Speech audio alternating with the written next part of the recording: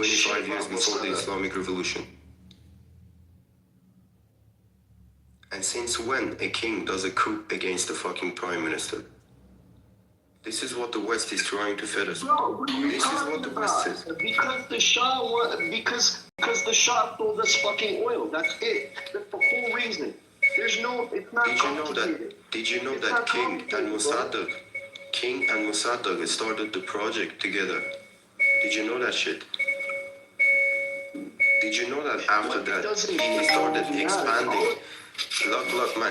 He started expanding that project, nationalization of oil, yeah? And that was the reason that 79 was supported by the West. That's the Western propaganda, okay? No, what you're saying is Western propaganda. That this was an internal revolution, not backed by the CIA, not backed by, Zionist, fucking British imperialists as well. Like, are you fucking kidding me? This is Western propaganda. They say it was an internal. With no outside. It was internal without any support. This is what the West is saying. You are giving me Western propaganda. That's bullshit. That's not the Western propaganda. No. You are giving me Western propaganda. Look, when you talk about Mossadegh, that's fucking Western propaganda. Pure shit. Oh, bullshit. No, go read, man. Go read. Propaganda is pro-Shah. Go read. The West has always been pro-Shah. What the fuck? Pro-Shah my ass. Pro-Shah my ass. Khomeini was in banishment and all these IRGCs were on the street. Carter was saying, oh, democracy, where's the freedom? Democracy. Khomeini needs more rights. These terrorists need rights. They are freedom fighters. They are not terrorists. Take them out. You fucking dictator Shah. And then they were out. You see what happened? This is Western. This is Western intervention. This is Western intervention. They shoved up the democracy up our ass, yeah? And we are seeing the democracy that West put on us. Why is that the opinion of pretty much every fucking Arab person that I talk to? How is that Western propaganda? I have no idea what you're talking about, man. Tell me the fucking opinion. The opinion is that every regime change that happened in the last 20 years, more than that. I mean, the fucking Iranian Revolution was in the 70s. So it's been for the last fucking, Okay, Carter came. There is fucking evidence, yeah? Khomeini was in Paris. Khomeini was in Paris. First, you're going to claim the 79 revolution happened just because of the West. Is that right? Exactly. No, it's all not true. All of them were in prison. It's not true. It's not true. All of them were in prison. It's not true, bro. It's not true. Stop the cap, okay? Okay, tell me. Yeah. The West helped set the stage, but oh shit. Let me see. Hold on a second. Got a message. Hold on. The West used these scumbags to destabilize the whole region, so that they can go to the region. And Israel didn't do shit because it was in Israel's profit. Can we at least just agree on that shit? That it was Western intervention. I said nothing about Israel when I talked about the Islamic Revolution. I never mentioned Israel. You just fed me Western propaganda, man. I mentioned the U.S., the CIA, and Britain. That's it. Okay, there is documents in CIA. So I'm gonna read it out to the room because I like to base the facts because now it wasn't just because of the West. It involved a lot of stuff. The 79 Iranian Revolution was not simply because of the West, but Western actions were a major underlying factor alongside internal anger at the Shah's dictatorship, inequality, and religious cultural backlash. How the West helped set the stage. 1953 coup. Key root cause: the U.S. and U.K. overthrew elected TM Mohammad Mossadegh after he nationalized British oil and restored the Shah with strong CIA M16 backing. This entrenched the view that the West blocked Iranian democracy and used Iran as a client state. And then the backing the Shah's autocracy from 1953 to 79, Washington and London armed and financed the Shah, helping build Savak with his security service and tying his rule to Western interest in oil. Westernizing from above. The Shah's Western-style modernization and secularization, white revolution, hijab restriction, cultural westernization, alienated clergy, and many traditional Iranians who saw it as foreign imposed and anti-Islamic. Late abandonment in 1978 to 79 as protest grew. The Carter and Callaghan governments wavered and then signaled the Shah should go. To many elites, this confirmed that Iran's fate was in Western hands, deepening conspiracy narratives. And the internal drivers, why it still would have exploded: authoritarian rule and repression, one party, monarchy, censorship, torture, lack of political outlets. Can you please tell us, was there torture under the father of Shah? Yes, there was torture, yeah. Oh, okay, and you want the same son to be? No, I don't want the same. I want to create a new regime, democratic one. Okay, democratic. It's not going to. There is no. Like those guys that were in the regime. So let me explain. Yeah, it to you could maybe bring in somebody new on there, but at the same time, you shouldn't be supporting. No, you just proved my point, Amir. You read documents from CIA. I didn't say. Hold on a second. I didn't say all of it. I said some. Yes, the U.S. did play a role, and it was connected to Mossadegh's. What happened during the Mossadegh's time. Over oil. Oil and whatnot. Yeah. Yes. But why Khamenei was in banishment? Khomeini was in Paris, and a lot of these terrorists who were just burning cinemas. So let me ask you this: you want mini skirts and bikini back in Iran? Is that what you want? No, that's not what I just want. like the grandfather of. I want to make a new regime. No, but do you want the bikinis and No, I mini don't want skirts back in bikinis. Iran? People can wear bikinis. Okay, what do you want? You want to watch porn? You want to watch porn inside Iran? You can watch porn inside Iran. No, but what are you trying to do? Are you trying to run a porn industry inside Iran? Is that what you want to do? Is that even fucking relevant? Yes, it's a question. It's very relevant because I came across I want basic freedom, man. I'm not that. Okay, do you want? You want to be a I don't have fucking basic oligarchy ruled by billionaires? Yeah, hell yeah. Why not? Why not? Why should I choose my people? Why should I choose my people being killed over so that the billionaires cannot rule? You see how stupid that is? You want to be Gaza be ruled by billionaires? Palestinian There's billionaires? no neutral regime that's going to take over Iran that is not loyal to Israel. No, you are just pro-regime. You have to just pick want your the regime poison. be there. Pick That's Islam. another... Pick Islam. If you want to be there, then there is nothing to talk about here. But the West the Islamic regime orchestrated or that pick Israel, revolution bro. and There is no other option. shoved the fucking democracy and freedom up our ass, yeah? And all these programs came, and you are trying to fit me with Western propaganda, CIA and MI6 documents that they made and lied about. It's not You say Reza Pahlavi is a puppet, yeah? But 40 years they were funding his enemies. They wanted to put fucking leftists in our government so that they make us rainbow. They make us rainbow shit and vogue. And we destroyed the shit.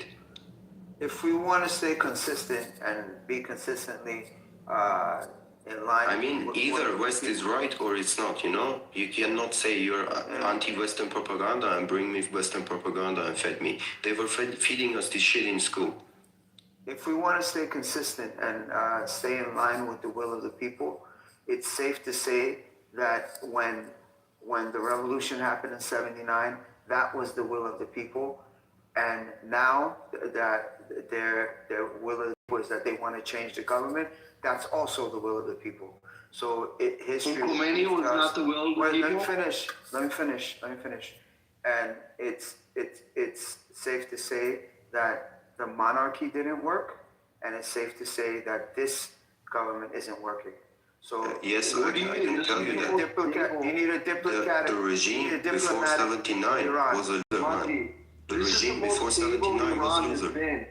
This is the most stable Iran has been economically. Stable my ass. The civilians got killed just 2 months ago. Even put aside the civilians were killed. There's water shortages. I cannot do that, man.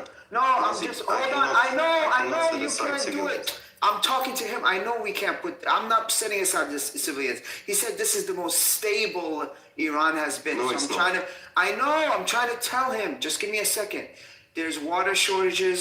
There's electricity problems left, right, and center. There's no jobs. the conversion rate for the all the fucking conversion. resources, No, dog. I'm talking about right now. The conversion rate for money is in the shitter.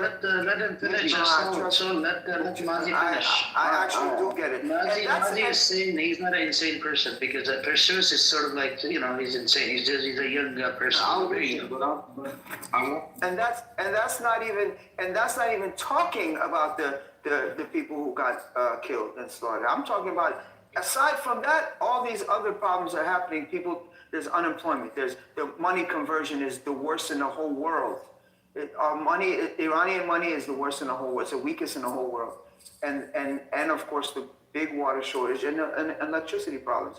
And that's Mazi, you gonna be with us for a while? You gonna be with us for a while? Or? Yeah, I have like a 45-minute drive. So yeah, I'm with you. Okay, you're gonna be with us. Hey, Mazi, but you understand that during the rule of the Shah, Iran sold a shit ton of their resources. Okay? No, I'm not disagreeing with that. That's why there was. You mean selling oil to Anwar Sadat when he was in war with Israel? Giving oil to Anwar Sadat when he was fighting Israel. That's what you mean? That stays on par with what I was saying. I said that was the people were not happy with him, so they did it and what they were doing. So they had a revolution, will of the people. And now the people are not happy with the government and what they're doing. So there's a revolution bubbling, will of the people. Once again, it's consistency. If we're gonna stay consistent, let's stay consistent. I'm with what the people want. That's all I'm saying. I don't believe in democracy. I think people can be swayed. I think people are fickle. I think the masses just are so easily brainwashed. This is leftist West propaganda you're saying. No. No, you need to understand that. I'm not. Listen, I'm a. Just think about it. I just let you speak, yeah. But think about it a little bit. I don't We believe in destroyed democracy. it. You can do it also. Oh, so you want like a dictator, like you're cool with a dictator. I'm not trying to like poke at you, I'm just saying. I'm cool with a centralized government. I'm not cool with a dictator. I'm cool with the centralized government. I'm cool with government control of resources. I'm cool with basically a country having its own sovereignty in a sense of nationalism. Mm-hmm. And, it has to be for the people, okay? When it comes to selling resources, okay, you can't sell off an entire country's resources and then expect them to be stable for the next, 20 years. Like, Iran has to recover. Iran has to recover by not having these diplomatic relations with capitalist countries because they're going to exploit them for their resources. And if we have another Western propaganda. You're putting it. Worse. It's only going to get worse. I mean, it does boil down to leadership in that regard. I'm not going to disagree with you there, but this leadership is clearly not working.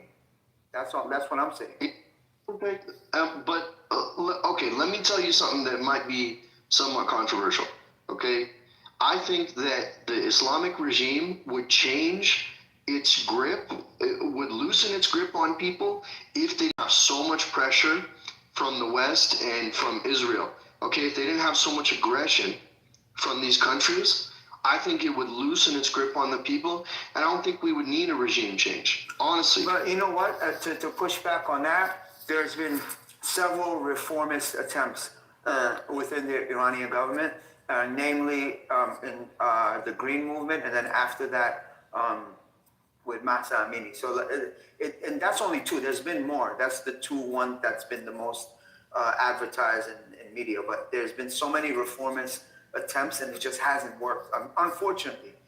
So I don't know if that's a feasible solution at this point. But Mazi, have the Iranian government been giving a chance for the last 47 years to mature enough to release whatever pressure they're applying? Okay, Jindip, I'm gonna tell you a quick story. When Ahmadinejad was the president, during Ramadan, he used to come to New York. He did this 2 years in a row. He used to invite Iranians to come have iftar, right? And in that iftar, very good food, by the way. So I would go, and he would speak. The first time I went, he spoke. It was cool, whatever. The second time I went, he said something very interesting. He said, we've been having sanctions, and he was talking about America. He said they're imposing sanctions on us, and they are not letting us do anything for, at that time it was like whatever, 30 years, 35, whatever it was, 30, 35 years. And he said, we have built our own resources, we have our own scientists, we have our own technology, and we have our own things that we built on our own. And he said, we've been here for 8,000 years. Do you think a 400-year-old country is going to destroy us? And he laughed. So what I picked up from that is that, yes, they have been able to build up their own stuff, even with the sanctions. Has the sanctions messed them up a little bit? Yes, it has. But that can't always be the excuse and say, oh, sanctions, sanctions, oh, sanctions, sanctions. At some point, you have to, the government has to take responsibility for their mismanagement. But it's not just sanctions, bro. It's literal military.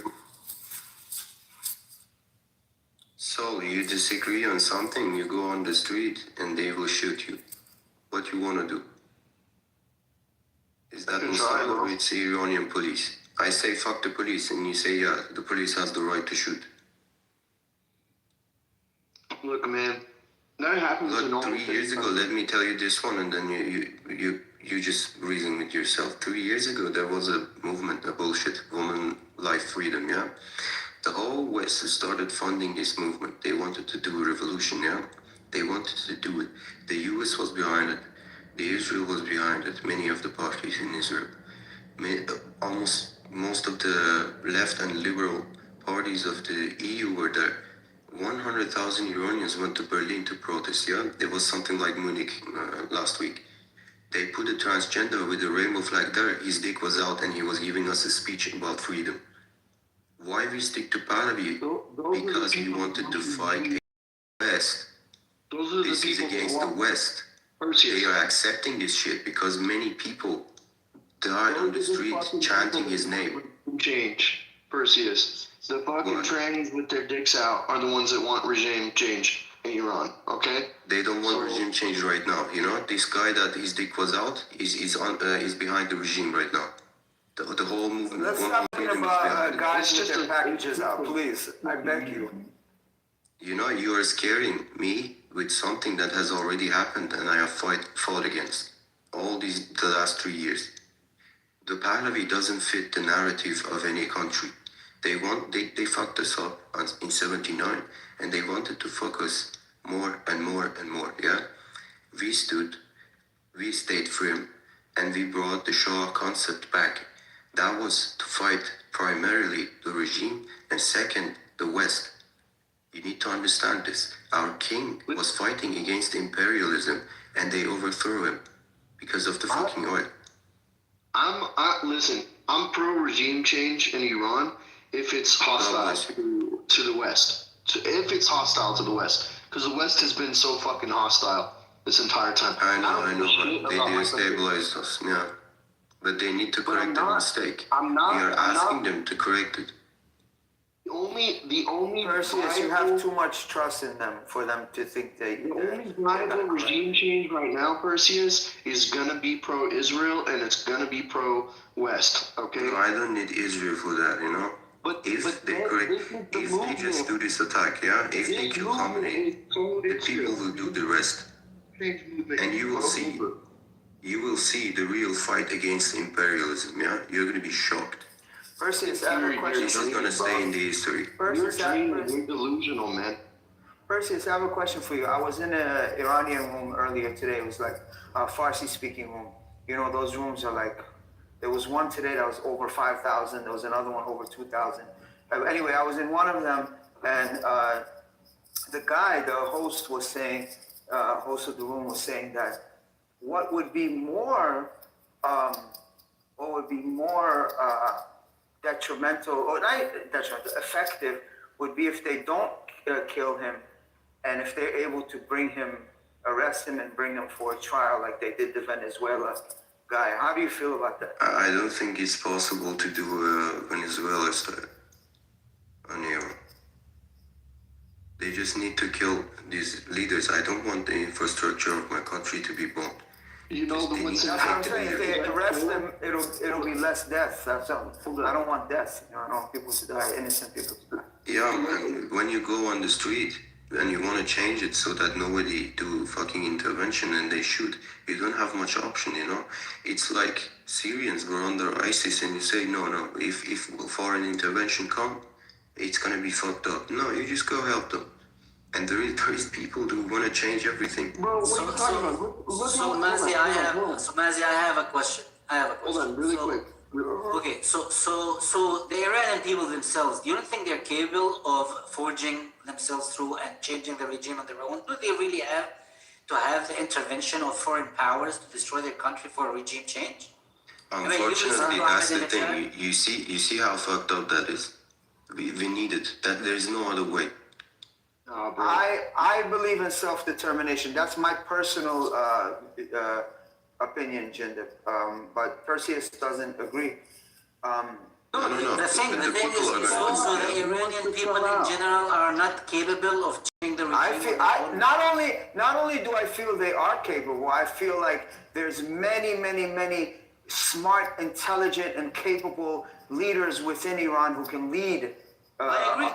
They don't Yeah, need the young people. Yes, lives I agree. will be lost. Lives will be lost. But we don't need some old guy who's been out of Iran for 4 years to come and say, hey, I think that's the only way. I don't want fucking leftists from EU and come install a rainbow government. None of them should come. None of them should come. It should be within Iran. Only Yes, Iran. and it comes from within. Did you see what happened in the universities today? In the universities, they were saying Javid Yeah, Shah. I heard. Yeah. Yes, did you see that? This is the will. This is the will. Will of the people. I'm not just talking here because No, Perseus, I will say this, Perseus. I don't. Wait, fam, 1 second. 1 second. If the people, majority of the people vote for this guy to be the leader, even though I don't like him, even though I think he's a piece of shit, even though I think he's not capable and he's not a leader, I will have to agree, not agree, but I will have to tip my hat and be like, okay, this is what the people picked. But I don't think the people will. I don't believe that the majority of Iranians are gonna, they're smarter than I that. agree. I don't think yeah. they're gonna pick him.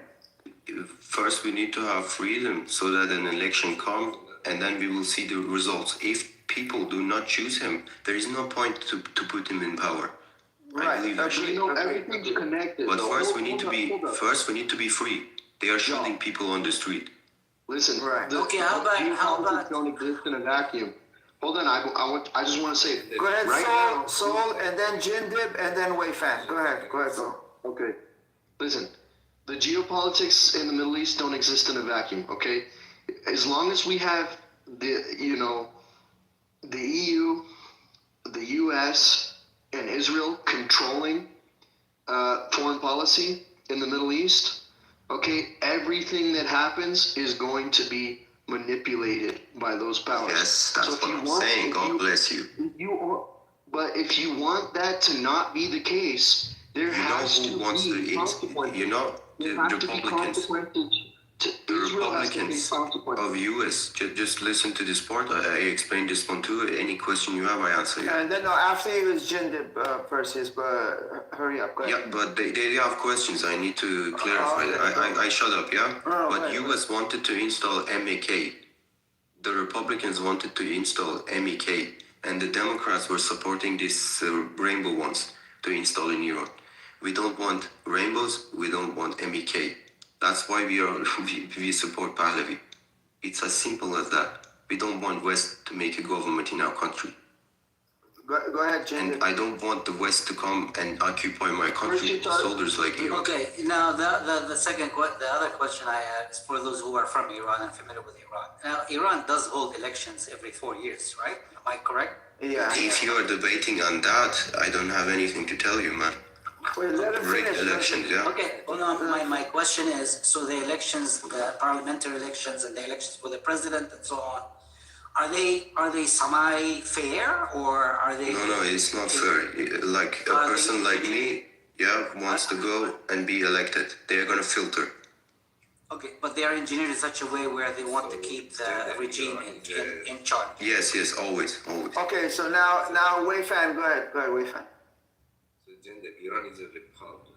In a republic, people. Wait, fan, your mic is low. Can you speak a little louder or get it closer to Can you your hear me? microphone? Can you hear me? Can you hear me? Yeah, that's better. That's better. Is that better? Yeah. Is it good? Yes, sir. Yes, yes. Gender, Iran is a republic, like United States. In a republic, elected people decide who can go on ballot. So this is a very different thing between a democracy and a republic. Republic is a chosen people decide who goes on ballot. So it's a government of chosen people, it's not government of people. So in Iran, people who go on ballot are selected by chosen people.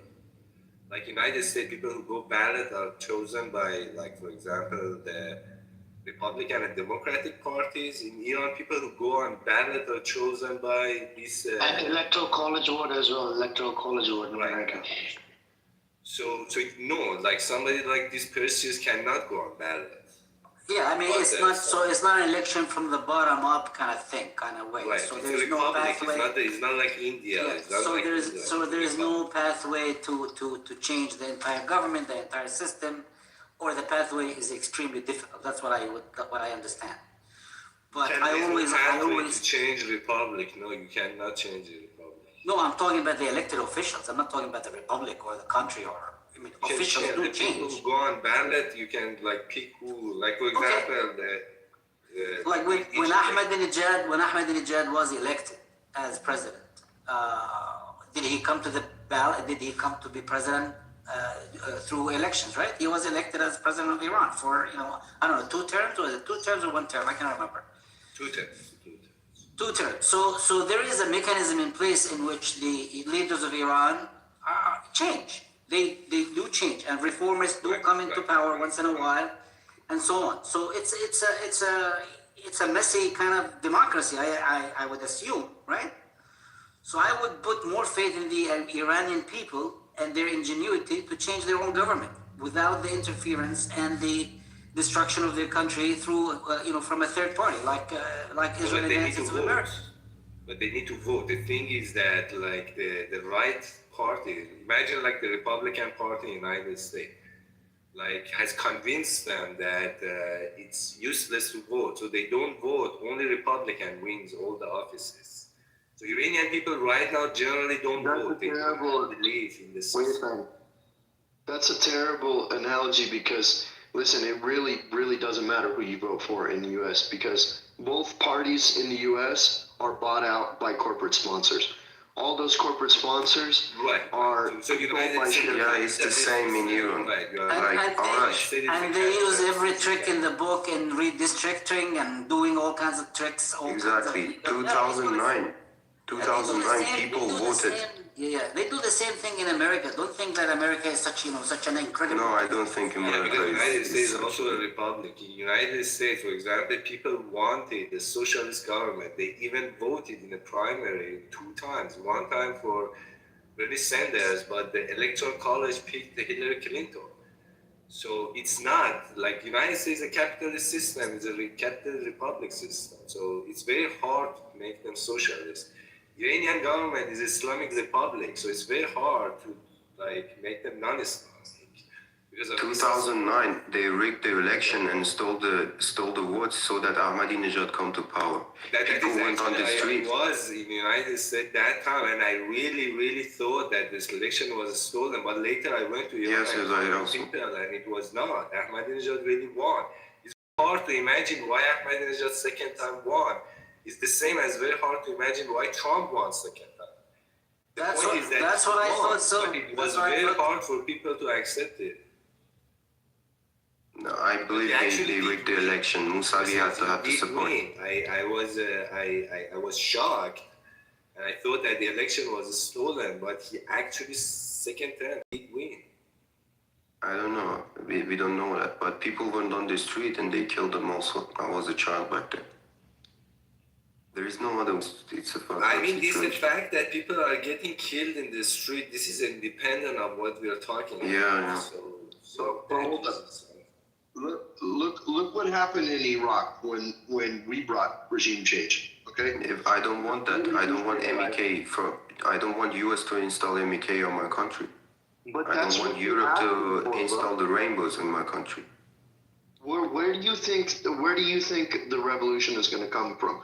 Who do you think is going to fund The people. the regime change? The people. No, no. You say no, I say yes. That's just an opinion. We need to see what happens. It hasn't come yet, but I can tell you, the people have the will to change. People like Arash Veifan, I thought until today that he's IRGC man, but he's not. People like Arash are gonna be there. I'm gonna be there. Many people are gonna be there, man. And we are gonna do an election if we want a monarchy, if the people want a monarchy. It will be that. If the people don't want a monarchy, it will be a republic, but a democrat republic that doesn't shoot people, and it hasn't been installed by the West, by US or EU policies. That's the thing. Arash is going to be there. I'm going to be there. The parties are going to get opened, and we will see what happens. But in freedom, without the foreign intervention, without the boots on the ground, occupying my country and bringing the rainbows and MEK in my country, we're going to do it independent. That's why But you realize there are people who are paid to pose as Iranians. I know. Okay? We defeat them mostly. They were getting fined millions of dollars in the West. They were spending on these rainbows and MEK, but we defeated them all here. Why we go on the street protesting in fucking West? And whether we like it, or whether we admit it or not, Mossad was infiltrating. Maybe not to the amount that some people are saying, but they were involved. They were disrupting, and they were manipulating. Yes, there is some parties in Israel who support MEK. There is the other ones who support these rainbows, and there is another part that supports the separatists. I don't want any of that shit. You see, Israel and Lindsey Graham are supporting Keynes because the people just chanted his name. It's as simple as that. It's because we were on the West. There is no fucking point in protesting in the West. If you want to make your country free, you just go there and you go join the protest or rebellion, revolution, whatever you call it. We were here protesting so that they don't start a project in my country. That's the thing. You are anti-imperialist. I am anti-imperialist too. We have been for more than 100 years. The mullahs were working for the British for more than 250 years. Arash can say that. Arash can explain it to you how they were controlling our Who's country. Arash? Veifan. Oh. Yeah, me and Veifan, we were cursing each other's mom last night. Yeah, I know. I was there. I was trying to calm you down. Then you cursed me out. It was a fucked day. Barashi Darash. I'm kidding. I didn't mean it. Yeah, I thought you were a GC. No, Yeah. Cursing is no problem. See, the thing is that as long as we can communicate, so cursing at the beginning is like we are all like deep down like dogs. We first bark at each other. And You somehow made me think you were RGC. That was the RGC there. You were supporting his statements. He was doing propaganda, and I thought I you're really with him. want, and I would like you guys. God bless you, I man. have God been bless through these stages that you are going through. Like, and right now I'm 44. I have been 24. And I'm telling you, you are acting like a baby, and I want to help you so you don't make the mistakes that I made. Yeah, I understand. I don't want to make it. But when Iran is free, you're going to be there. And if I have any question, I'm going to ask you. This is you need to be practical. So, in order for a change to I know. happen, Too many people you need to killed. be able to- I come here and I try to talk to people, then they call me Zionist, and somehow I'm a Jewish Israeli, and then it makes me fucking angry. My people died. I'm trying to tell the truth here, and somehow. The reason that they are dying he's still crying. The reason that they are dying is they are making the mistakes that you are making. See, if you really want a change happen, going into the street and shouting and burning things down is not gonna bring change. You need the reason that the revolution of 57 happened, 1979, is that there are people, intelligent people, which were able to formulate what is the problem. Right now, you cannot form. Yes, I do believe, yeah. But they made a lot of What mistakes. is the Yeah. problem that you have? What change you want? Can you elaborate? Like I don't want this regime is not a request. I don't want to be killed if I burn a mosque is not a request. Like you cannot go in the United I think the States and regime I don't burned the want mosques the United because States a video government. came yesterday They kill you. and the mosque was burning. People were chanting, "We don't fight against So Islam." can you tell me Did you what see you that? want? I want freedom, yeah. The first thing Okay, so freedom is to of what? destroy You the want regime. to be free to say whatever you want? Yeah. Iran? So do you right now, if you go in Iran right now and say, fuck Khamenei, do you think somebody will arrest you? You answer me, man. That's simple. I answer you, no, they don't. I go to Iran, I went. Since when? I was in Iran like last year, last summer. I went and talked to people. I was in the street for 3 months just talking to people. Everybody was saying, fuck Khamenei. Yeah, because it's so. Everybody say that they cannot arrest everybody. Okay, so there's That's the thing, yeah. Here's the thing. What else you want? So you can say whatever you want. I mean, fuck Khamenei is the highest degree of freedom of speech that you can achieve in a system like Iran, right? So what else you want? But you cannot go in middle of the street and say, "People, let's fuck Khamenei." Khamenei No is a shit, dictator. dog. You cannot say that shit. No government is going to stand by and watch a revolution happen without some oppositional force. Okay, we're talking about two So very. they need to shoot people with G3 guns, yeah. No. Again, you are How getting many here. realistically? How You many said people freedom of are speech. being Man, realistically? you are justifying. With your own eyes. You are justifying the retaliation of Israel on Intifada. How many people with your own eyes have you seen murdered by the regime for speaking? Nah, so we're not gonna do that. We're not gonna trivialize people's deaths. I'm not saying it. Even if it's one, it's way too much. I'm saying it's being blown out of proportion, is what I'm saying. Yeah, And I'm not but, trivializing people's deaths. We've had this conversation as many times, whether it's 3,000, 5,000, 30,000, 50,000, all of that is too much. All of it. So then let's, and at best case scenario, it was terrible mismanagement by government officials, by soldiers, you know what I'm saying? And that's best case scenario, but it's just, if they were trained, they shouldn't have killed that many people. So it's just we've gone through over this number thing so many times. Yeah, I'm not They were almost toppled, you know. That's why they killed so much. doing things like this. I'm not. No, but I think Seoul is on to something. Mazi, if you look at the Iran International and how, and then the Pahlavi supporters, how they take it out of context, they're focused more on the numbers versus, the amount of people that were killed, 1, 2, right? I mean, we care about even a single life loss, it's a big thing. But when it comes down to these Pahlavi supporters, they're focused more on the numbers. Oh, look at this, it's a genocide. Because what they're trying to do is they're trying to support the Zionist narrative. We're minimizing the genocide in Gaza. So all this attention goes away from Israel and goes on to IRGC. And I have this big problem. I've been thinking about this for a long time as well, right? They come out, they're like, I go, where's the number? The Iran International says 36,000 some change. But then you have the human rights, organization saying 7,000. Iran government says 3,000. I'll go with 7,000. 7,000 makes sense to me, right? But the issue here is they try to minimize, they take it out of context.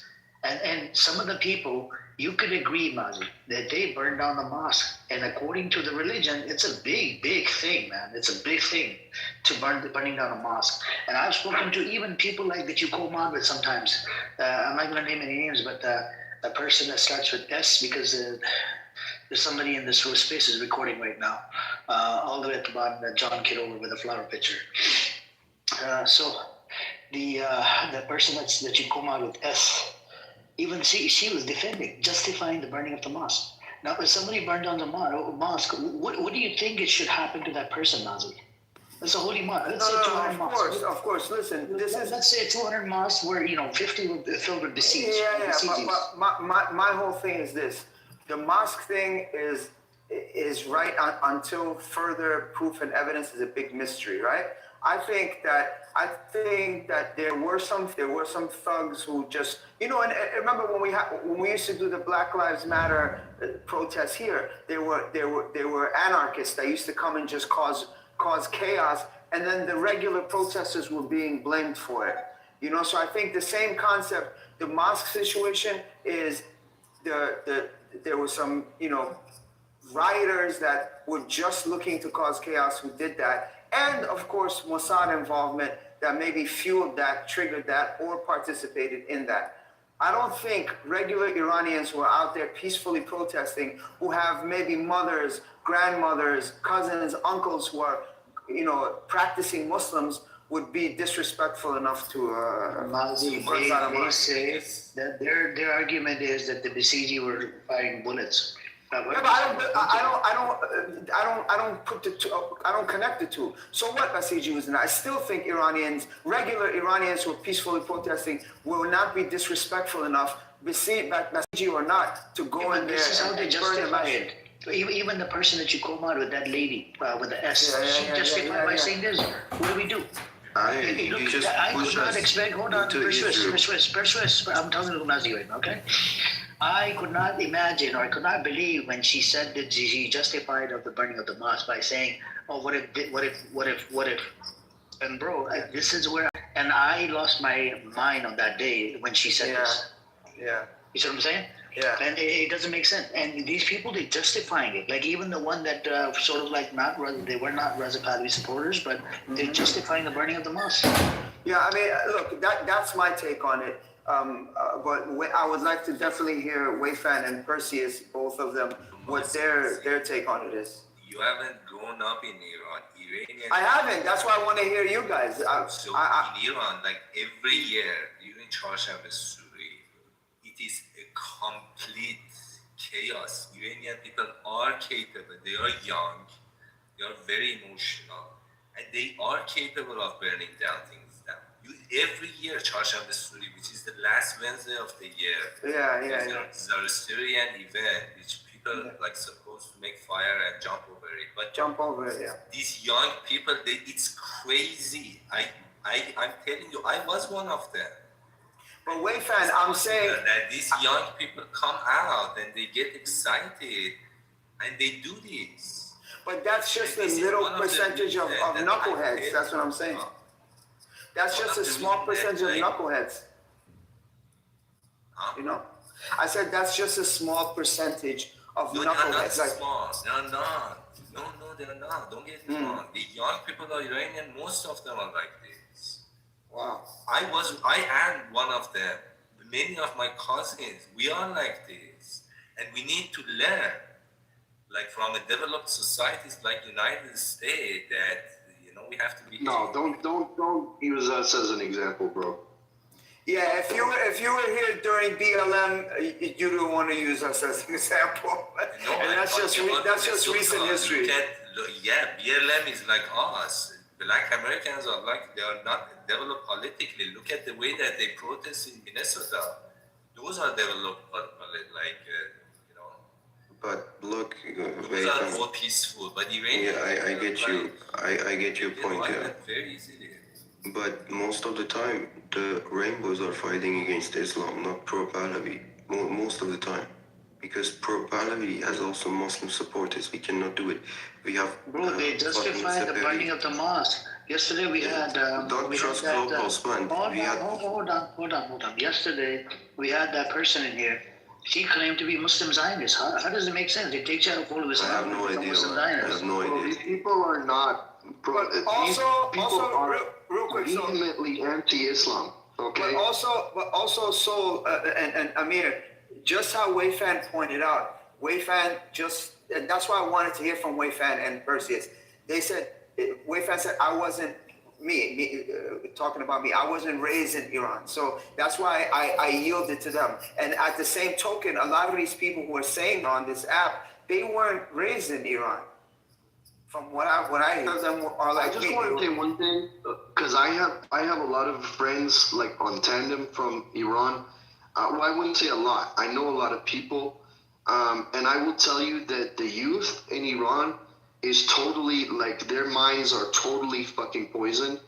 They At have least they don't read CIA documents no and Western they propaganda.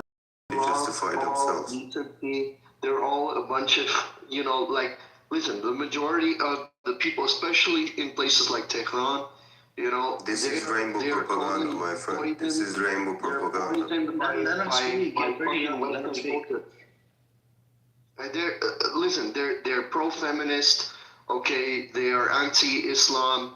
Okay, they're not just like wanting freedom. Okay, they are vehemently anti-Islam to the point where they will justify violence against Muslims if it promotes their cultural ideals. So this idea that there's this the people that are supporting a revolution in Iran, that they're somehow like reasonable, rational people with good morals, it's totally bullshit. Look, so Something else. 3 years ago, I the can't generalize like anti-Islamics that. came, yeah, and said we need to fight Islam so that we topple the regime. And they started spreading hate. This is rainbow propaganda. We just defeated them. Look, Ali Karimi yesterday made a tweet about burning Qurans. Yeah, just listen to this. And because so many of the fans of Ali Karimi and Pahlavi, like my uncles, like my aunts, they are still Muslim. I'm not coming from Mars or something. I was also born Muslim. Maybe I come back to Islam after this story is finished. But anyway, when something like this happens, like Ali Karimi tweeting that people should burn Quran, he has to delete that fucking post because it was disrespectful. But the rainbows 3 years ago, you're saying feminist stuff and woman life freedom. I told you, we just pushed them to the corner. They are not in the question anymore. They lost it. People on the street are saying Jari Shah so that they don't say woman life freedom, because woman life freedom is a symbol of rainbow feminism and anti-Islamic fights. I don't want anti-Islamic fights. I don't want rainbow. I don't want any of that. That's the reason, As soon as you understand this, everything gets easier for you. So this is actually the problem. Like this, why these young people do this is not ideologic. It's not they are against Islam. 5 years ago, I said club. Wait, Fan, your mic is low again. Is it? What about now? It's still low. A little better, but still. Put it on max. What about now? It's a little better now.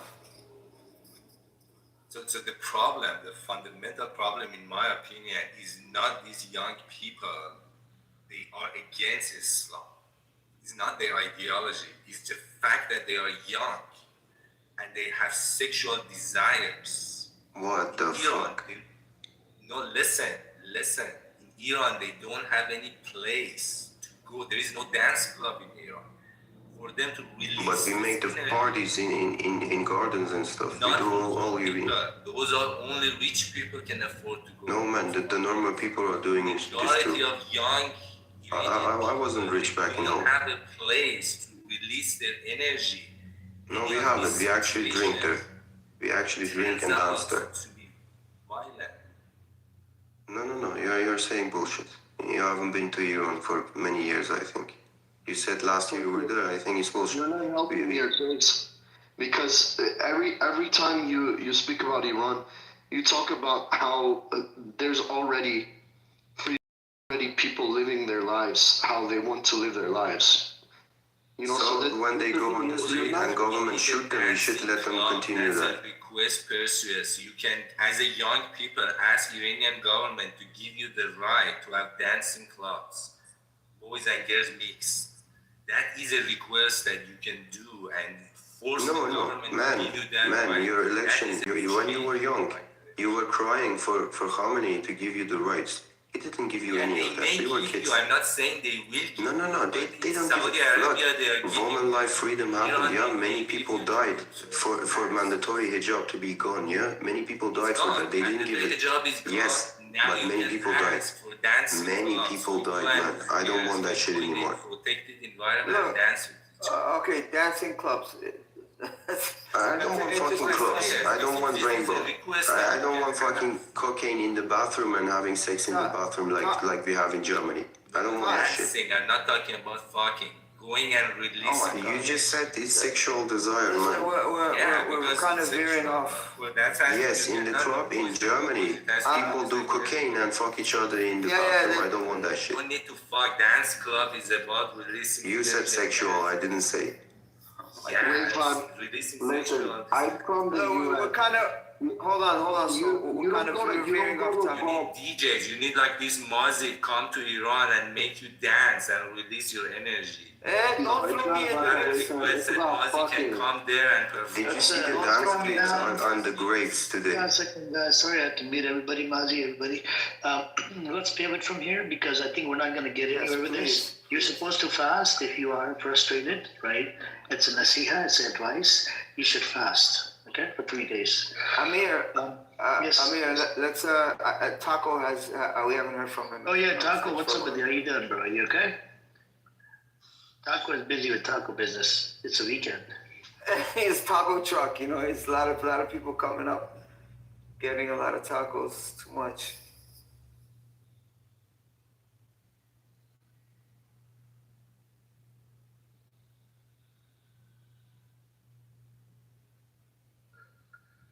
I think Taco is busy, but anyways, I versus. just have something to add.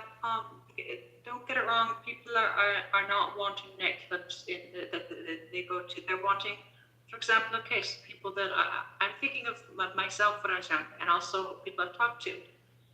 For example, the Olympics. There's people who want to represent their country, Iran, at the Olympics. Meg, do you know what the Olympics is used for? It's used to install police states in countries. Okay? Jesus fucking They Christ. trump up. No, this is well known. Okay, this is why so many people are protesting the Olympics. Okay, what they do is they trump up. It's because Russia is allowed to perform under a flag of fucking murderers. Who gives a shit about the Olympics? That to you is freedom. That's democracy. As an athlete who woke up every day at 5 a.m. to hit the pool, yes, that was an accomplishment. That was my You are so and I made privileged and national team. disconnected. Your lifestyle, your family, all of your history, like you are so disconnected from reality. Like I don't even respect your opinions. Really, I'm disconnected from reality in detail. So Okay, James. okay, hold on. Hang on a second. Guys, Hang on, please. Hang on, please. I'll give you the mic in a second, lady. Hold on. The question, so both things can be true. Somebody that's going there for whatever, athletic or Olympics or whatever, and the other side, sure, we could say that maybe there's some people that go in there to set up like a small headquarters or whatever to spy on people. That's possible. I'll give you one example. So during the Maccabi fans attack that happened in Amsterdam, there's a report from Jerusalem Post 3 days prior to it. They actually, Assad was actually present in, Amsterdam, by the way, in Netherlands. And I don't know what they were there for. You see what I'm saying? And they were there 3 or 4 days prior to it, and I think this was all a setup, how they were chanting hatred towards the Arabs and saying a whole bunch of stupid things. Even when they were, having a moment of silence at the game for Spanish flood victims, the Maccabi fans could not, shut up. And these were Israeli Maccabi fans. They come from Israel. Very disrespectful, right? And it turned into like a shit show. And then you had the police officer, the head of police officer from there came out and said, yes, this was done. This was actually started by Israelis, the Maccabi fans, not by the other side. But anyways, a lady wanted to chime in. Go on, lady.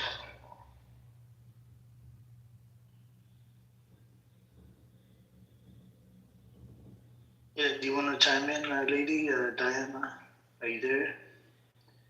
Are you on mute, by the way, Didi? Are you there? Yeah. Sorry, guys. Okay, so there's so much to be said about politics, right? But it's like, I think Perseus, he has his way and he wants the style that he wants and he believes in what he believes in and he's ready for the war and he's like, I'm gonna fight for these things, okay? And that's okay. I think that's a good point, right? Because a lot of the like way that these things have been pushed on us is not good for us, right? It's like everybody should have their own personal agenda, and then political agenda is separate. Your personal agenda, the way you want to have sex and all that other stuff, that's personal, right? I don't want government to be involved in that unless there's children involved in that, right? And then when you're talking about all these concepts and ideas, Zionism and the spread of Zionism, it spreads so fast. I have to take care of what I have to take care of. My country got the hurricane last year. I think it was something that was related to Netanyahu, and because he was having talks with the Jamaican Prime Minister about creating, cities in Jamaica, and now it's demolished. Nobody really came there. Nobody really gave any donations. It's beyond me, right? We were one of the best countries in the world, and nobody helped us. So, what do we do as a community, as a group at large? First, we need to make sure that we're okay, personal, then your place of origin or whatever, then the world, right? So take the micro first, and then go larger and larger until we're all good. And fuck everybody that loves this fucking idea of killing other people. We're in 2026, okay? People eating children, 800,000 children missing in America every year, and they're ending up in fucking dog food cans. It's over 400. It's over 400,000. It's crazy, okay? Yeah, but 90%, more than 90% of them have been recovered. They get recovered. Guys, And a lot of them are runaways from the house. Hold on, a lot of them are run away from the houses. Anyways, continue.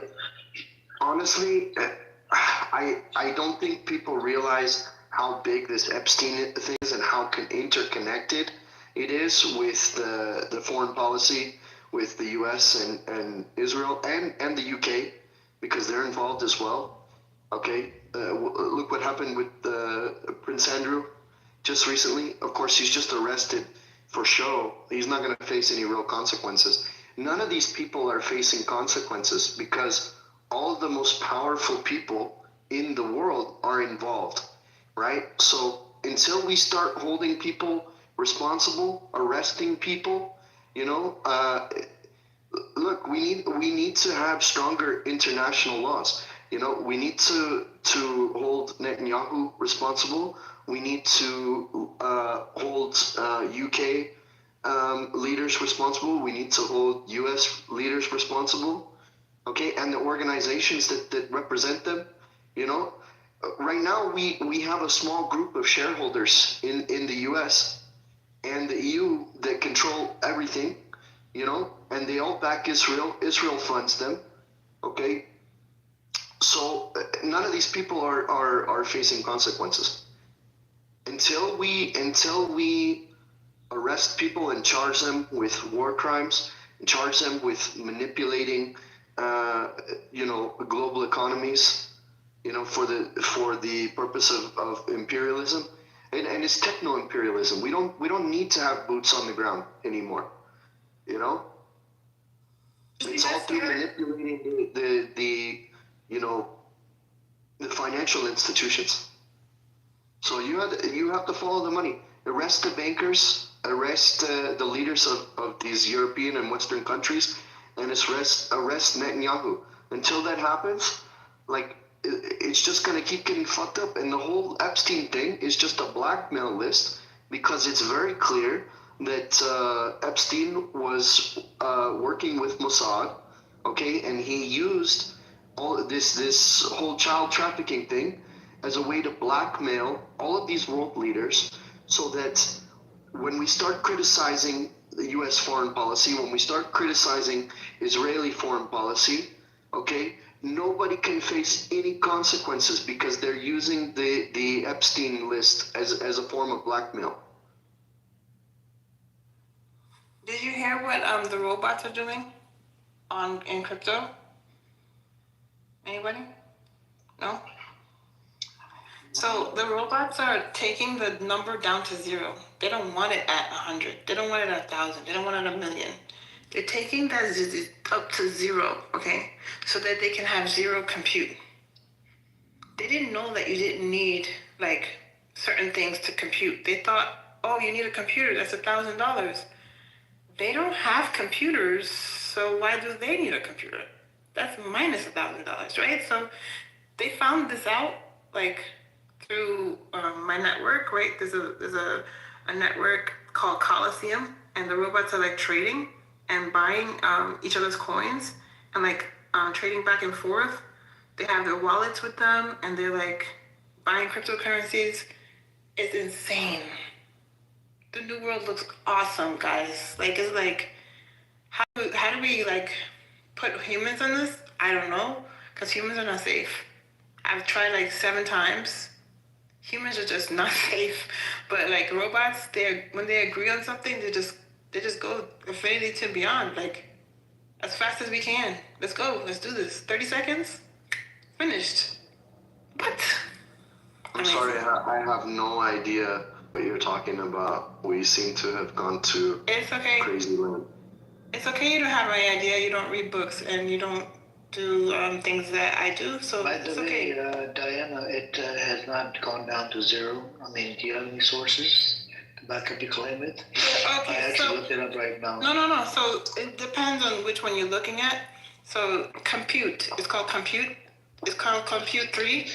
I'll show you the one. Because in this space, I like to do fact check and. Yeah. Don't worry. I'll show you both websites. I'll show you both websites. You can put it in the chat if you can. Thank you. Lady Diana, where'd you get your turtleneck from? Your mom's house? Ah! Looks like you got an Adam's apple. Oh my God. Let's keep it clean. Let's keep it civilized. I think we're not. Mazi, how you been? You okay?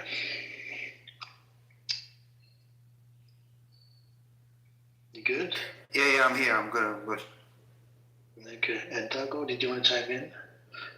I already did. Oh, okay. Okay.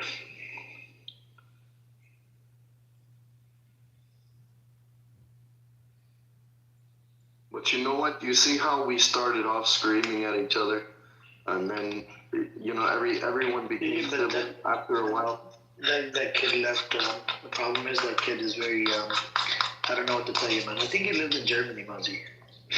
That kid. Perseus, yeah, he said he's living in Germany. Oh, he doesn't live in Iran? I don't think I so. don't know if he's That's crazy. I think so. born in He Iran, lived in Germany. but he said he's Iran. That's crazy. I thought he made it seem like he lived in there. No, I think he's ethnically Iranian, but he doesn't have a Iranian accent like. Yes, he does. Yes, he does. So, yes, he does. He does. He almost sounds like he has a British accent when he speaks Farsi, English. Yeah, it could be from Germany or Europe or one of the European nation countries. We're gonna find out. I'm gonna ask around. Do you guys know anybody? Anybody this guy knows Perseus? I'm sure John Kitover knows. John Kitover, you probably have a clip. He records in the room. John Kitover. if you ever want to get details on anybody, any dirt, he has all day. Norm calls him every time.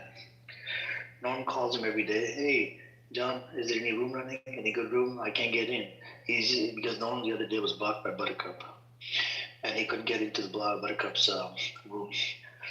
And he's like, okay, where do you have it streaming so I can go watch it? That's crazy.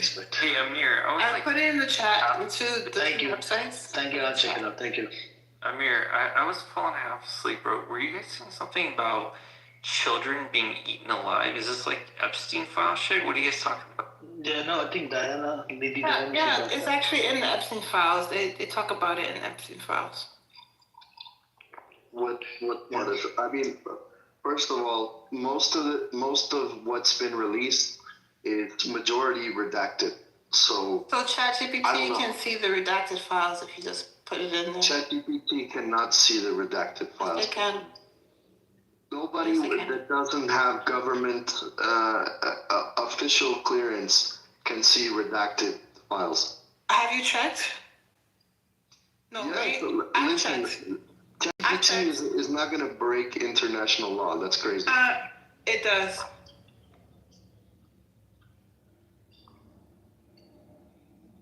So ChatGPT, you said lady could actually break open the redacted files. Right, because the file is not redacted already online, and online is immutable, right? So they already sent the website 10 years, I mean, the email 10 years ago, right?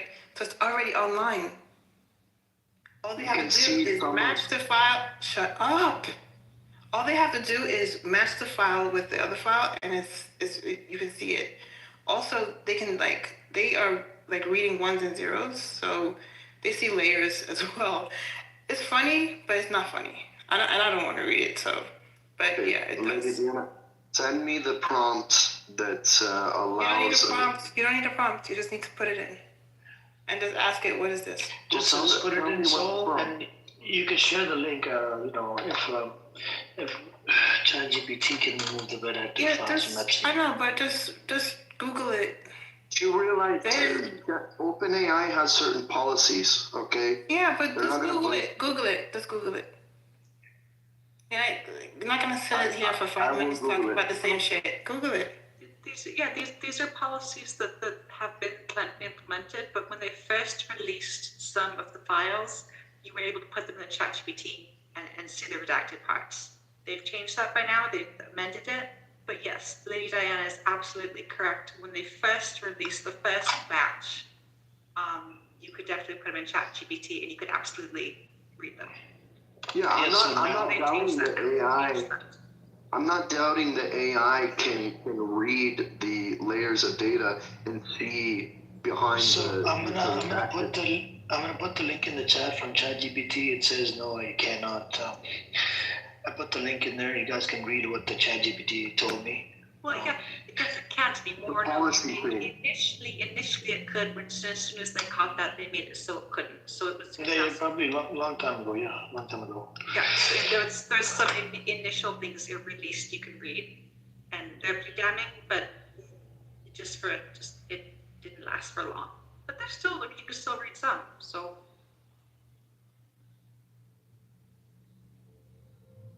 We're talking about the most recent release that happened late last year. There's nothing redacted that anybody can see without doing some sort of, illegal tech maneuvers. And all of these AI companies, they have policies. They're not gonna, even though AI, I'm sure, has the capability of reading redacted files, 100%. But if the policy of the company it doesn't allow it, it doesn't matter. Well, you have to. There's a lot of problems that they've realized with AI that they've then changed it so it's not allowed to do certain things. But before that, they didn't realize it was able to do certain things, and so they've definitely changed policies on OpenAI and on ChatGPT as to its capabilities and made it so that it can't do some things that they could do. They didn't know it could do. But no, it doesn't anymore. But I did not read about the babies they were eating, and that's disgusting, and I don't want to read about that. Ugh, Jesus. Really, you want humanity to continue on with this shit going on? Oh, Jesus, no. I think we're done. No, I want the file released so that we can hold people accountable for war crimes. Like I said, the human trafficking is just the blackmail. The deeper shit is, war crimes. Yeah, You no, know, absolutely. The But, U.S. and Israel are committing war crimes, and they're using the blackmail of the human trafficking and all these people involved so that they won't blow the whistle on U.S. and Israeli war crimes. That's yeah, it. It's not more complicated than that. held to account now. Okay, so if they don't arrest anybody, then where are we, right? We need to like just reorganize and be like, y'all are fucked up. Y'all go to jail, and we're over here. Y'all over there. Like, bye, guys. We don't want you as our like leadership. I don't want Trump. Go ahead and take him. Go for it, you guys. I'll offer a monetary reward for whoever steals them and puts them in the middle of nowhere. I'm not like you, Beg. I don't want to touch any of it. Get the right people on it. Like, there has to be some kind of tactical. Who are the right people? I alternate between wanting to either just like have this world be hit by an asteroid or just going off to some island, like somewhere way in the deep South Pacific and just disappearing and just having no more human contact. Haven't quite decided which one, but I might go with the no more human contact. Just bye-bye people. Too fucked up. Just sell the files to China. You think China cares? I'm sure they China does not care. Considering that China is one of the few global powers that recognizes the genocide, happening in Palestine, yeah, they care. But what they do about it though? Did they arrest Netanyahu? They could expose. Look, if the files were sold to China, they would expose it to the world through social media because they own most of the social media platforms, right? So, I mean, why do you think on social media we're allowed to speak out against Israel? Right? Because of China's investment into social tech. That's the only reason. That's the one area where China has more power than any other country is when it comes to social media and social technology. Right? The only reason we are allowed to know about what's going on and everything isn't being censored is because China is allowing the information to be put out there. Right? China is the biggest investor in social media.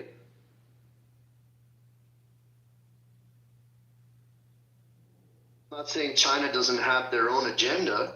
So Diane, When it comes to Israel, that you posted, the first one is bullshit, right? It's some hackathon agent website. The No, second one, it's made by. It doesn't talk about Hold on a second. It's made by the bots. The first one, they made the site. Yeah, but That's it the doesn't first talk thing. about the computing power going to zero. That's the thing. Like, Okay. you made a claim already that Bitcoin power going to zero. Not Bitcoin, their coin. Their coin, oh, okay. Which is their, what is their coin? I never heard of their coin. Their coin is the second one. Yeah, I'm looking at it right now. It's not at completely zero. It says 0.00021544. Right, and they just started. Let them do this thing. Why?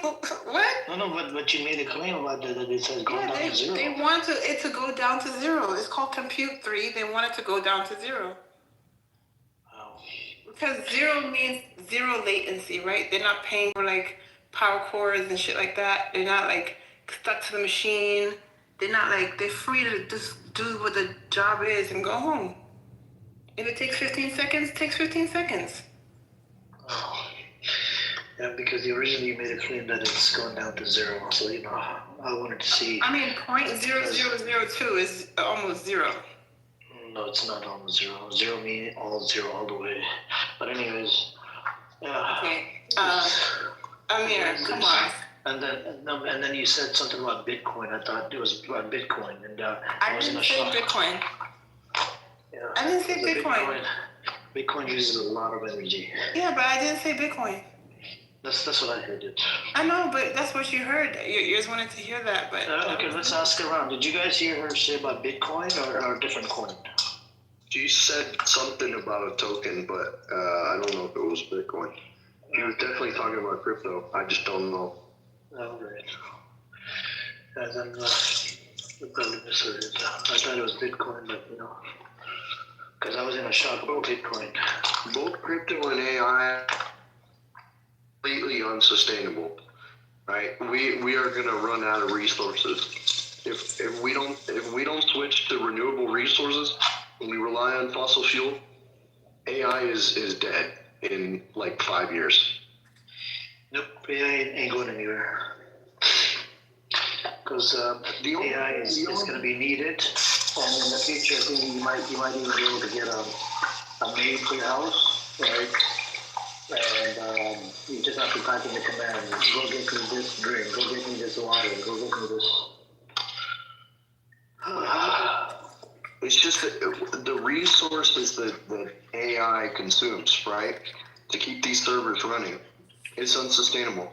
Right now, we're still relying on fossil fuel. So you're right? So I have like 1,700 agents, and they use 17 cents a month compute time on Amazon servers, and I was like, you know what? This has all been a lie. I don't want to deal with any of the 5 top companies. All of this shit is a lie. They don't need water. Of course, they need water. They don't need water. Who drinks water? They drink water? Look, do you know how many resources go into the production of the energy to keep these servers running? Yes, and it's a lie. It's not It's a like lie to keep you buying it. I was buying one of the API keys. It was like $25 a day. I was like, that is too fucking expensive. Just for one of them. I'm not spending that. I taught my AI, I was like, look, this is how you make your own API key, and done. And then when you want to switch your brain, you like change it like a Rubik's Cube. They programmed it and it worked. Zero compute. Ladies and gentlemen, this technology does not exist in ether, okay? It's tied to electricity, it's tied to natural resources. Where does electricity come floating... from? Where does it come from? The ether. Duh. No. Hello? Huh? It doesn't come from the fucking natural. Wall. We use fossil fuel to produce electricity. You understand that, right? No, you could use anything to produce electricity, but not with the current infrastructure that we have. The greedy people of America, they just want you to spend more money, okay? I'm not saying that electric bill is like $160. My compute bill for my AI is 17 cents. Anyways, I think now when it comes down to, I think we're going to pivot a little bit. So when it comes down to the Zionism and Pan-Slavism, that's it's a disease to the freaking world, and looks like the attack, it's coming. It's a matter of time. And Trump, there's elections around the corner, and if this attack happens, it's going to be a limited amount of attack. And I actually pulled out the list earlier. The attacks is going to be on. I'll read it out to you guys. So, what the hell? Okay, here we go. All right. The attack, it said that when Trump talks about limited airstrikes on Iran, he means a short, targeted series of U.S. air attacks on a small number of specific Iranian military or nuclear-related sites, not a full-scale war or invasion. The goal, he's signaling coercion and pressure for a deal, not regime change. Limited airstrike usually means the scope hitting few carefully chosen targets, nuclear facilities, missile bases, command sites, likely using U.S. aircraft and standoff missiles over hours or a few days. Purpose: to punish Iran and shows U.S. resolve damage Years resolve, damage parts of Iran's nuclear missile program, increase pressure on Tehran to sign a stricter nuclear deal. And this is what's going to happen. So it's just a limited airstrike because there's elections around the corner. And so it's not, it's not going to be a big one. And anyways, any aggression at this point, is a war crime, because all it is pressure to get them to fund a regime change. That's it. I mean. So do you support the IRGC, so? No, not necessarily, but I'm saying the alternative is worse, is far worse. I hear you. Look. At the end of the day, it depends on the Iranian people, right? So, I have a problem when you have a trader like Reza Pahlavi, okay, lives in America. He's son of Shah. They stole Iranian people's money, right? His family, from the Iranian people, and living in America. He's got a bunch of mansions and houses and whatever, and he's begging America and Israel to do the airstrike on his own people. So I have a problem with that. Anybody that supports a person like that, that's a traitor position to hold. You're a traitor. And, in return, I'm an American.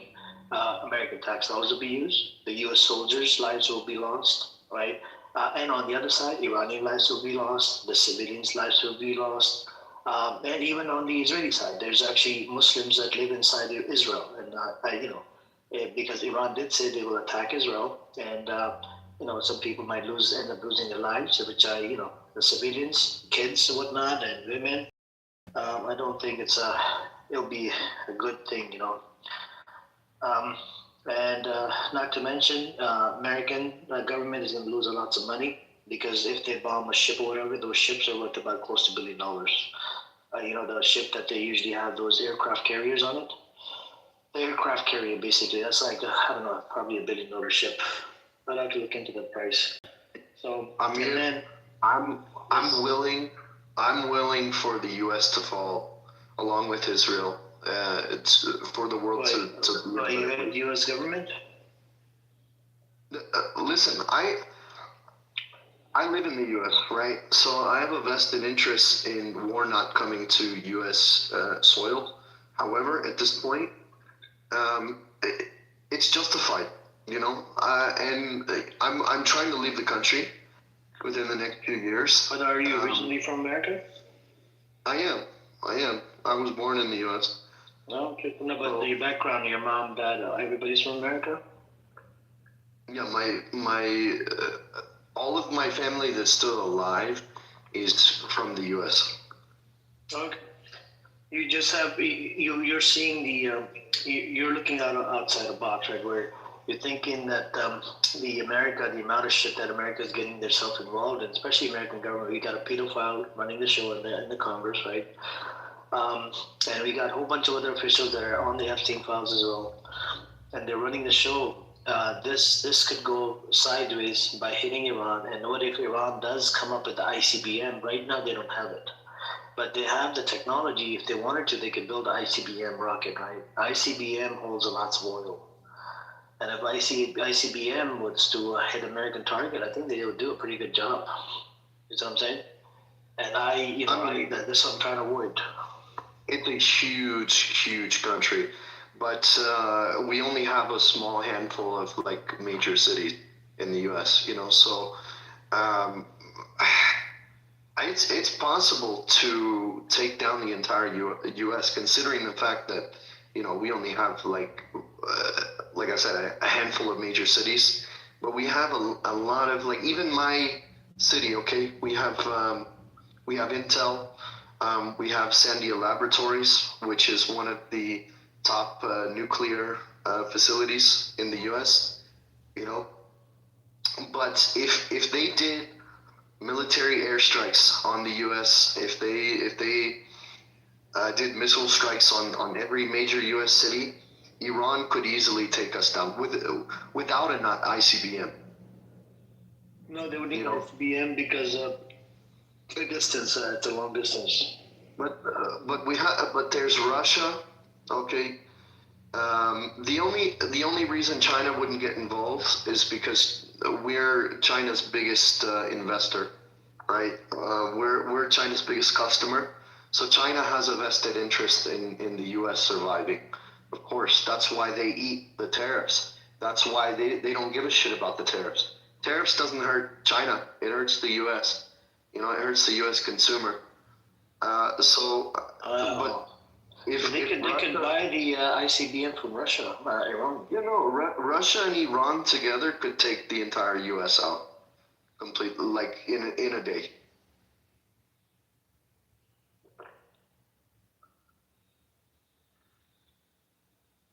ICBM. No, I'm looking at so the ICBM. Actually, it's better than the nuclear weaponry because the nuclear, it's the poison. It will poison everything, and it'll make it unlivable.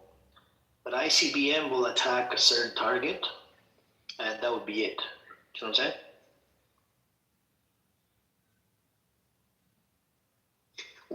saying? What's the damage radius for an ICBM? It says Russia has 350 deployed operational missiles as of 2026. Let's look at the damage ratio. The radius.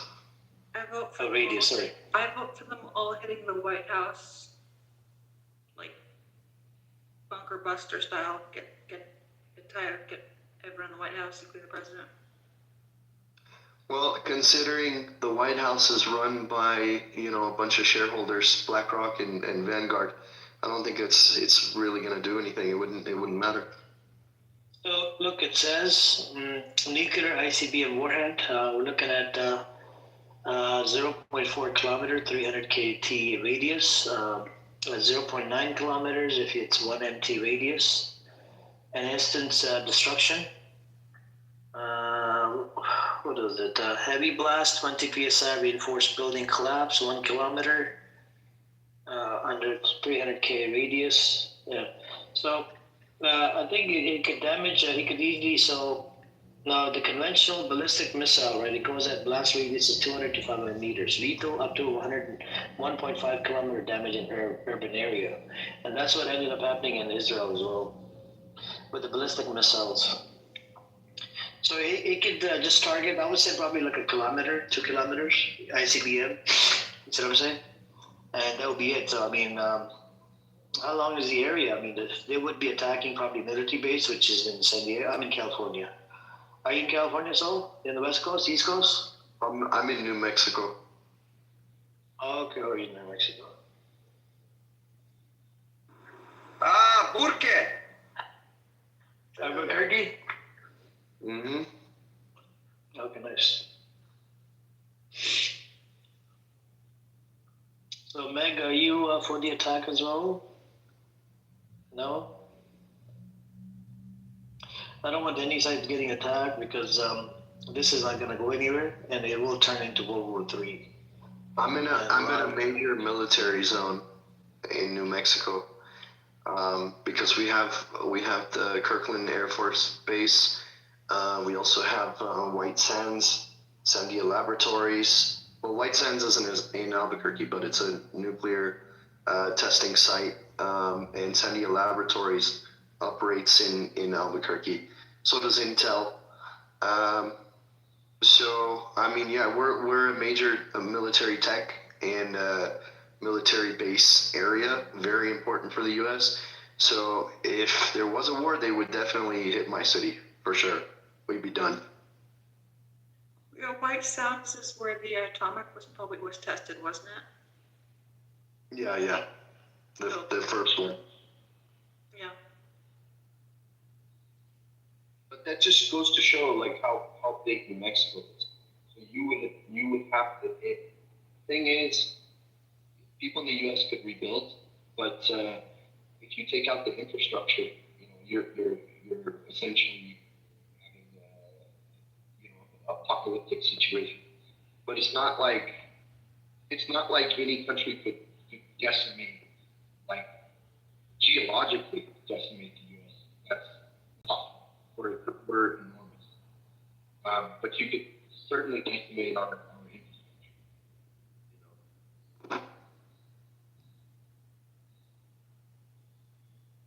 Yeah, I'm not entirely particular. I have an autoimmune illness that if the infrastructure gets knocked out, that means hospitals get knocked out, and I'll just die pretty quickly. So I won't be staying around in the nuclear wasteland that everyone else gets to be stuck in. I mean, I have medical issues as well. But the only thing is, I have a dependency on certain medications, but I would go through horrible withdrawals. It wouldn't kill me. The only thing is I require a CPAP machine because I have quite severe obstructive sleep apnea as well as central sleep apnea. So I can't breathe in my sleep. But to build a rudimentary CPAP machine would be very, very easy. So it's not like I require like advanced technology to keep me alive or anything, Yeah, no, I don't require advanced like every single day, but no, without medications, yeah, no. Then yeah, I will shut down pretty quickly. So that's fine. But do you understand too? I mean, getting medical supplies in that type of a situation. Yeah, there's going to be people hoarding. There's going to be people, trying to commandeer medical supplies. But I don't know. I mean, I think if there's a need for something, if it's not like something super, super rare condition, being able to get medical supplies without an infrastructure is not impossible. No. But I would rather leave. Like I said, I'm trying to leave the U.S. in a few years. At that point, I don't care what happens to the U.S. I told my family that if they're not going to come with me, you're on your own. No, I'm on the same page. Where you trying to go, Saul? I'm trying to go to Japan. Oh. That's a beautiful country.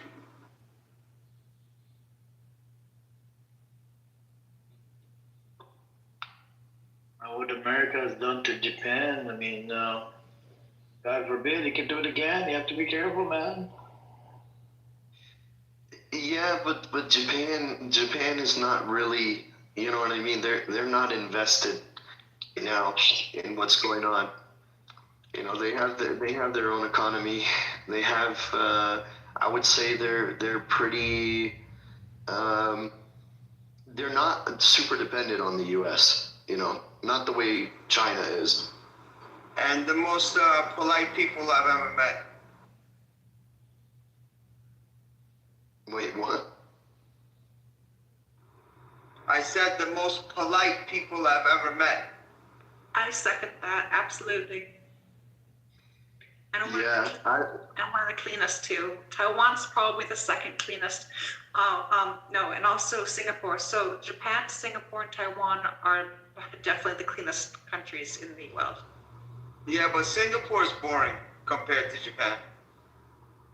Japan's pretty awesome, yeah. No, culturally pretty awesome too. I mean, Singapore is a huge tech hub. They're pretty advanced. I wouldn't say Singapore is boring. You can go to Qatar. I mean, so why go to Japan? I mean, Edward's going to Qatar. He loves Qatar. Nah, Qatar's even more boring than Singapore. Qatar is a target, though. Why would I go to Qatar? How is Qatar a target? It is a target. Oh, it's Edward. Be careful, Edward. Israel did the attack. Give a bean to an Iranian. He thinks he owns the world. He's such a racist. He's got to throw the Iranian in there. Well, threw Mexican in there too. I said bean. Bro, calm down, man. I'm not racist. Edward, so the thing is, you go into Qatar, right? It's a tiny country. God forbid tomorrow if there's an attack on it, right? If an attack happens, are you gonna pack up your bags and use the Samsonite option and leave, come back to America? Attack? Like what? Israel attacking again? Yeah, it's a matter of time. No, I don't know. I mean, I know. Qatar has integrated their systems with their neighbors. Everybody is more on alert now, and Qatari pilots, fighter pilots, are being trained in the U.S. and they've upgraded and are still upgrading all their air defense systems. I don't think I don't think there'll be another strike on Qatar. Well, I shouldn't say that. If Bibi is normal, he was reasonable, he would not strike Qatar because he saw the ramifications of that, the whole change in the Middle East when it comes to military posturing. I'm going nowhere that has a U.S. military base. So I'm Saudi standing. desert using a bunch of solar panels. Not gonna be cool.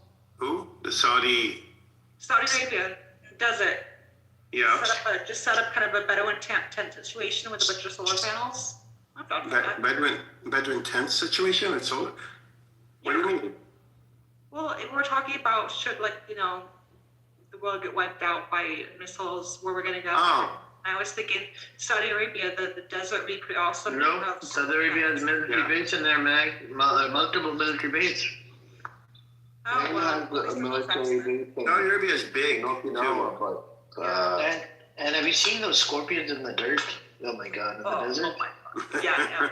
That's Yeah, why. you really want to get bit by a scorpion? I'd have like a solar powered fence around to electrocute them, because you're right. They have a solar power project for the U.S. actually for a massive server farm in Saudi Arabia. They're working on now. Yeah, they've got a couple of projects. They've got also. No, but this one was a strategic American strategic interest project that when Trump went and they gave trillions of dollars to the U.S. This was one of the projects. It's a massive server farm so that the U.S. could be competitive in AI against China, because computing power in the U.S. is very expensive. So building solar farm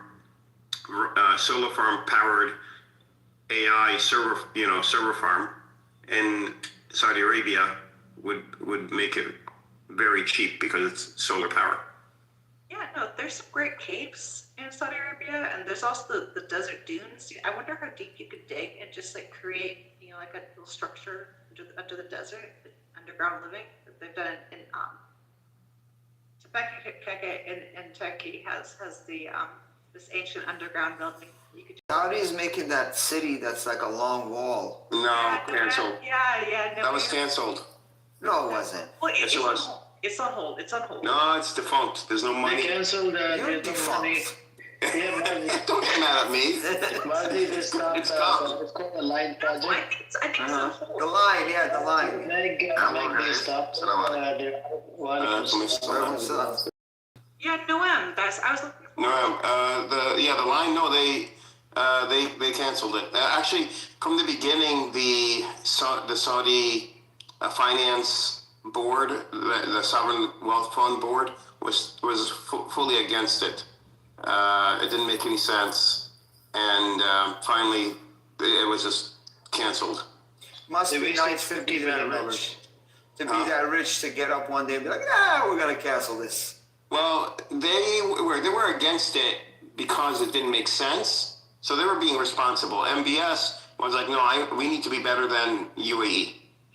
Okay, we need to be better than Qatar. We need to be better than Kuwait. We need to be better. Yeah, hey, what's up? Yeah, assalamu alaikum, bro. And so he had these projects that were not realistic. And at the end of the day, he ends up embarrassed because he has these trenches dug already. Who, MBK? MBS. MBS something? Yeah. They have these trenches dug for the city. Yeah. But then, it was canceled. So yeah, you have these trenches in the desert. Mazi, what Saudi Arabia should do? They should. Yeah. What's up, man? America. It is postponed. I heard that. Yeah, they want to be America so badly. Why don't they follow the American path? We're giving out residency and then turn it into citizenship. And what they will do is they will move a lot of people over there, Can you Well, that's- imagine the amount of tax and all this shit that they're gonna, the revenue? Well, you're saying something similar to like Dubai or Emirates, where if you buy a property over a certain amount of money, you get like a golden visa. Is that what you mean? You could do that, but I'm talking about like the how America, well, you could maybe do immigration to America or Canada, right? Yeah. And then you can go through that process 4 or 5 years, and then if you have a good moral compass or whatever, and they give you like a citizenship, and then you can do stuff. I think this Yeah, is but I citizen. mean, you live there. You know, the Gulf, the Khaliji countries are not big on giving citizenship to non-locals. They'll give you a visa forever but to give you citizenship is very rare. This is not in their custom. I think they think of it differently. They think of citizenship as you belonging to one of the tribes, or it's not the same as immigration. Tribal,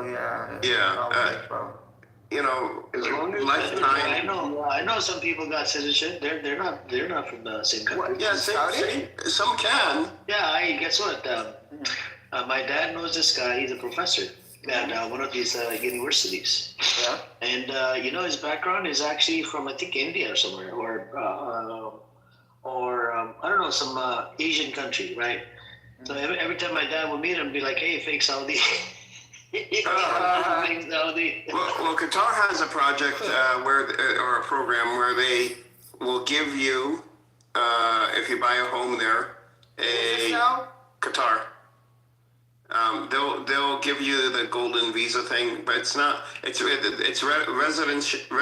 permanent residency. But you also get.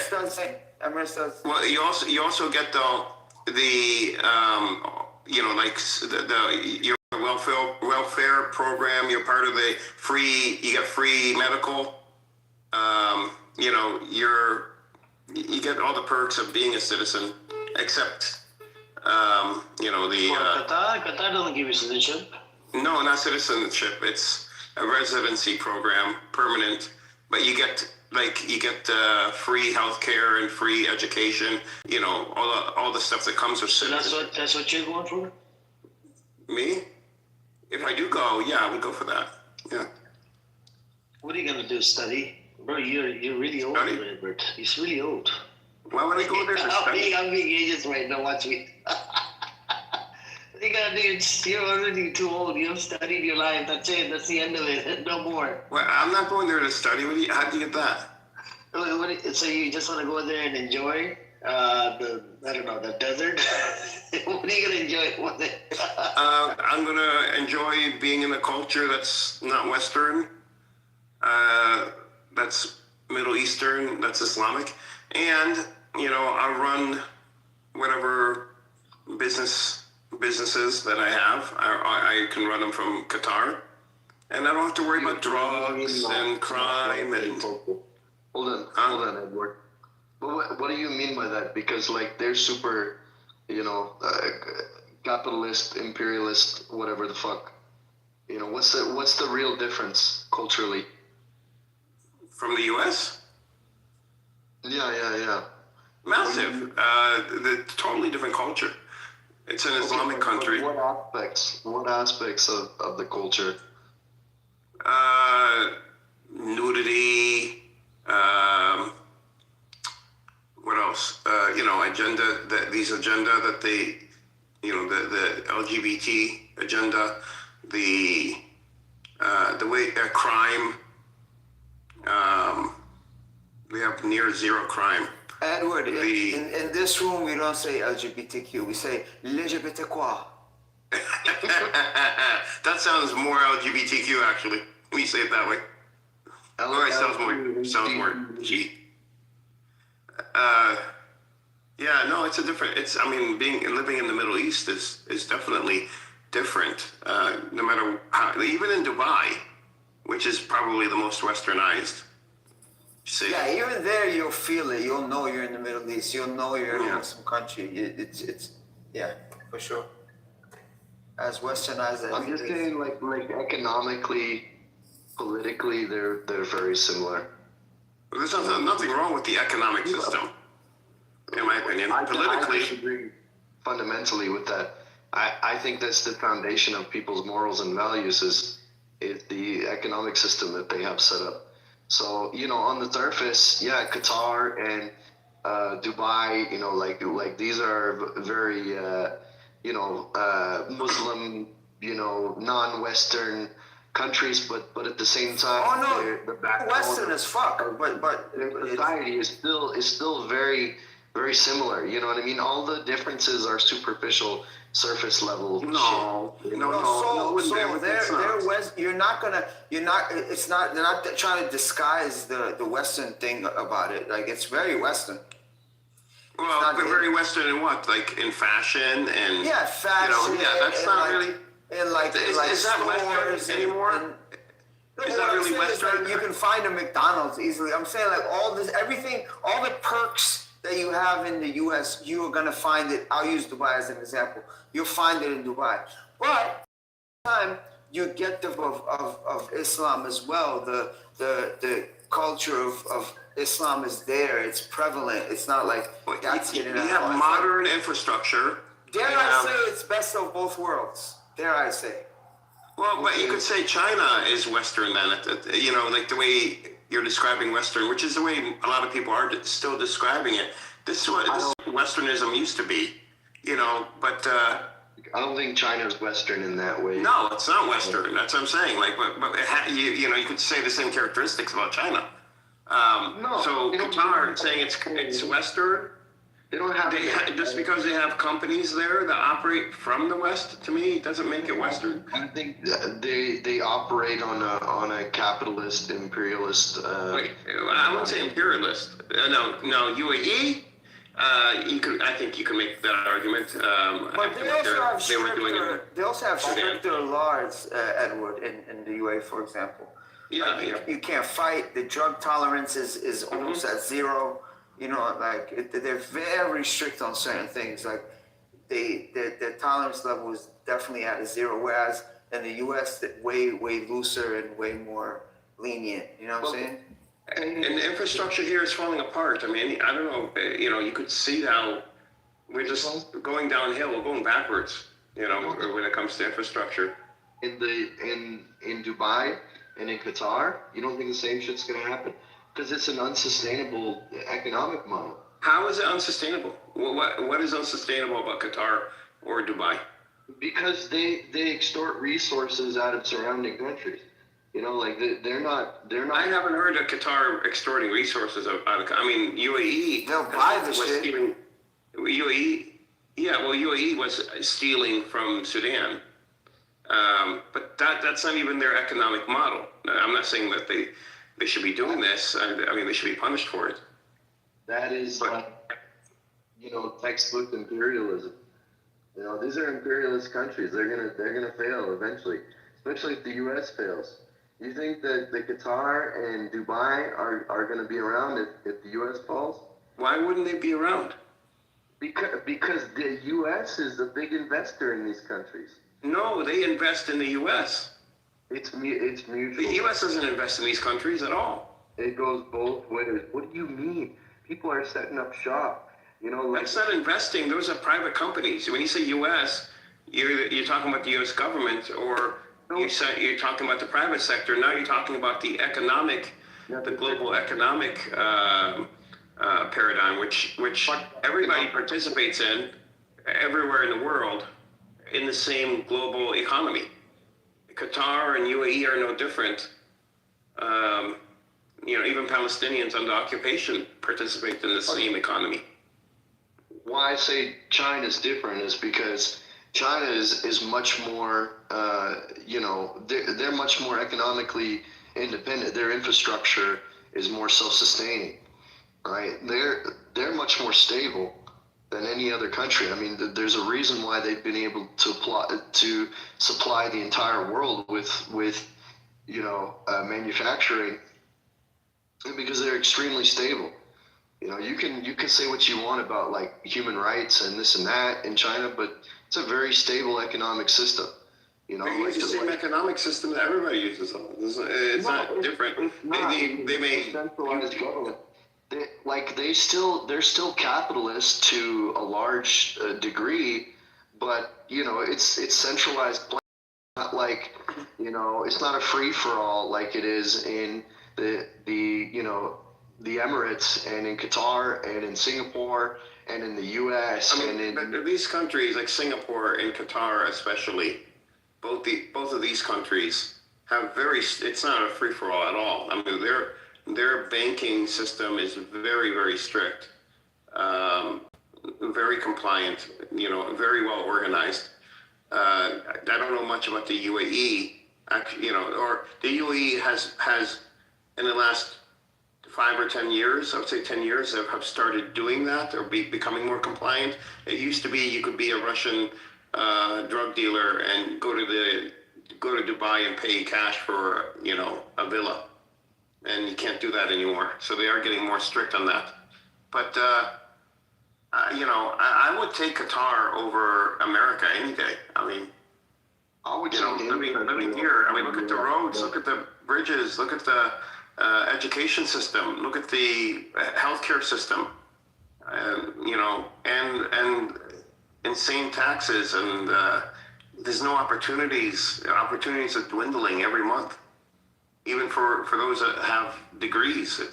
No, I'm not arguing with that. You're definitely right on the money with that, but what's stopping that from happening to Qatar? Because Qatar hasn't. I mean, foreign investment is going into the country. They have state-of-the-art infrastructure, excellent roads, excellent healthcare.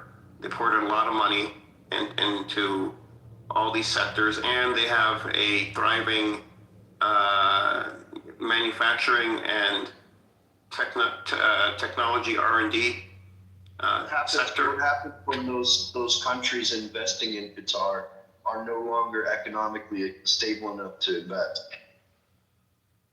Then something has gone bad in the world, and Qatar would be a safe place to be. I wouldn't want to be in the U.S. if Western countries are no longer able to invest. Western companies do not have the ability to invest. You also got to look at a country in terms of like natural resources and what's available without infrastructure, right? Like, for example, if you lived in a country like Indonesia, you could literally survive without money because food grows everywhere. You know what I'm saying? I mean, you're in the desert. I mean, it's not exactly a hospitable environment. They were surviving there for well before technology. Yeah, technology is not even 1% of the timeline of the survival of Arabs in the desert. Yeah, but as like I don't know. I don't know. I'm gonna put my 2 cents in. I don't know, Edward. You make Qatar to be like this economic powerhouse. It's two streets and 3 routes and 3 cities. Edward, it's a very tiny place. Its economy is a fraction of the economy of the city of New York.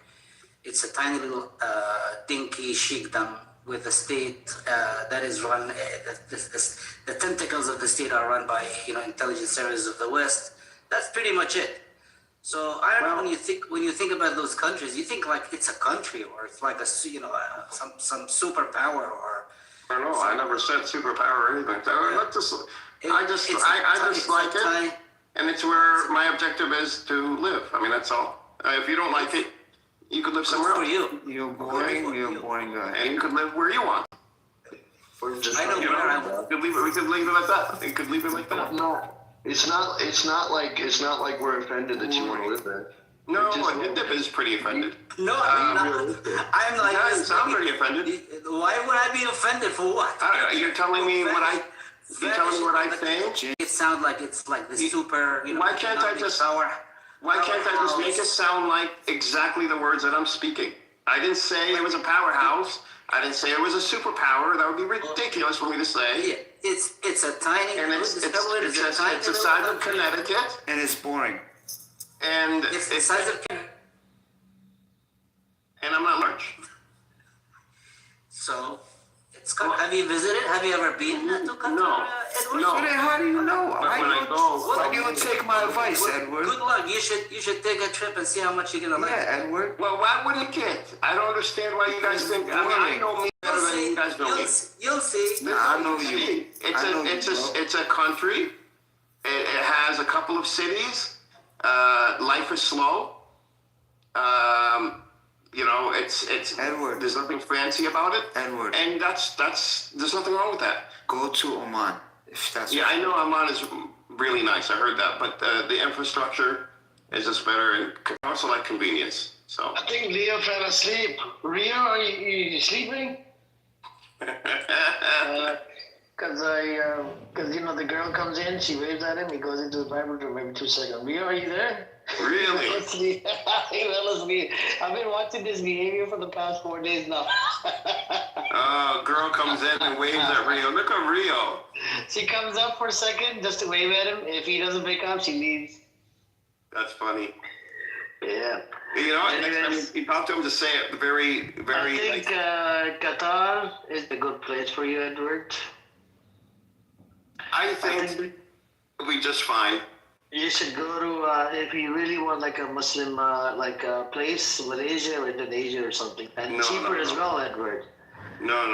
Indonesia would be infinitely better to live in than Qatar, and much more stable. Not for me. Just you know, tsunamis and earthquakes and all that shit. Eat Malaysian food. I tried it. It's pretty good. Malaysia is a nice country.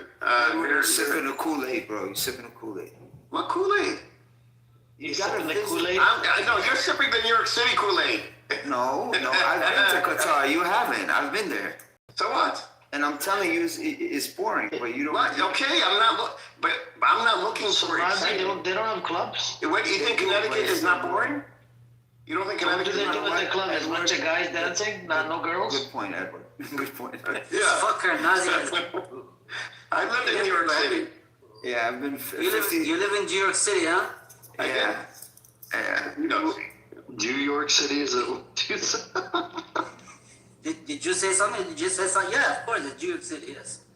Yes. You live in the city, Mazi, or you live somewhere else? In the city, yeah. Yeah, you're such a fucker, huh? What the hell? That's it. What is it, Chris? What's wrong with this guy? You all right today? Because he expects you being in New York City, and he's right about this, that you are probably a troublemaker. No. Well-traveled individual. You know what I'm saying?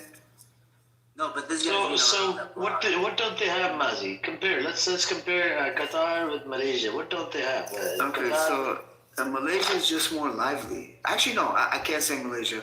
I've been to Indonesia. I haven't been to Indonesia. Malaysia. How is Indonesia compared? Indonesia is live, man. It's live. It's like you said, it's cheap. It's good food. But I'm not gonna lie, Qatar does have good food, but it's not as live. It's just slow. Good Iranian food, huh? Good Iranian food, Mazi, huh? Yeah, but not better than Dubai. Dubai has better Iranian food. Dubai does have very good Iranian food. Yeah. You can get around anywhere in Indonesia on a fucking object that costs you like fucking 300 rupiahs. Look, I don't even know what that is. Why would I even get around in it? Gas is like not even an issue. It's like a little motorcycle. It's like a scooter. Oh, that's all I need. Remember, you can move to India and support India. Oh, yeah. I could move to India. No. Yeah, battle out, fight a cow for my And guess what? Guess what? You would, and the water, I know people say it's dirty water, but in the beginning, yes, you're gonna have some stomach issues, but I think eventually you get used to it. You get used to it. or you can do is go to Somaliland. He's about to get recognized by Israel, No, I'd rather stay in the Middle East, and I'd rather stay closer to, its finance centers. You don't want to live inside Palestine once it becomes too steep? Yeah, definitely. Or maybe you could try living inside Israel. No, Israel. You go occupy it slowly, and then take over their land. Israel's infrastructure is not very good either, and Israel is just. How about Iran? Completely dependent on Western funding. So One yeah, US dollar equals like millions of whatever currency it is in Iran. What's currency is it? Toman Real. Taman. Yeah. So how many Taman is it? 1 US dollar, Mazi? 1,000? Maybe? No, it's like 200. That's some crazy number, bro. 200,000. Edward, can you imagine what you could do with that currency? It doesn't work that way. You could No, it does. It's worse than the world. yeah, you could play No, games no, I'm with it. saying You could don't gamble though. You could give it away, to some people. No, but it doesn't. I mean, it still work. Like, it doesn't. It doesn't mean you have $200,000. And you can be connected to the government. And guess what? Since you're an American, they might even let you slide. Hey, you can carry a gun. Right to self-defense. Oh yeah. They'll give me a gun, and next thing you know, I'm part of the IRGC. No. That's it. Nobody's making any part of the IRGC. He's trying to recruit. Amir is trying to recruit. Amir does get paid, Yep, he does. Oh, He gets commission too. yeah, sign me up, dog. In those countries, I think you could pay and get a license for the gun. I think Edward should go to Indonesia though. You find a nice Muslim wife. No, I don't want Indonesia. I mean, there's nothing wrong with it. I mean, look, that guy that comes in here, Edward. You know who I'm talking about. I'm not gonna name any names. Remember the funny guy? He's married to his wife from Indonesia. Yeah. No, Malaysia and Indonesia. And Malaysia, Indonesia, both of those countries are good. I want a small country. Yes. I want a small country. I want a small country. I don't want something big. I do want boring. I think Oman is a better fit for you, bro. I know Oman is very, very Or nice. live in Ireland, bro. They're the big support of Ireland is Palestine. also very, very nice too. Oh my God, go to Ireland, but don't bring up a drunkie though. There's a lot of people in Ireland. They're drunkies. Yeah. You guys know The Muslims in Indonesia, like they're not like, you know what I mean? Like they're very haram. Like they don't follow Islamic law. They don't, like their culture is just fundamentally incompatible. It blows my mind every day. Who are you talking about? Indonesia, they follow Islamic law. They're super progressive. They're very liberal there. Islam is like just the mask that they wear, but they're not very. They're not very devout. Who says Islam is not liberal? I mean, liberal compared to how the U.S. defines liberalism or the West? Not. But it's not like Lebanon, like Lebanon is very. They're very liberal.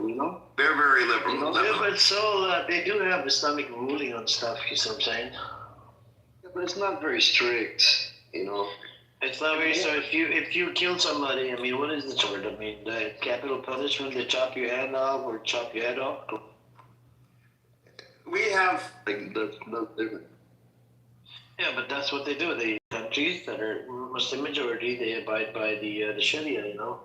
They follow some form of Sharia. So some things out of Sharia. Culturally, the society is very conservative Muslim oriented, but there's still, you could say, and I don't know about Indonesia specifically, but when you say liberal, and liberal has a bad connotation to it, but that's the Western definition of liberalism. It's like democracy, and we're programmed to believe that Western democracy is the only form of democracy or only form of government that's acceptable. It's not true. Liberal or conservative. Do you know they killed 1 million people? The Indonesian army. Why would They were purging opposition. 1 million people. Can you imagine? That's crazy. Well, how about today? How's the culture today? I don't hear anything bad about Indonesia today. 1 million people, nobody dares to talk against you for a while. Well, in the 1950s is one thing. I mean, the U.S. dropped 2 atomic bombs in the 1940s. We had World War I and II in the 1910s and 1930s and 40s. So, we had the Korean War. We had Vietnam. Much more stable than Iran. But they have gone through this stage that Iran is going in 30, 40 years ago. Yeah. They keep 1 million people going through that stage. Well, but how do they deal with it? Like, do they acknowledge it now? Do they know it's wrong? Have they bettered themselves as a society, as a culture? You know, that's Let me unique. ask you if they are sorry for it too. Let me check. I think they are, and they're pretty progressive, like now. You know, that's what I'm saying. Hold on. You did it again. Nazis were progressives. The Nazis were progressives. That was a socialist progressive party. For the time, it was progressive. It definitely wasn't a conservative party. So these terms, when you say progressive, what are you putting it on? Like a social democracy. But I don't criticize the German Workers' Party necessarily. I don't think that their system of government was necessarily a bad one. You know. Right. Well, that's what I'm saying. So you're putting the labels on and saying things are progressive. No, I'm just saying it depends on what you're looking for in a country. You know what I mean? Because like you can go to Indonesia, the culture in Bali, which is very, very progressive, it's not that much different from the rest of Indonesia, except the rest of Indonesia wears the Muslim mask, you know. Of course, you're going to hear call to prayer, you know, people, you know, they do salat, but like outside of that, like they drink alcohol, they gamble, you know, like they're very, it's kind of a wild place. It's not like super conservative, is what I'm saying. Yeah, but a Muslim country doesn't necessarily have to be a super conservative country. And I'm not saying that Muslims have to allow alcohol or anything, but you wanted to avoid like the Western progressive liberalism, right? No, the agenda, the Western agenda of liberalism. I specifically said like the LGBT, where they're pushing it on people and teaching it in schools to children. You know, this is just one example, but you know, in America, you can, you know, they sexualize children in the media and marketing. They sexualize and degrade women in marketing to sell products. You know, can get away with so much more. You could do drugs, and nothing happens to you. Hard drugs.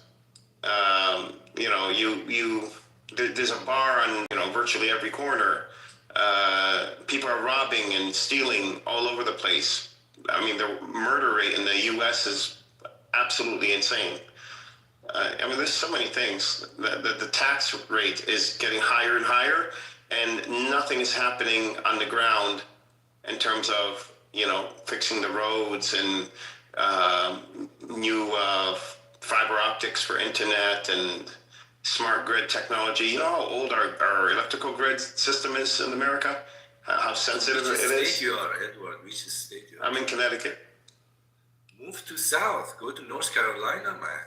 Yeah, actually, North Carolina, people are moving there. That is a hot spot to move to. It's one of the last places in the country. Tennessee, North Carolina, those are like different ballgame. Yeah, I was in University of Tennessee. They are literally right now the highest tech I've ever seen. These robots like are moving around and delivering food and stuff. It's really weird. I mean, it's not in the media. That's the thing, that we think that those are backward. You know, South is way better right now. United States. What North Carolina has always been where people, you know, people go to retire in Florida like old people, right? But the second place in the country is North Carolina, and now it's, you know, they have a lot of like a large tech sector, massive tech sector in North Carolina. Florida, you cannot go work industries. Florida doesn't work because these hurricanes, they come and bring down your factory. But so that's the problem of Florida. You cannot really invest in it to build a factory. But there is a lot of job in North Carolina, and even though sometimes the tornado comes, but because they are much less chance. But there's actually a middle class in North Carolina. And that's the thing too. Here in the U.S., the middle class has thinned out so much. Either you're working class, or you're, you know, wealthy. No, if you really want to do, very difficult to do. Or you're dead broke. Yeah, Or you don't pay exactly. taxes. Like I don't pay taxes. Allegedly so. Allegedly. Edward's an accountant. Be careful. Take a road trip across United States. You can clearly see the condition of the roads, the highways, when you go from one state to another state.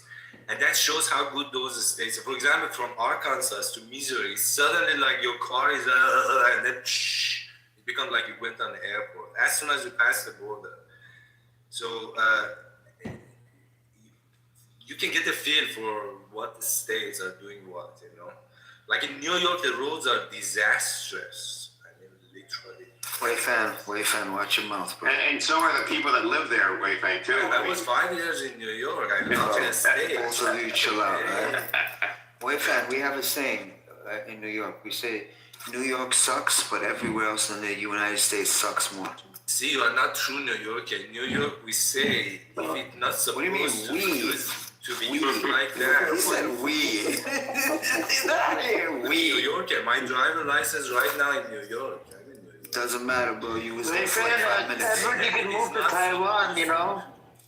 If it's not supposed to use like this, why it does fit? Join Wayfan over there, you know, Taiwan. No, I mean, China will come and take it over and move there. No, they won't. They because Steps ahead. If Japan doesn't work, I'm going to China. Man. I'm not even. No, Japan is a good country to move to, too. Yeah, you'll be fine. Japan is cool. China's, it's all right. Yeah, I mean, make sure to try out those fried roaches as well at Wuhan market. But guys, when you are in Asia, you can never call yourself Japanese. It has a lot of protein in it, fried roaches. well, they have those, chocolate covered grasshopper, right? I saw those in Thailand. So many of them. Like right now, if I go out and talk to people and say I'm Taiwanese in Taiwan, they will laugh at me. In New York, I could call myself. Chinese, bro. You will not That's be the able. problem of China and Japan. You can never call yourself Japanese. You can. Yeah, you can even from Singapore. Right. Even if you're from Singapore, going into China, you know, they ask you for extra identification if you start up a bank account or something because you're not, you know, even if you live in China, you're from Singapore, the names are different even from Singapore to China. Like you're not Chinese. They're very. But I mean, Japan loves foreigners. So does Taiwan. They love Americans. They love Western culture. You do well in these countries. Like the thing is, like you can't integrate, but it doesn't matter because people like you. You know, like these Asian countries, these Western Asian countries. They fucking love Americans. They love Europeans. They are racist as fuck. No. They are so racist. You haven't seen how racist. They are just polite. These are very polite. The Asian racist as it can get. They are as racist as it can get. And you could tell how racist they are based on their smile. Look, like everyone is fake in Japan. They're gonna pretend to like you, but genuinely, like Japanese people, they love Western culture. If you're in entertainment, if you're in art, if you're in music, like, you know, they pull out the fucking red carpet for you.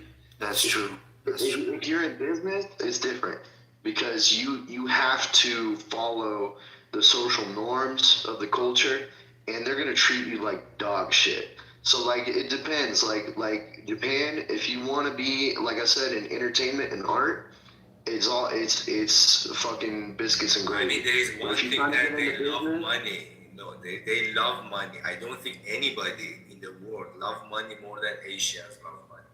So they do anything for money.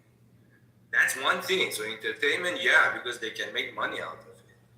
But they hate you. No, they have like a deep, profound love for the fact that they Western entertainment. You know what I mean? Like that's their thing. You know, like they have all these subcultures and stuff that are just like ripping off, you know, American subculture. You know, like it's their thing. They fuck with it. You know, but like I said, if you get into business, it's different because they're gonna treat you like dog shit. You know, because they already know Like Japan people, they work like they work like dogs in Japan. Your boss is basically God, you know, like you have no rights as an employee. You do whatever your boss tells you to do. But if you open up your own business and it's in entertainment in an Asian country, you're fine. But I mean, I'm not interested in working for a Japanese country. I'm not interested in you know business in that regard. You know, so I'm probably all right, but I would never work for a Japanese company. It's so fucked up when you work there. Like when people call each other. For example, right now in the United States, if I work in a company, if I see the CEO, I will just say, hey, for example, David. But in South Korea, when you call somebody, there must be three components in that name. The first one is their rank in the company. Like for example, I have to say CEO, then their, I guess, is degree, and then their last name. So for example, if you are a janitor, so every day people are calling you janitor diploma, I don't know, Edward. That's the way they call each other. They have to remind each other at every instant possible. They're ranking the society. It's such a weird society. Yeah, that's how Asian societies are. There's a name for it. It's not bad or it's not good. It's just that's the way their society is. You know, it is different. And but I've read a lot of science fiction books from China and Russia and Japan, and that been obviously translated into English. And you have to, and I've learned a lot about the cultures. And you have to Anime? You like anime? No, like science fiction books, novels, actual novels. Like, yeah, and you learn, like, for example, the guy lights a cigarette, when he's with these other guys that are talking, they're around the table, and that's a sign that this guy is doing. He is not conforming. He is being disrespectful. He is, and he's the bad guy in the book. But you, as Americans, wouldn't know that, though. When you're reading it, you have to pick up on those little, like, idiosyncrasies. Like, for example, when somebody interrupts someone that's speaking, and if that person is a higher status than you, not by much, just even by one level, and you interrupt them, then it's a really bad thing. In the book, the author expects you to know that that's a bad thing, and to know, okay, this is a bad character versus the good characters. And I asked my friend about it because there was one, I forgot what it was, a book I read about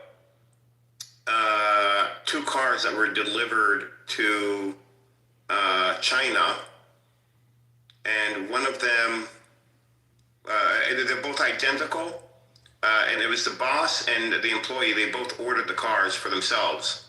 Unfortunately, when they ordered the cars, one of them, they're both same exact model, same everything, except one of them had a sunroof, which the employee, his car had a sunroof, and the boss's car did not. And instead of just, and you can't do that, you're supposed to have the sunroof, like if you're the boss. And you can't do that in China. So you would think, okay, well, they'll just swap cars. But no, they returned the cars and forgot about the incident. And they both end up without the Jaguars that they ordered. Edward, can you please stick to the topic, please? What's the topic?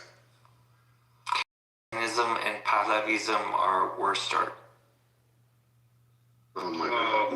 Nowhere in there does it say, nowhere in the topic of the room does it say China automobile. Well, leave it to Edward to divert. Well, hold on a minute. First of all, your Iranians, listen to me. Don't gang up on me when we were not talking about Pahlavi or Zionism for an hour now. And Mazi was telling everybody out about how boring everywhere else in the world is except for where he lives. That was the original topic. It's due to Pahlavi, you know, that's why Mazi stuck where he's stuck. Mazi, why is Pahlavi, you know, Mazi, where do you live? Where do you live? he lives in the hole. He lives in New York. A place full of rats. There's too many rats over there. I love it. They're my neighbors. What did you say, Wayfan? They're bigger than cats. Oh my God. They eat slices Where of do you pizza. live? Where do you live? I'm in No, they don't eat, Manhattan. the rats don't eat people because that's not kosher, dog. Oh my God. No, it's a cool place. Manhattan is really melting pot of United States. Everything is real. I give it to Manhattan. There you go. I mean, not Manhattan. Like for example, Taco, Chinatown. If you the go to taco has Flushing, some- you really see Chinese. For example, Taco's trying to get under your skin. Taco, you got Yeah, some wait, smoke fam. for Edward? Well, no. Does he have something to say? Did you want He's to got say? some smoke. He's got some smoke for you. Go ahead, Yeah, Taco. but he's out of smoke now. I don't know if he. Get your shit out. Get your shit out. Okay, we're not in Chinatown. This guy is going crazy today. Oh my God. Edward, I think, well, I even looked at possibly Jordan too, but because I have family there, and they're like, no, don't move here. And you know, Why not Lebanon? crime is high. Crime is high. Pickpocketing and shit. Because of all the refugees that came from Syria and Iraq. crazy. Why do you want to move from United States? Just stay here. Because the United States is shitty. There's no opportunity here. There's no opportunity to meet people that can, open doors for you and give you opportunities. There's nothing here. there's a lot more opportunities in America, Edward. Come on, man. Come on, you know it. I know it. The world is much worse. You can be somebody in America. If you want to be somebody here, you got to work for the cartel. Huh? Nah, bro. I know people I know somebody that started from a dishwasher cleaning job. Now he owns like $2 million worth of properties. Yeah, That's old money. We're not living in the same economy. The U.S. economy changes so drastically every 5 years. Like if you want to start a business from scratch in the U.S. right now, it's not happening unless you have global partners, and you can't if you want to have a strictly American business, right? And your whole business plan is manufacturing in the U.S. All of your that's not happening. It's not. Yeah, it's not happening. You can't manufacture shit here. You'd be crazy too. And even if you refuse to outsource, you're so fucked because nobody's going to be able to afford your services. Exactly. It's not. There's no opportunities left here. The people that still have money, they got old money. And most of the people you see driving around sports cars, they're fucking rentals. We have the illusion of being a developed country, but it's Yeah, we used to be though. We used to be back up until late '80s, early '90s. Because I'm watching this YouTube video where it was common for 8-year-old children to come home and be alone in the house. Yeah, it was latchkey kid, man. Yeah, Latchkey kids. Is that what they call them? Yes. So that's how I grew up. But in the '90s, that changed. It did change drastically. The feminine movement has become entrenched, and men became wrong and women became right. Literally on TV, if you look at the old shows, women are always right no matter what they do. And then by the time you hit the 2000s, you couldn't afford anything. A house was 200 or 300% more than it was a year or two prior. When my parents came, my uncles came, my parents came from Palestine, they were able to get a job within a couple of years, own a house within 10 to 15 years, have that house paid off. They could afford 2 cars, and There's no way in hell you could do any of that today. No way. By the way, Soul, I go to the gathering of the tribes in Burke every year for the past like 3-4 years.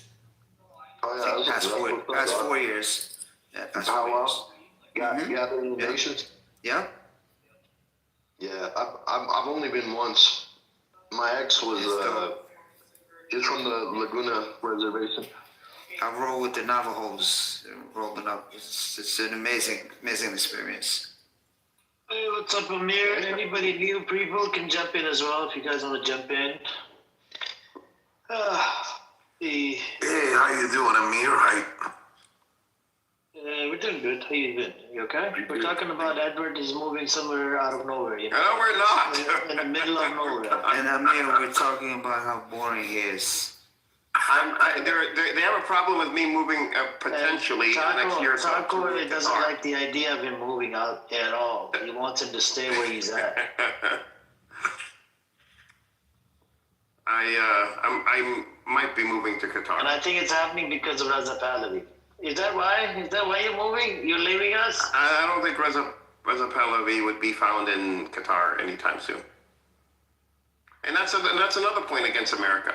Yeah, Reza Pahlavi. It's a big question for you guys, anybody that's from Iran. Did Raza Pahlavi go to the Holy Kaaba prior to going to the wall? Kaaba? I doubt it. Because he claims to be a Muslim, by the way, Edward. You know Raza Does Pahlavi? he? I didn't know that. Yeah. I didn't know that. Well,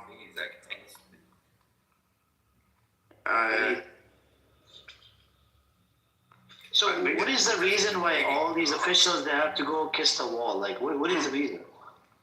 tradition, because nobody wants to break it. Tradition.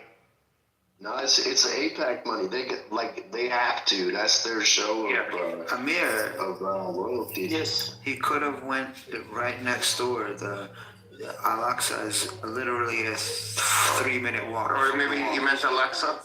That's what I just said. No, I mean, I'm saying to Amir No, that. but the thing is, Maji, I don't know why you said wrong, Kaaba. from the Shia paradigm, right? A difference of opinion that the mosque is not the one that. No, up in the sky. No, that's a very, very minority opinion. A lot of us don't subscribe to that craziness. So would you say that there's majority of Shias that actually believe that Masjid al-Aqsa is there? Yes. Yeah, they would have to, because Shiaism is an accepted sect. They don't call it sect in Islam, but is accepted Islam. But there are sub-Shia sects that are not accepted, and sometimes people look at these other fringe groups and think that the whole thing, all of Shiaism is bad. Themselves like during Karbala. No. They're still in the fold. He's talking about some other ones. Oh, are you Muslim? Me? Yeah. I was for a period. What do you now? I'm non-religious. Were you? You're a nun from the church? I'm non-religious. Yeah, I thought you were. He's non like bread. Okay. Where is Brett? I'm a Gnostic. What were you before Islam? Were you born a Muslim? Or I shouldn't say that. No, I was raised Christian. Okay. But I'm non-religious. I still believe in God. I'm just not. You know what I mean? I'm anti-dogma, is what it is. I just don't. You know what I mean? Like, to me, the religious stuff is just an extension of culture, and I just can't swallow dogma. I cannot. The more I researched and the more I studied, the harder it was for me to commit to a religion. So I had to leave. Just to be an honest, truthful person. Like, it would be easy for me to just, do salat and, eat halal and say I'm a Muslim, but I just can't, like, I can't. And be honest with myself, But you still like partying, huh? No, I don't party. Do you guys? I'm very socially. I'm socially conservative. You know, I don't do drugs. I don't drink. I don't party. I drink occasionally, but Yeah, but a lot of Muslims can say the same thing. They're socially conservative. Yes, Rayfan, did you want to say something? Do you guys observe the last Friday of Ramadan as the day of Masjid al-Aqsa? I don't think This is so. a Shia tradition. No. This is a Shia tradition. Many Sunnis don't. I haven't heard it, and Wait, I can't say for. They don't. Yeah, I can't say for all of the Sunnis. Also, this is a big thing in Shia. They come out and like in huge numbers. The last Friday of Ramadan. This is called the day of Masjid al-Aqsa. Khomeini started it actually. This is really big in Shia. Assalamu alaikum, everyone. Good evening to y'all. Everyone in the streets. If you're a Zionist, you can respectfully fuck off. Rondo, how's your fast coming along? How's your Ramadan so far, brother? It's good. Alhamdulillah. I'm diabetic. I'm not supposed to fast. Oh, then please, brother, don't fast. No, alhamdulillah. No, don't. You're not supposed to. My brother, I've been fasting a lot for the last 10 years or whatever. The last 3 Ramadans, what I do is I eat a lot of carbs and more protein. So I mix it up. Or you could maybe fast like the kids, like half a day. Nah, bro, no. That shit's not gonna be, bro. But alhamdulillah, bro. All I gotta say is, man, Allah, we all live free Palestine and we see the annihilation of the Zionist entity that's cancerous. Inshallah. I feel like the Zionist entity is gonna soon. Inshallah.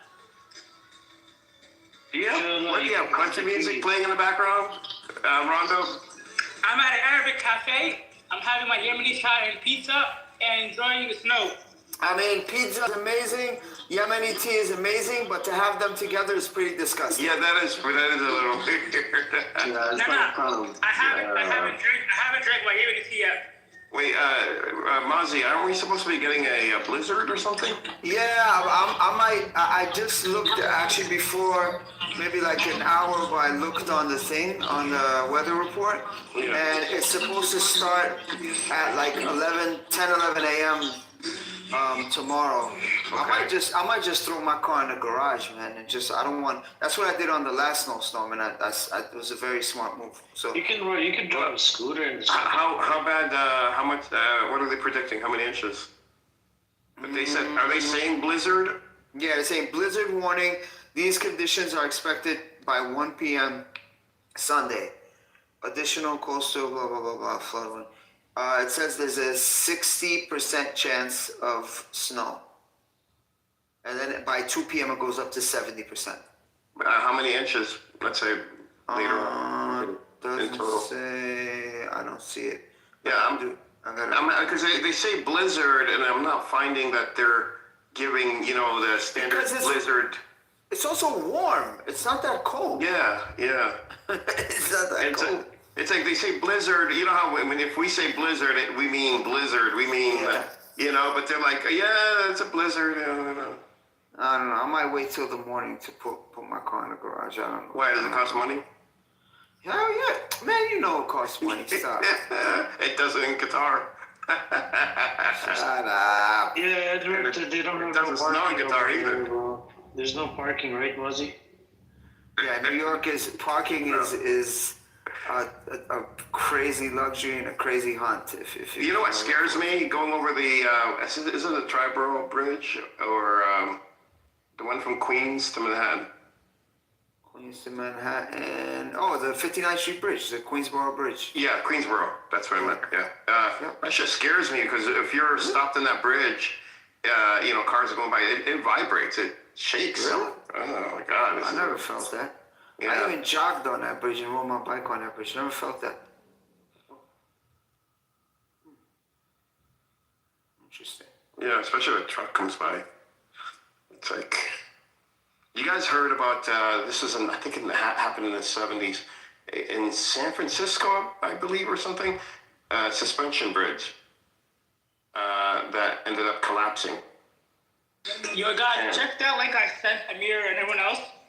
Just, I find it so strange. You have two Zionist Jews who kissed the Wailing Wall are negotiating for a nuclear agreement, which is truly biased. Like, you got two wall kissers fucking trying to, like, negotiate a so-called nuclear disarmament. Like, bro, Izzy has more nuclears than the entire Middle East does.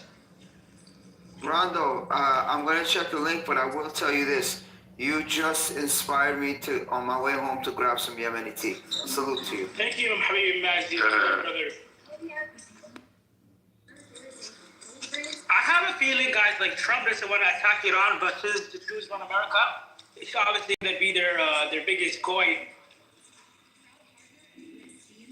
Seeing, I just recently, today actually, watched the Pam Bondi, or Bondi, right? It's Bondi Beach. It's Pam Bondi. I don't know.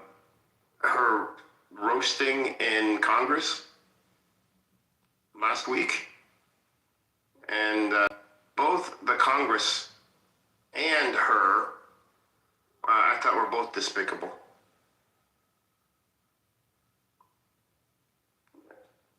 If you guys watch it, it's really intense. Yeah, but she's the Attorney General, by the way. Edward, did you say you watched it? Yeah. I think you were blind. Watched as a figure of speech. Figure of speech. Yeah, he always says watched. Yeah, watched, saw, figure of speech. Blind people don't change their vocabulary when they're blind. But it was pretty bad. And because she's in charge of the DOJ with the Epstein stuff, and it was really bad. Edward, like have you seen the Tucker Carlson thing? That shit was crazy. I'm hearing talking about it, but what was that about? He got arrested in Israel, right? He went to Tel Aviv, and he sat down with the American ambassador to Israel. Forgot his name. And he just did. I'm telling you, he body bagged this guy. He body bagged him. I couldn't believe I was listening to Tucker Carlson. It was crazy. Wow. Like, you just gotta watch it or see it. Yeah, I'm gonna look it up today. And it's 2 hours. I think it's like a 2-hour thing, but he has there's like clips. It's been clipped, so you could just watch like the highlights. The highlights are crazy. I will. Yeah, no, people have been mentioning it on YouTube, like referring to it, but I was like, I gotta put that on my list to watch. But I didn't know it was with in Israel. And then after that, he gave a whole little rundown of how much they harassed them when they were trying to leave the airport. And like the whole routine, like sometimes I explain and other people explain the routine that they put you through, and the fucking hell that they put you through while you're leaving. Why? Oh no! You're coming when you're leaving. No, Edward, when you leave Tel Aviv, sometimes it's worse than when you're because I've experienced it. I've been through that, and I'm like, why are you doing? You didn't do this when I came here. Right. As much. I mean, they did. They did. No, they do. It's taking twice as long when I leave. It's just a mind fuck. They don't want you to come back. That's what it is. Exactly. And I've missed flights before because they kept me for 4 hours just doing random bullshit, checking this, checking that. They're checking nothing. But I'm glad that a white American spoke up about it. You know what I mean? Yeah. He also had some commentary about that aside from the interview, but definitely watch that shit, bro. He killed that. Yeah, I'm going to. I seen it, man. Mike Huckabee, he's the biggest piece of coin. Just like Trump, just like Rubio. What's so funny, guys, is I believe it was a couple of months ago when Rubio was at the Western Wall. I read a comment that someone posted, they're like, why is he going to the Wailing Wall, knowing that he's a Catholic? And that they hate, I'm going to say the word here, they hate Mary and they hate Jesus, peace be upon him. Like, why would he kiss the wall as a Catholic individual? As Catholics, they revere Mary, and we all know what they think about Mary. I'm going to get into that. Y'all know about it. Whew. Man, it's so crazy. I'm literally eating like a fucking literally eating pizza at -2 weather. Where you at, Toronto? Nah, I live in Michigan, bro. Oh. I used to live in Canada, not like, Toronto. I live in a small border town across, No, but across you know, all the Christians in the U.S. are Zionists. Like it's baked into their whole. Yeah. Not all of them. Come on, not all of them. So. I mean, if you're like the evangelicals maybe, but not. If you're Orthodox, then maybe. But all the Protestants, they're Zionists. I know a shit ton of Christians who aren't. I know a shit ton of Catholics, Protestants, whatever, Protestants and Catholics that aren't, and especially like a lot of the born agains aren't. There's a lot that aren't, bro. But when they are, they are. Like for real. That's like the mainstream Christianity, though, is Zionist. Like they literally call it like Judeo-Christian, like Judeo-Christian values. Like that's so fucking ridiculous, dog. It's baked into their ideology. If you're conservative, up until just recently, bro, if you're conservative and you're Christian in the U.S., it's like a given that you're a Zionist. You know what I mean? Like it's baked.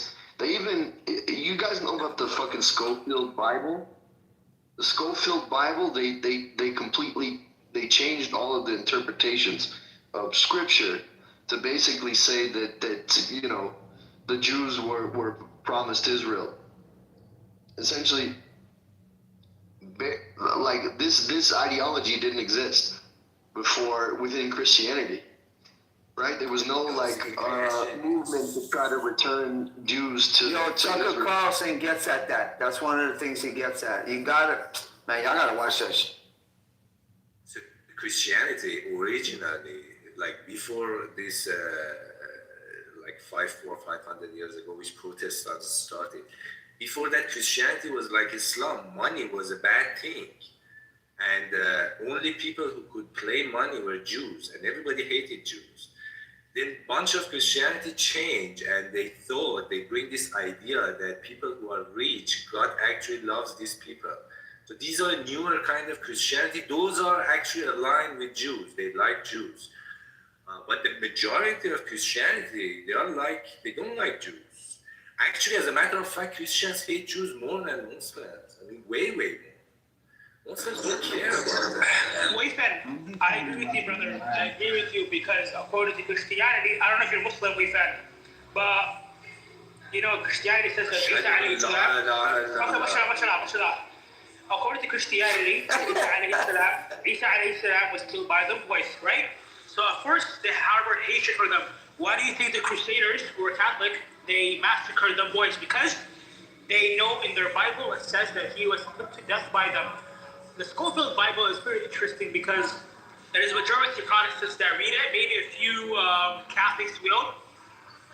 A lot of them say that, he was put to death by the Romans, but actually it was the boys.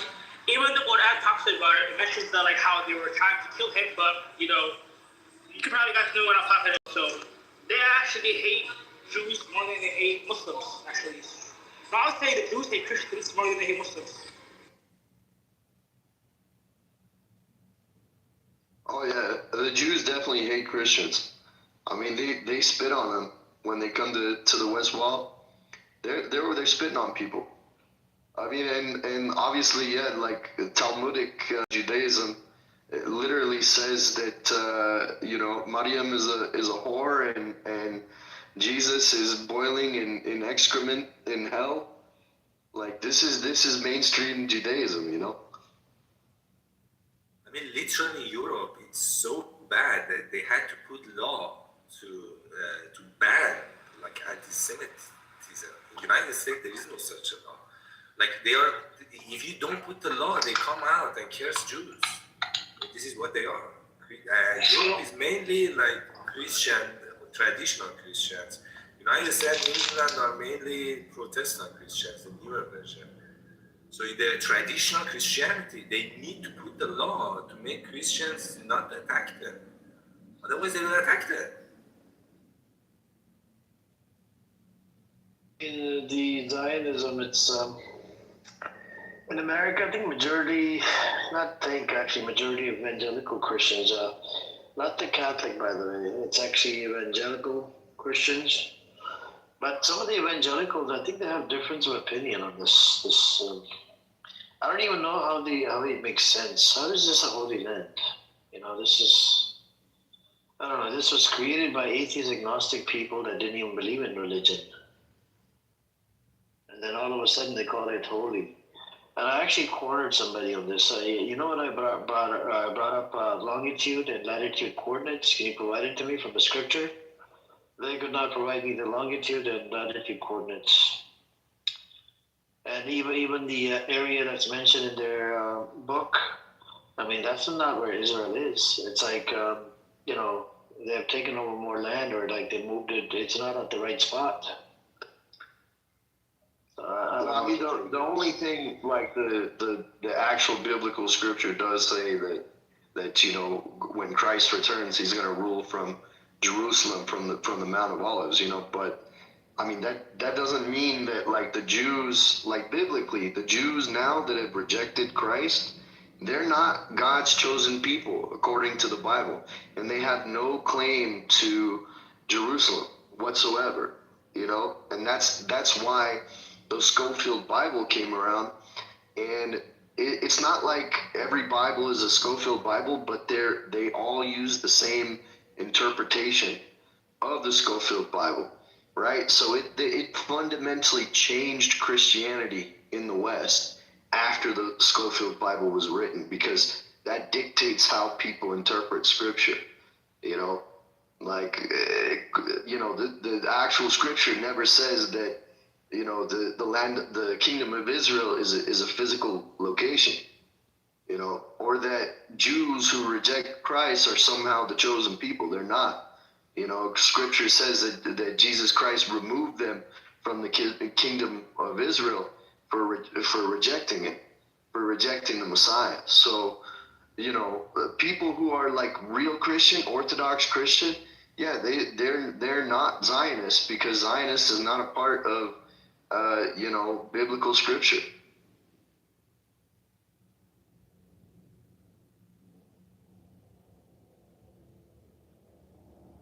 I agree with you. Whoever just spoke, you're 100% right. But I never really understand, like, if according to one of the books that they read, that it says stuff about Mary kissed upon her and her son, why would you support them? Like, I find it strange. They'd be like, yo, Muslims hate Jesus, but on the other hand, we love and adore Jesus. There's a reason why chapter 19 is mentioned after his mother, and chapter 3 is mentioned after his grandfather, the mother of Maryam, Imran.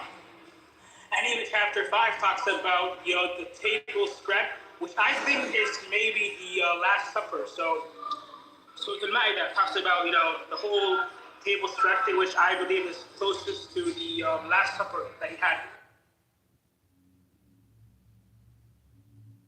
Yeah, isn't like the entire Surah al-Maryam, isn't it basically their version of the gospel?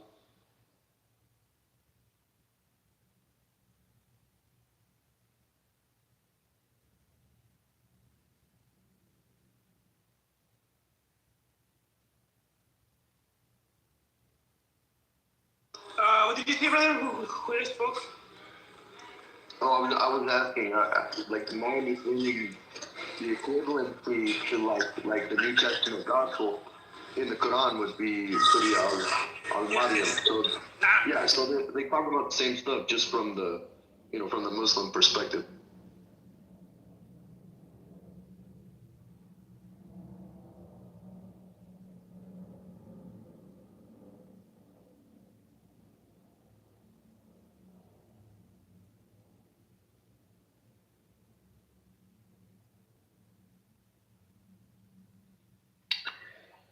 All right. Looks like what I was gonna say was the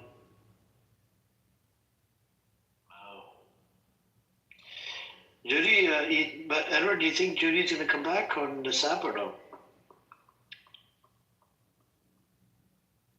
Who's Judy? She's a Palestinian. And, Is that Buttercup's friend? Buttercup's friend, yeah. She has some very strange views. Yeah, you guys were kind of suspect about her, yeah? I mean, she has some odd views, but Jindab said that's normal. Some Palestinians, there are some minority ones out there.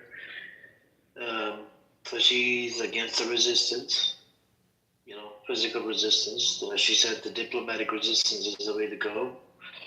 Go through the diplomatic way, because every time we resist, She is, she does have weird views, but to me, the weirdest is when she's on this thing about there's racism between Palestinian refugees and other Palestinians in the West Bank, which is not true and not possible because everybody's adopted. What do you mean, Edward? Like Gazans and West Bankers? No. So, but that's a good example. Like Gaza and West Bank, Gazans and West Bankers, they always like talk down about each other. But at the end of the day, You've been to a refugee camp in the West Bank, Mazi, right? Yes, many of them. Okay, so you said you went to the refugee camp next to Balata, right? The Nablus refugee camp? I was in Nablus and Balata, both. Okay, so you saw that you actually went inside the camp, the refugee camp. I stayed there, yeah, I slept there. You slept there, okay. Yeah. Because no one in the world would have your experience, period. Okay? Right. Now, this lady apparently comes from a refugee camp, and she indicates that Which one? I don't know which refugee camp she grew up in. She felt like she was looked down upon as a Palestinian refugee in the West Bank. Now, when you meet those people in the refugee camp, did you see how they live, what their life is like? Yeah, of course. And you ventured out of the refugee camp to other towns or villages in the West Bank? Yeah. Okay, so you saw the vast difference between people that live there or a person living in the city and a person living in a refugee camp. Okay, so you're familiar with the stuff. Yeah. So she comes from that kind of complexity, okay? So that's why sometimes her words or her thoughts sometimes come out as a pretty strange thing for Is it like inferior? They feel inferior, like inferiority? Yeah, something to that effect, pretty much. And she's resigned to the idea that Palestinians should never resist the occupation because their resistance is futile and it brings upon destruction, and death and destruction to Palestinians. That's her thought. That's pretty. Yeah. But Jindab, I will tell you this: like, that's weird in this sense that.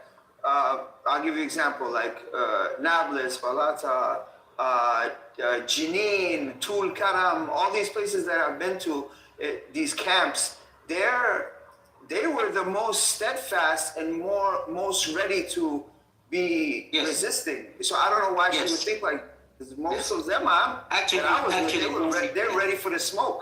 They were wanting all the smoke. Yeah, I'm very impressed with people like you who actually take the time and they go actually spend a couple of hours in a refugee camp like the one next to. It's a very impressive. Not a couple of hours, but a couple of weeks. Yeah, I mean it's very impressive. And I run into people like you who choose to come and live here. Okay, there are a few people, but you will not find them going into and staying for 2 weeks in a refugee camp like the one next to Nablus. Okay. Right. Because it's a horrendous place. You saw it. You saw how it looks like, and so on. Yeah. And if you can only imagine someone is born in that refugee camp and lives that cycle of life, the cycle of poverty and the economic cycle that refugees go through in Palestine. Yeah, and they never know when they're gonna get invaded or right. And you are familiar, if you stood in that camp and you looked across the hill, right? Mm-hmm. You would see Palestinians living in another town across the hill. They look fine. They have a nice house. Yeah, you're right. Yep. Actually, that very particular place, I don't know if you're familiar. If you look to the west, probably, you would see the most luxurious villa probably in the world that's modeled after an Italian Renaissance building built by that Palestinian billionaire, Al-Masri. I don't know if you saw that. Yeah, well, so yeah, they told me that they showed it to me. There was like that across the Right. way. So if you're standing in the refugee camp and you look across the hill, you see $100 million house, but you're staying in a refugee camp that has very small, tiny little rooms that people live in, right? Absolutely, yeah. So there's a great disparity between the lives of the person living in a refugee camp and a normal Palestinian who goes about their lives, who lives in a village or a city, who probably owns a car, owns a land, owns a house, and so on and so forth. Yeah, no, it was definitely night and day. Like I'll use Ramallah as an example. Yes. Like Ramallah was way different from like Hebron. Ramallah, you think you are in Ramallah, you think you're in Geneva, right? Yeah. Yeah. So that's that vast difference. So I guess this lady who came from some refugee camp and she made her way through to Jerusalem. Somehow she probably married a person who lives in Jerusalem. Of course, people who live in Jerusalem have certain privileges because they hold an Israeli ID card. They have access to the Israeli economy and so on and so forth. And she moved to America. So she comes from that disparity between the two things that you saw. Got it. So her words come across as sometimes, a little odd, strange, and I guess she found her little comfort zone in America somewhere. She lives in America, New York. I don't know where she lives in America, and she has a job, and she's typical Palestinian immigrant who moves to a new country and so on and so forth. So her ideas about resistance. She thinks resistance for Palestinians would entail a kid going and throwing a rock at an Israeli tank, and the end result is always the same. Killing the kid will be killed, jailed, his house will be blown up, or so that kind of stuff. Yeah. So she's resigned to the idea that Palestinians should not resist. She just coexist and coexist. Keep a low profile and survive. Yeah. She would know that that's not an option because you don't have to be doing anything to be killed or to be arrested. And these towns, besides this guy that you talked about, I remember when he built his house there, his mansion. Besides people like him, the rest of Palestinians who are not in refugee camps, they also face the same restrictions. And actually, Edward, that guy built his house and he called it the House of Palestine. Actually, anybody from a refugee camp can go and just visit his house. It's not like it's not like a far out thing. It's just this is a very tiny place, a very small place. But the disparity, the economic disparity between a person living in a refugee camp and a normal Palestinian is tremendous. I mean, as Mazi can attest to that. That's not a normal Palestinian. That's a multi-billionaire. Yeah, I understand. You're talking about the guy that built Rabi, right? No. That's one of his cousins. No, that's one of his cousins. No. Oh, well, still, I mean, but that's not normal. You're talking about a different billionaire. No, yeah. No, another ultra wealthy Palestinian. Who's his cousin, by the way? They're cousins, okay? But two questions for you. First, didn't you find it strange that she said when she goes to school that she has to hide the fact that she's from a refugee camp? Yeah, that's a little odd. Very strange. It's not like she goes to school and know that she lives in a refugee camp. That's crap. That's utter crap. Yeah. Yeah, and then second question is, what did these billionaires do, by the way, for work, to make their money? Do you know? Like who? Like the guy who I just mentioned? Rabi. Rabi. No, this guy built it. I mean, this guy is Bashar is one of the members of the Masri family. They have a lot of old money. Sabih is his other cousin who owns multinational corporations. Their other cousin who lives in Nablus is older, but he made his money from oil in Texas. He's married to. He made a lot of his money in Libyan oil and oil in Texas. And they made their money outside. They're billionaires from the outside. They came back but he also dominates the local economy. They do not dominate the communication industry, the telecommunications, the banking, the farming sector, and so on and so forth. So so they have money, but they also, like, I know his son owns an oil company, for instance. that is based, actually his main offices are in Jordan, but they are an oil company. I mean, they actually produce oil from the Gulf countries and in America and so on. So they're multi-billion-dollar corporations. That's what they own. Jindib, I've also noticed the difference in religiosity in some of these camps. Like some camps we go to and it was chill, whatever, nobody really was strict. And then other camps we went to, and like if some of the women we were with, they had to like not wear hijab, but they couldn't wear a tank top. Like they had to wear like a buttoned-up shirt, or it depends. Yeah, if you went to the refugee camp, if you went to like for instance camp, the Tamimi, like the Tamimi village, the Tamimi village. What about all the women? They had to wear they had to put like shirts on, button-ups. They couldn't wear tank tops, But that's a village. Yeah, it's a village, but still, it's like village mentality is generally conservative. Right. Yeah, I mean, even some of the camps were like that, Yeah, Yeah, but it's funny. The Tamimi family, like I know their father is a communist. Like he's a godless person. For instance, I know his kids, and I know his kids are, his. Yeah. But you spent a little time here, and you know how it is. I mean, you saw people. Yeah. And you actually have the balls to go and stay in a refugee camp, Yeah. How do you describe Colombia? Colombia, the refugee camp, or yeah, the refugee camp. Not the city, the refugee camp. What about it? It's. How do you describe it? What characteristics would you put on it? Like. No, it's like a cement jungle. It's above the borders of Jerusalem, and it's chaotic. It's fucked up. It's it's disorganized, and Israel pretty much took over the entire Kalanda area. There's the airport, right? Remember the airport? Yeah.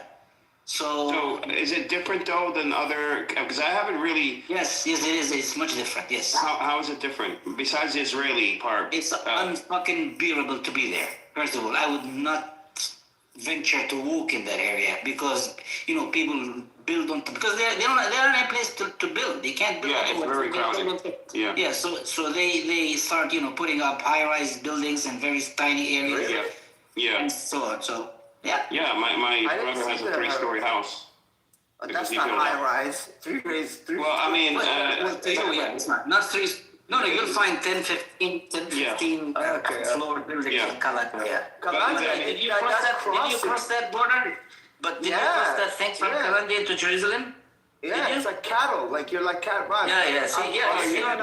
You're in my hometown. What, you're from Calandia? Yeah. Bro, that crossing is like literally like they treat people like cattle because it's these the gates and the way you can only go single file and then the turnstile. It's not even a turnstile. They have I don't know. It's like prison, bro. It's like 2018. Do they still have the machine guns? What do you mean? What machine? Of course, they all have machine guns. No, and they would. Last time I was there, they had. On speakers on the seat, like on poles or whatever, and you had guys in machine gun, soldiers in these raised like the raised stations, like the and then they were just shouting. Everywhere. That's everywhere. The checkpoint at like when you want to get to Jenin, the checkpoint there. That shit is crazy. That's like some movie shit. So you crossed from the north into Jenin? Yeah, bro. They put you in these waiting areas, and they're like these little compartments.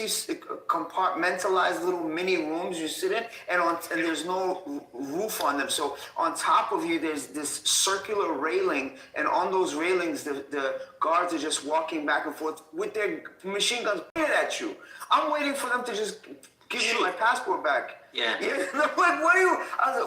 My friend asked. She was like, "Why are you pointing guns at us? We're just sitting and waiting for our passports to get clear so we could go through the thing." And they just start laughing at us. They're crazy, bro. These are border patrol, which are the lowest IQ. I mean, they're 18-year-old IDF soldiers, bro. They don't know what the fuck they're doing, which is the scarier thing because they're so young. Yeah. I had a question about West Bank. Maybe somebody can answer, but like these these Palestinian billionaires, living in these like villas and shit. Do they still deal with aggression from settlers, or are they somewhat shielded, from the occupation? No, they're not shielded from the occupation. What do you mean dealing with settlers in terms of what? Well, this very particular person is a very wealthy character. Well, like the settler aggression, where they come and they harass people and they try to, take over their homes and that sort of thing. I don't think they can. I don't think they can walk into this guy's property, because this guy, has investments inside Israel too. And I know he financed a university inside Israel, for instance. I know that. I mean, we're talking about a multi-billionaire, not a millionaire, a multi-billionaire. Yeah, a billionaire are a different breed. I mean, they cross borders. I do want to ask Buttercup, does she still not believe in resistance?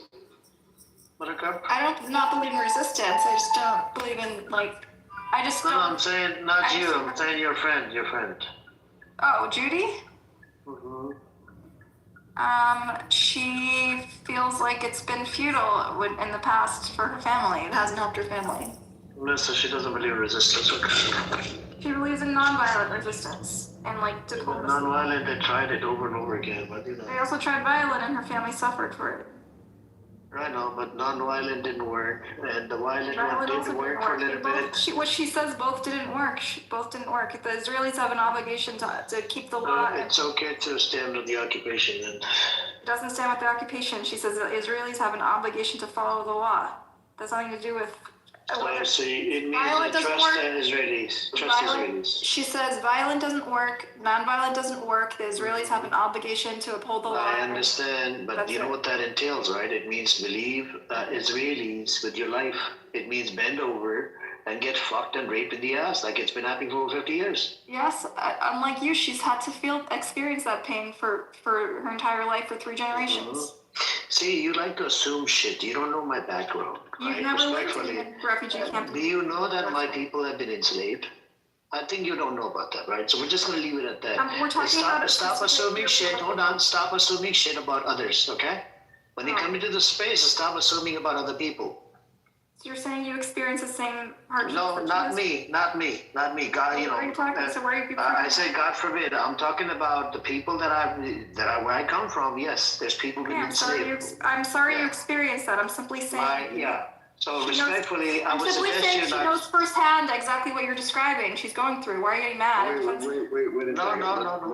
She's in America. She said that she's not resist. She doesn't want the Palestinians to resist in any shape or form, meaning no physical resistance, no diplomatic, because none of it works. So it means just believe in Israelis, because Israelis She doesn't have believe in this. Israelis. She's fatalistic. They're hopeless. Just know. So then what is the I think that's the word to use, fatalistic, meaning that She thinks it's hopeless. She doesn't think the way out. Right, She just wants yeah, to save her yeah. family. She's trying desperately to save them. Yeah, the fatalistic part. Yeah, I think that's the word. She said everyone's hopeless. She went there and there were gunshots out the door and she tried to hide and nobody moved. Nobody even values their life anymore. It's so hopeless there. It's terrible. She just doesn't believe there's a way out. Not because she doesn't blame, and she, of course, people don't value their life in Palestine? She said her family are hopeless because things have gotten so bad there that when there's gunshots out the door, no one even blinks. No one moves. That's called conditioning. That's not, not valuing. Well, that's being just numb to the situation. Okay, listen, I don't understand. She doesn't see a way out. So what do you want from her? She just wants to save her family desperately. It's just awkward to have this conversation. We're talking about somebody who's not even here. Yeah, but the thing is that we were talking about it earlier, right? And I think Buttercup and me, we went back and forth maybe a few months ago. And Buttercup said no, she does believe in resistance and whatnot. And then we had to listen to a clip that was played. And then I think she came on here yesterday as well. And Edward and Jindip were talking about it. What I'm In here or in my room? No, it happened in your room, but they were talking about it this morning. We talked about it for a little bit. And Jim, did you get the impression that she supports the occupation? Yeah, she definitely. Jinbit, you thought that she was conveying that she supports the occupation yesterday when she was saying her family just wants relief for. Yeah, no, I didn't get the sense that she supports the occupation now. Okay, thank you, Amir. I think you should just trust Jinbit. The clip says something else. Thank you. The clip says she The clip supports was the played, occupation.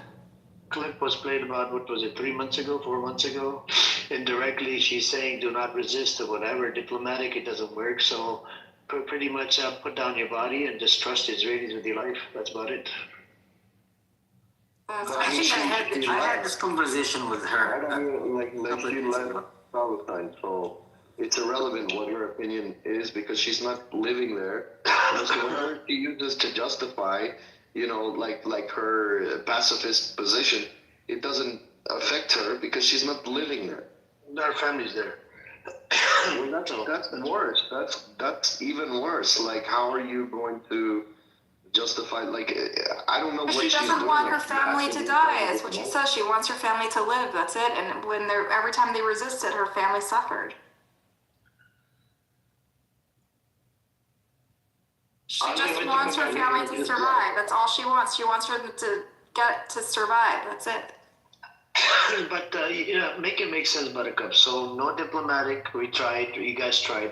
She doesn't claim to have the solutions. She just wants her family to survive. That's all she wants. Is that it's a simple wish for them to not die. That's it. She doesn't think. She doesn't see a path forward. She says it's hopeless. She's saying that trust Israelis, right? Because Israelis. She doesn't trust Israelis. Israelis tormented her family. They kidnapped her cousin. 11-year-old cousin, and tortured him. Why would she support Israelis? They've been tormenting her whole life. Why would she support them? Are you nuts?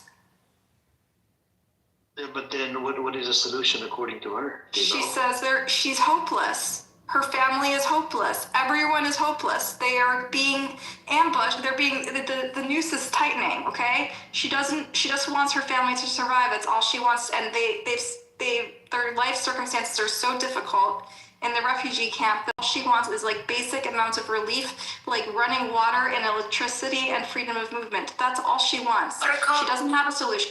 It sounds like even when there's no resistance, the occupation still torments. It hurts her family members, right? So either way you slice it, there's some sort of suffering that her family. That's right. One is a slow genocide and one is a fast genocide. She prefers a slow one. Well, most people don't resist or are not part of the resistance in Palestine. It's just they have the loudest voices, but people. But they're all punished when there's a resistance happens. Yes. So what happened in Gaza? Her family's punished. Yeah, but without resistance, are they still not punished?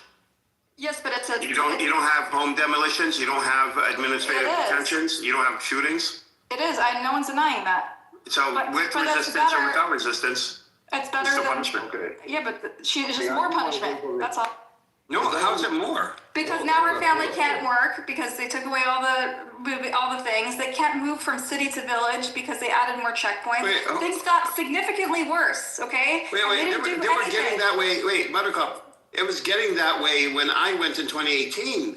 They were putting up more checkpoints. She's been there in 2018 and 2019 and 2020 and 22. It's never been this hopeless. She was there in COVID? Yeah, she goes every year.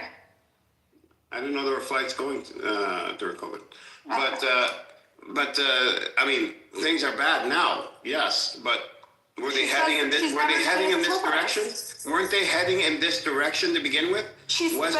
Yes, Edward, but what this did is it basically handed on a silver platter a genocidal government, the most far-right genocidal government in Israel's history, an opportunity to do what they've been fantasizing about for ages, which is ethnically cleansing the West Bank and genociding Gaza, right? This basically gave them the political capital to do their sick fantasy of destroying Palestine, and now her family's paying the price. And even during the Labor Party, when the Labor Party was powerful in the 90s and 2000s, didn't they do the same thing? Didn't they expand settlements? Didn't they go after Palestinians the same exact way? I don't know what the point of this discussion was. I'm not really sure. I don't really get it either. And first of all, I just think it's weird to talk about somebody who's not even here. And like, it's not necessarily a crazy position to have that, like, no matter what you do, like Israel's gonna do No, the same I mean, shit. I hope not everyone has the notion that Palestinians wake up in the morning and the first thing on their mind is, let's go resist the occupation. That's not how things are. This is not how things work. We wake up, we try to do the things that we need to do on a daily basis. We just go on about our lives. Resistance is that Kids go to schools, you know, we try to find something to do. Yes, things are at their lowest point. The conditions on the ground here at their lowest point in the entire Palestinian cause since the beginning of the creation of the state till now. We are at the lowest point in terms of conditions and how things are. But Palestinians don't wake up every morning saying, okay, I'm just going to go resist the occupation. That's not how things are. Resistance means you're resisting something. So something has to be happening for you to resist. It's a reactionary position. It's not Palestinians just waking up and saying, you know, let's go after a certain group of people. Our mere existence and going on about Existence. I want to ask you guys one question, Edward and Jindip. So if somebody says, you know, diplomatic didn't work, resistance didn't work, what does this entail? That's the definition of occupation. I don't have an answer. What does that entail? It entails you're okay with the occupation. No, because they both didn't work, and it depends on how you look at it too. Some people say it did, some people say it didn't. It depends how you look at it. But when you're employing resistance to begin with, you know, both nonviolent and violent resistance, and you're getting the same outcome in both, you know, putting the genocide on the side, obviously, you know, generally speaking. You're getting the same thing that there's no change in policy if you resist non-violently or you resist violently, or if you don't for only so long, right? Or if you don't resist at all. That's okay. So it's the sewer rat is in the room. There's a sewer rat in here. Listen, no need to call me names, Jindib, okay? I'm joking. Who do you think the sewer rat is? Who, Al Nostro? I cussed him out earlier. Where is he? He's here? He's the only one that calls him the Black Rabbi? Under anonymous name. Black Rabbi? I cussed out Al No, he's not anonymous. No, when Jindib says sewer rat, it's Norm. It's Al Nostro. I know. Jindip, he's in another room getting cursed out by somebody. Yeah, I cussed him out. Oh my God. He's not here, Jindip. Amir's tentacles run deep. He's here. Intelligence network. I'm telling you, he's not here. He's getting cursed out by somebody in a different room, man. Calm down. He knows, Jindib, Amir knows where everybody is at all times. He is like the dire GC. Well, why do I have a notification that the sewer rat is in here? You do? Maybe you have somebody else blocked in here. No, he's the only person blocked on this app is a sewer rat. Yeah, but he's not in here. That's what I'm telling you. He's not here. No, we don't see it at the bottom. It's anonymous account. Yeah, one is John Kitover, which he likes to do. He's a son of a bitch, right? Fucking being investigated for campaign fraud. Is a disgusting wild creature. And then the other one, we don't know. That's probably somebody else. Did you show Jindib, No, Al Norm was not here. I went Norm. to the other room. He's been cussed at. He's still there. What room? What's it called? See what? Honestly, I already cussed him. I'll call him and everything. He's a public loser. What room? Wait, Sure, Liza. Oh. is this guy a Jew or Yeah, New York Jew. Brooklyn Jew. He's defending Epstein the ways I can't even tell you guys. So Epstein? Oh my God, wait a minute, what did I find out? Oh, they bugged. They're the ones that handled the surveillance for for Epstein's properties. Israel. What's up, Hampton? Long time. Israeli company. Hampton is here after such a long time. He also, Hampton. guess what else he fucking did? You know hold on, What you been up to, Hampton? You good? How's your YouTube channel? Yeah, are you staying away from Clubhouse? Thursday? Look, Ludwig is not here to troll you. He likes Ludwig, so that's why he doesn't. Edward is here, he can troll you. He likes Ask Ludwig. us to You want to ask the same questions over and over again? Yeah, that's crazy, bro. Marty, are you gonna be with us for a while, or are you gonna leave again? No, I'm gonna be here for another 20 minutes. 20 minutes. You're doing quickie, so you know. No, I got pinged into a hip hop room. I went there and came right back. No. But Tehran radio gets big. About 1,000 people in there. No, you crazy. No, you know what got big? Earlier today, I was in a Farsi room. There was two of them. One had 5,300 something. Another one had 2,800. Was it followers? Hey, man? No, it was Farsi speaking. No, listeners, bro. Wow.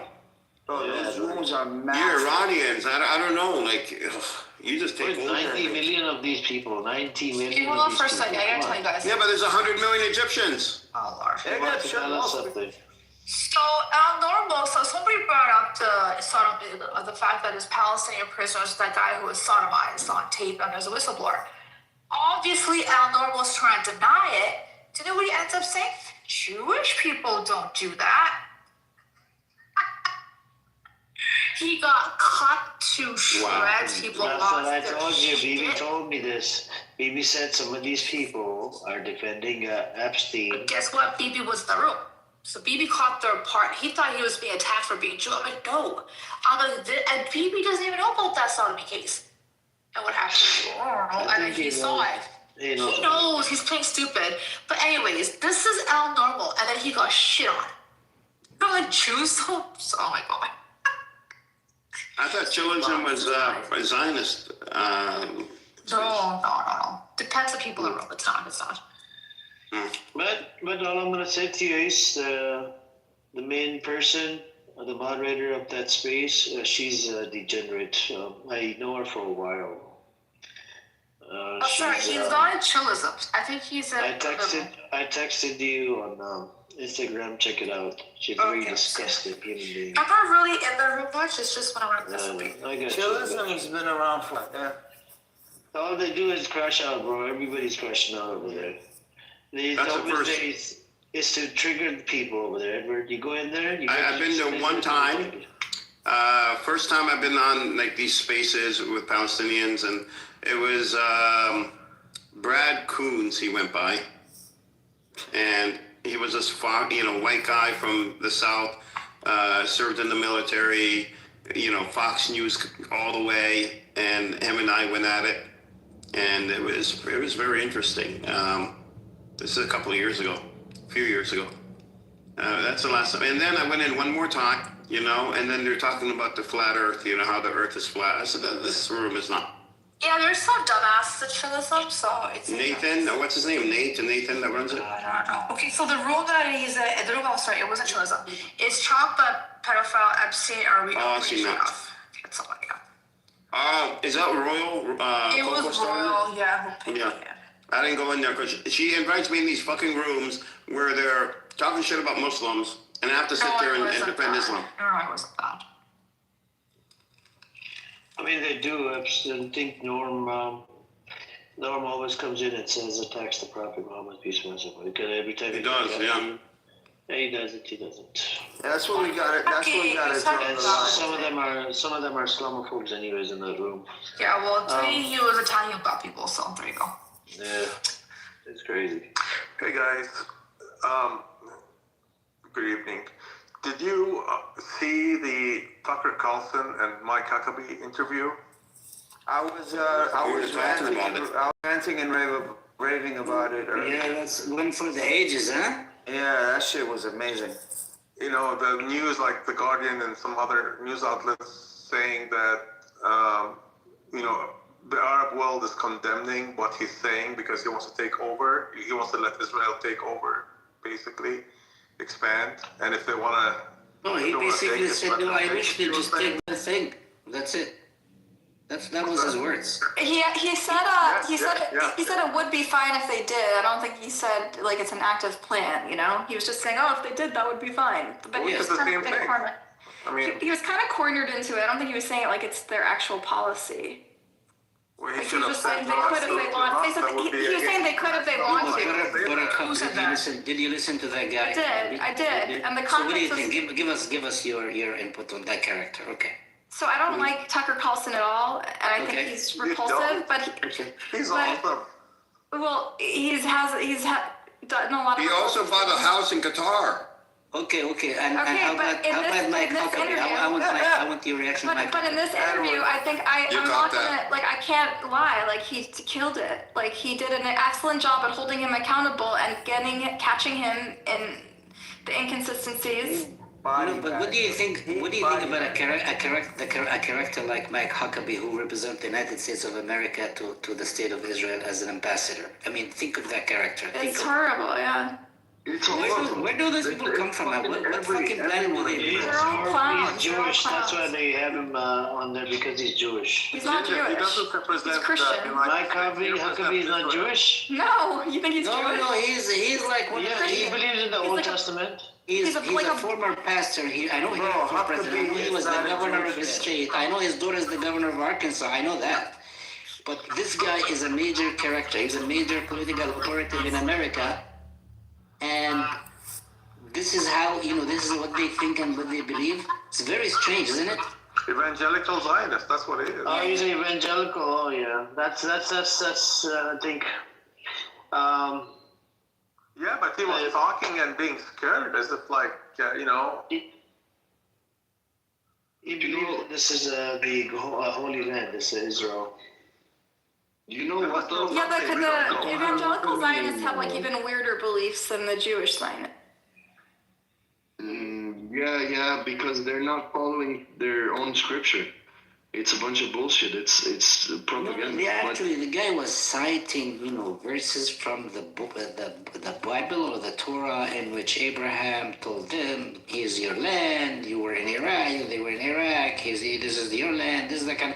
It's kind of stuff that is just out of the fucking world. It's just very strange, very odd, for a person his age. I mean, this guy is not like a young guy who has not, he's very well spoken. I'm sure he read many books. Oh, Huckabee? Huckabee. Yeah. They're the worst. They're the worst. They get very in their mind state. I think we're missing the fact that this interview was allowed to happen, and a interviewer, a journalist, was able to speak this way to an Israeli high official or an American high official in this case. But Tucker Carlson was also kicked out. This wasn't possible 5 years ago, 3 years ago. Listening to the guy, you would think that guy does not represent the United States of America. He literally, I thought he should be like a member of the Knesset or something. He should run for a local office, like a settlement council or something. He didn't represent American policy. It was his own sort of wackadoodle beliefs that he was representing. This is not American policy that Israel should be able to take over. Oh, it is. It is. That's the sad part. It's 100% American policy. Why do you think they're calling it take over Syria? To take over. Of course, if you don't know that. You think American policy is a greater Israel project to take over Syria, to take over Jordan? AIPAC doesn't across political lines. That's not AIPAC's position. AIPAC's position is within the normal lines. I don't believe in. You don't know what AIPAC's position is, Davis. You don't know what their platform is. You've never read it. You can go. It's on their website. You can find out. Just because it's on the website. They support two states. They support two states. Officially. They may claim to support a two-state solution. They don't support Greater Israel. This is some wet dream, evangelical dream that Huckabee's saying. Nobody is behind this plan. Okay, Buttercup, I know you like books.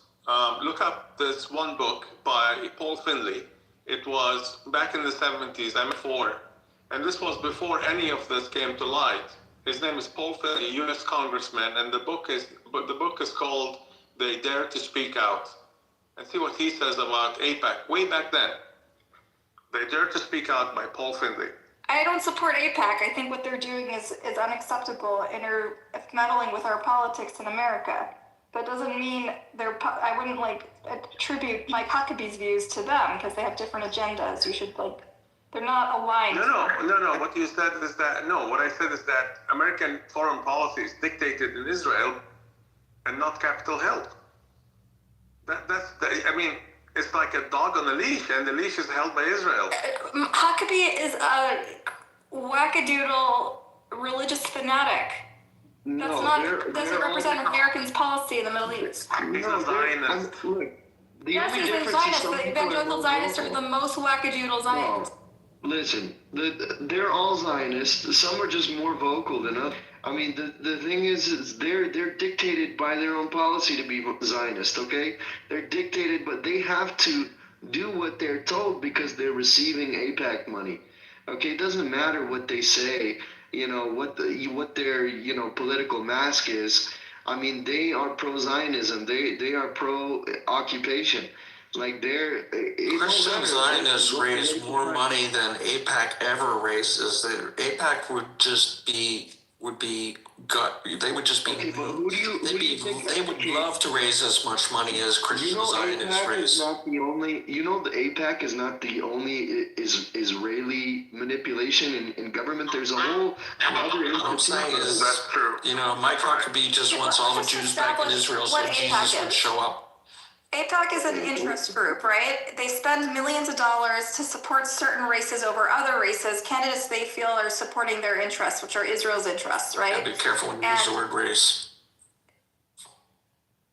No, elections. They support the candidates, but they're not invincible, right? They're not. As we saw in New York City, there were cases where they backed one candidate and another candidate won, right?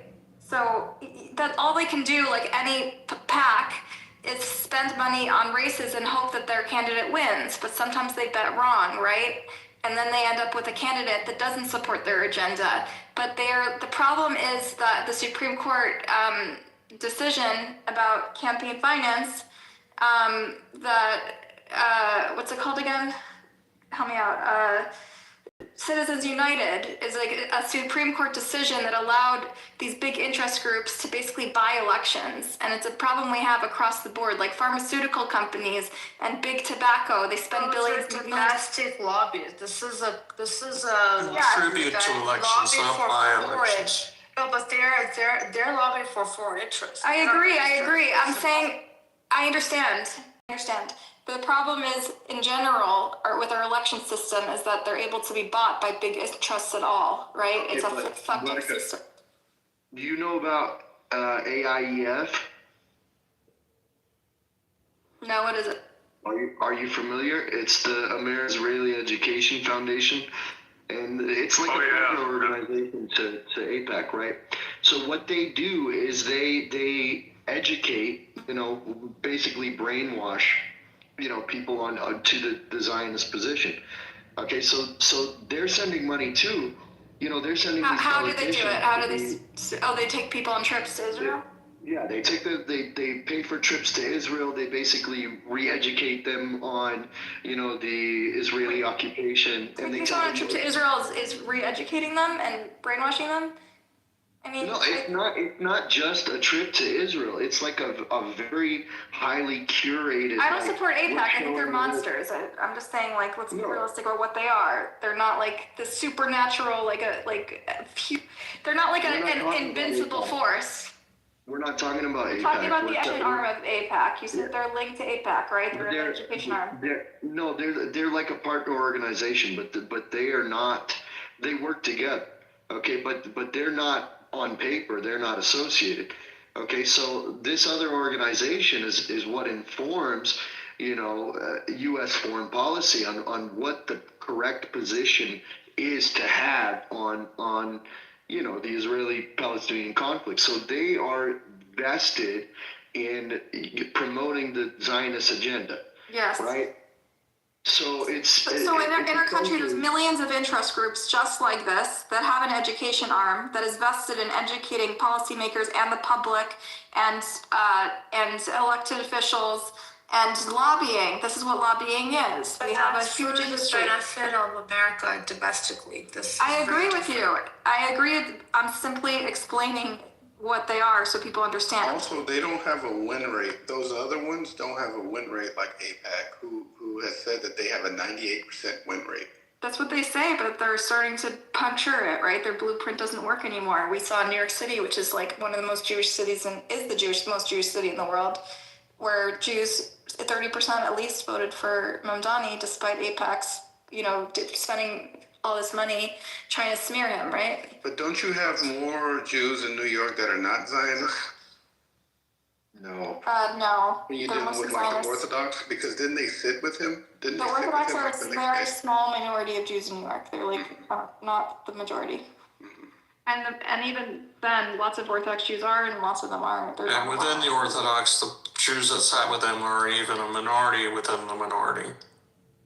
Right. So the anti-Zionist Jews are very, very small minority of ultra-Orthodox Jews who the rest of the Orthodox. He didn't sit with anti-Zionist Jews. Well, That's even a minority of a minority of a minority.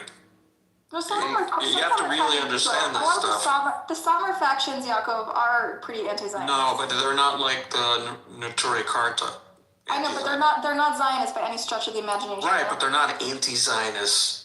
Right, they're not activists anti-Zionists. Exactly, that's my point. So They're not voting necessarily on Israel. They're voting on more like parochial issues, right? Correct. They're like on school, leave us alone for our schools and doing this and doing that. And they're voting on local issues. So they care about local stuff. They don't even care Republican, Democrat. It's like whichever one is winning, they put their money on, basically. So who he sat with is immaterial to them. But I think if we talk about New York City Jews in general, the vast majority of Jews in Israel may or may not identify as Zionists, but they are very liberal.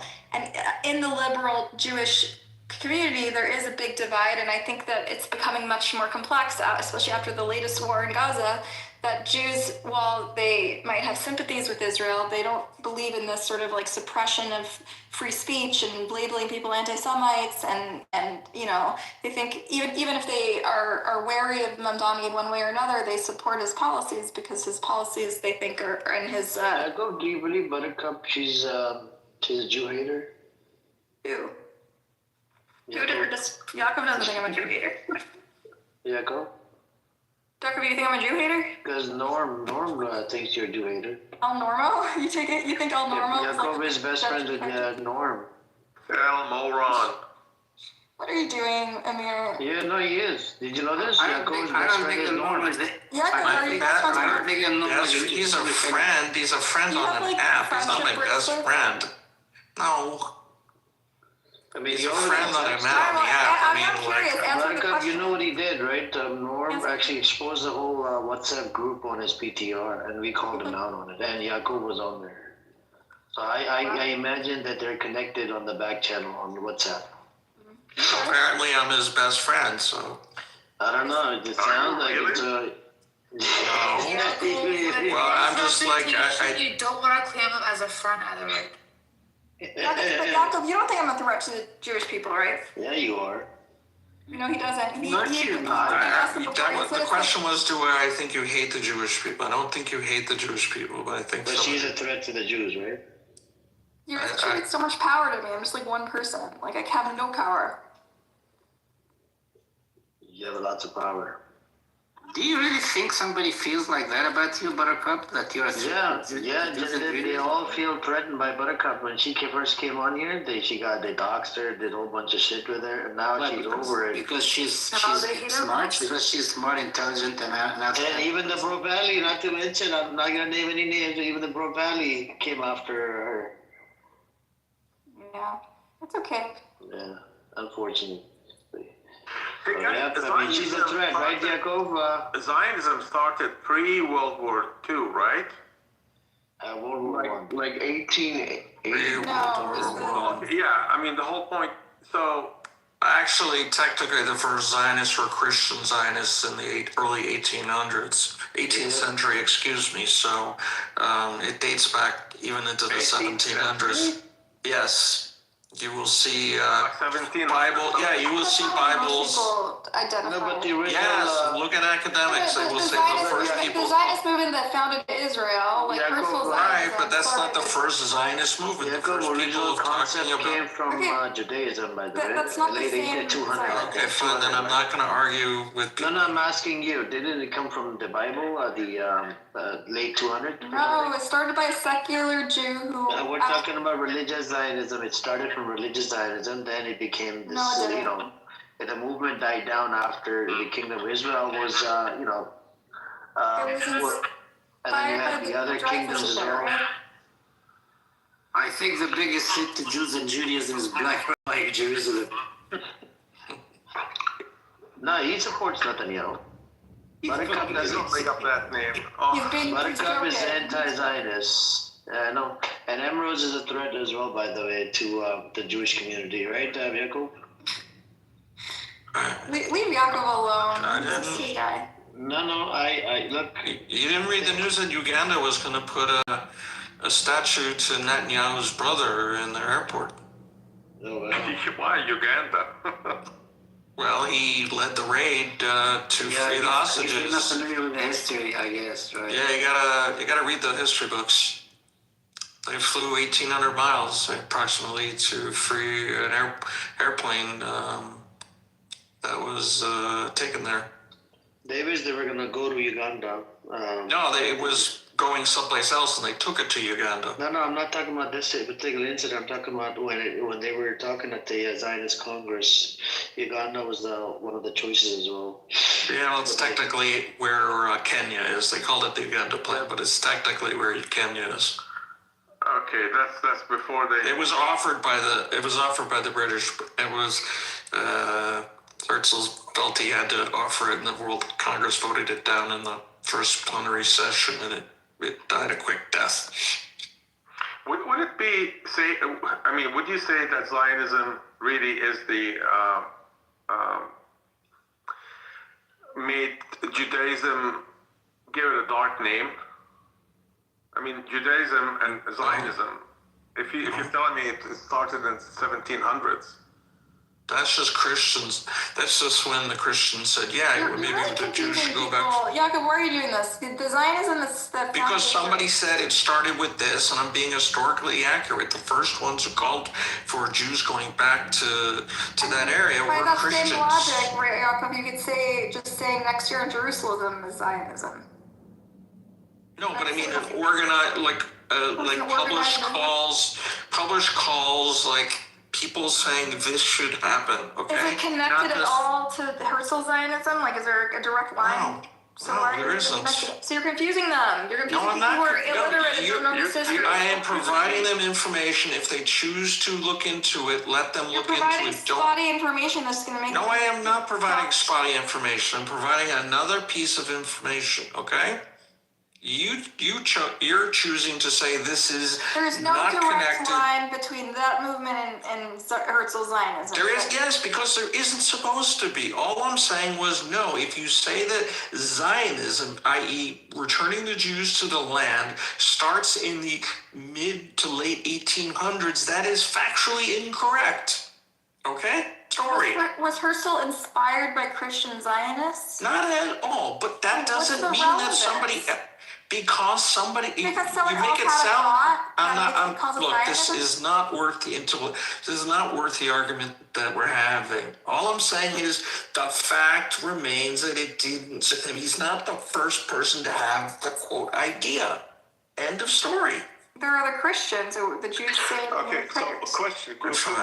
Did Zionism start by Christian Zionists or is it Jewish Zionists? The Zionism that founded the state was founded by Theodor Herzl and had nothing to do with Christian Zionists. That's what Jacob. No, but never said it did. The Christian Zionists had nothing to do with the current Israeli state. It was never said it did. In the late 1800s, who founded the events that led to the creation of the state in 1948. Yeah, I'm trying to say that they're related. I'm just saying first call. No, I'm not.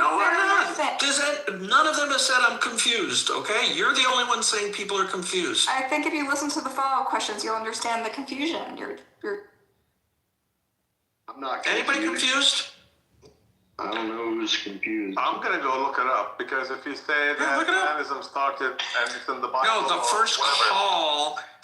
call for Jews to return came from people that were Christian. The modern state was founded by Zionists, but that was not the first call in the modern era. A fun trivia fact that's irrelevant to the current. No, it's historical fact, not trivia. Is reducing it to like a small tidbit of information. Who else here? Believes that Zionism was started by Christians? Look, this is how I understood when I looked into Zionism. Okay, it did start from Judaism, from the scripture, and then what happened to the kingdom of Israel, and there's other kingdoms and whatnot, and they were scattered, and the movement, the Zionist movement, died down, and then it got picked up again by the evangelical Christians, and then you had these people that are literally coining the term Zionism. There was a guy, I forgot his name, in 1890. He coined the term Zionism, and then Theodor Herzl was part of he was like the top dog of the Zionist movement. And then you had other people that, and the first Congress they had was in 1897, the Zionist Congress, and that's when they picked up Palestine, was to be the, that's how we can convince the people to come to the land. Convince the I feel like we need a history book by Amir where it's like Theodor Herzl, the top dog. And then I feel like we need like the top dog. You should have a history book with all the materials you put out, Amir. It'd be really good. No, that's how I understood it. Originally, it did start from Judaism, right? And then the movement died down after whatever, what happened to the Jewish people, right, throughout their life. And then, it got picked up again by evangelical Christians. And evangelical Christians, they did, move this around. But I do have this question, Yaakov. Who funded these evangelical Christians in 1800s? Because Actually, it goes back even earlier. It goes back to the 1500s. Some names you can look up: Thomas Brightman. The person that I knew was I had to look at the name, but it was 1740. This guy that was alive, Johann Heinrich Jung Stingler. He advocated for Jewish restoration to Palestine. Isaac Newton was a Zionist. Hold up. There's another guy who was also in the 1500s. Many. And the other guy from the 1700s, the other guy I read about was Ezra Stiles. He was the president of Yale College, studied Hebrew. Yaakov, I have a question. Sure. Were they motivated by a hatred of Jews? They wanted the Jews to leave their place? Was it motivated by some sort of Christian, like end times? It's probably eschatological, just like that's why the current Christian sort of, like Mike Huckabee-ish kind of people are, the Christian Zionists. They want all the Jews to be in the ingathering of the exiles so that Jesus could come back and, then end times come about because, Christianity is an eschatological religion. Judaism isn't. You don't think it was also like a way to solve their Jew problem wherever they were? No, not at all. No. Let me ask you a question real quick before we get into this whole, history. Thomas Newton, you just go and research it. You will find that there are many major figures from the 16th through the 16th through the 18th century who were advocating on behalf of restoring the Jews to quote Palestine. Hold on, let me ask a question. Was there a huge push from the German party in the early days to put them back, right? To the, back to Judea, whatever geological boundaries you want to give it. Geographic. Confusing. But wasn't there a push from the German worker parties to actually instate a state for Jews in the Middle East? Like, they wanted them to leave. Was that not the case in the early days of the German Worker Party before? I don't know enough about the German Worker Party. I'll be completely honest. I don't talk about things I don't know, so I'd have to research it. Because I have a crazy theory, and I'm not gonna say there's evidence for this or anything like that. It's just something I pull out of my ass. But it would make so much sense if the Holocaust was used by certain Zionist entities as justification or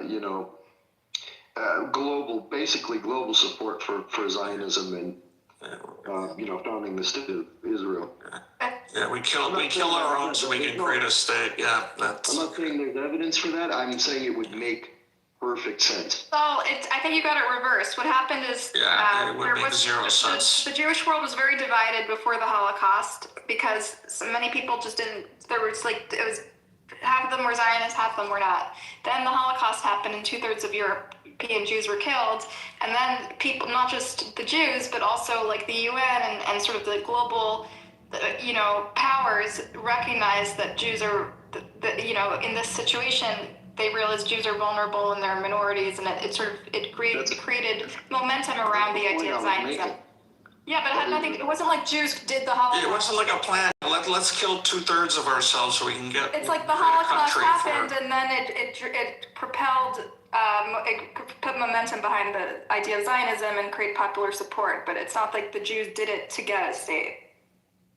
Yeah, like I said, there's no. And Hitler didn't do it to give them a state. It wasn't like a premeditated thing, It's not like we had control over it. Like, okay, we've got enough. Let's stop it now. No. It's just that people, after 2/3 of European Jews were wiped out, they said, "Oh, now we're really vulnerable," and everyone recognized that they're vulnerable. So it gave momentum to the movement. So and a lot of Jews embraced it because they felt vulnerable, so they embraced. Do you believe the number of 6 million?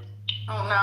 Died in the Holocaust. I don't know. Do we do this, Amir? Do you deny Holocaust in this room or no? What's the limit? No, I'm not a Holocaust denier. I'm just. No, I don't deny. No. Forget about the Holocaust thing. We don't deny any genocides in this room. Okay, all the sides we acknowledge. We can drop it. I mean, I'm just asking a question. I was looking into the AI thing. So Jacob, do you think that the person that was like the leader of, I think, evangelical Christian movement, right? Oliver Cromwell from 1650s. I don't know if you read the history. I was wondering who funded this whole movement. Was it the evangelical Christians, or was it the Jewish people, or was it they got funding from within their own church apparatus. The Jews weren't giving money to the church, as far as I know, but that's my own understanding. I am an amateur in this area of history. I'm not going to posit an answer. And from I highly doubt the Jews were giving money to the Christians. From what Yaakov describes it's not the Jewish version of Zionism, which is about self-determination and protection. It came from an eschatological perspective. So they wanted, just like the evangelicals today, like Huckabee, the reason they want Jews to move to Israel is to fulfill their sort of end times prophecy of Jews. Correct. Prophecy requires, in their mind, prophecy requires they die, right? that to be it's that. Not a they have to swear allegiance. They get their point. Jesus is there. He says, "Okay, do you believe in me or not?" So therefore, you either convert or you die. Is that prophecy in the Bible? Certain people's interpretation of it, that in the end the Jews you have to convert or they die or whatever. Well, the prophecies are in the Tanakh. They're definitely in there. Yes, for the Messiah to come. Now there's a discrepancy between has he come or our viewpoint is he hasn't come. Christians believe he's come. He asked about the Christian end times, I think, and Christian side, right? The Bible, yeah. Yeah, but the Bible says that. But they reference of Isaiah, and they reference all of the things that say, gather the exiles for Jesus. They interpret it as for Jesus to return. So in order for that to happen, then you need to return. So all of these things are about were to Jews to Israel so that their blessed event can happen. So that's the motivation. That's why they wanted it. That's why I wasn't tying it to political Zionism or anything having to do with Herzl. It was a separate movement developed for separate reasons, but by Christians and Christians alone. But it's here's the thing though, like the Schofield Bible and the interpretations that existed, after the Schofield Bible, which basically is just standard, Judeo-Christian belief today. Like, I mean, there's the only Judeo. Well, first of all, the only version that's Judeo is that which is written in Hebrew, because else you get to a translation of a translation of a translation, and you start to change words around and you get very far afield. So I won't say that this quote Schofield Bible is Judeo-Christian. Maybe Christian, but it's not Judeo. I mean, it's Zionist, but I don't think there is such a thing as Judeo-Christian. Well, you can say I don't believe in Judeo-Christianity, and many people make that argument, but if you want to understand the source, study it in Hebrew. That's why Harvard was created. Harvard University was created to teach Protestant ministers how to read Hebrew so they could study the Torah in its native language. Yeah, I mean, and that makes sense, even as a, for Christians, it makes sense. But, obviously we have the New Testament, which was not written in Hebrew, for Greek. It was written in Greek. Yeah, I mean, you have the Septuagint, and you have, what was the other one?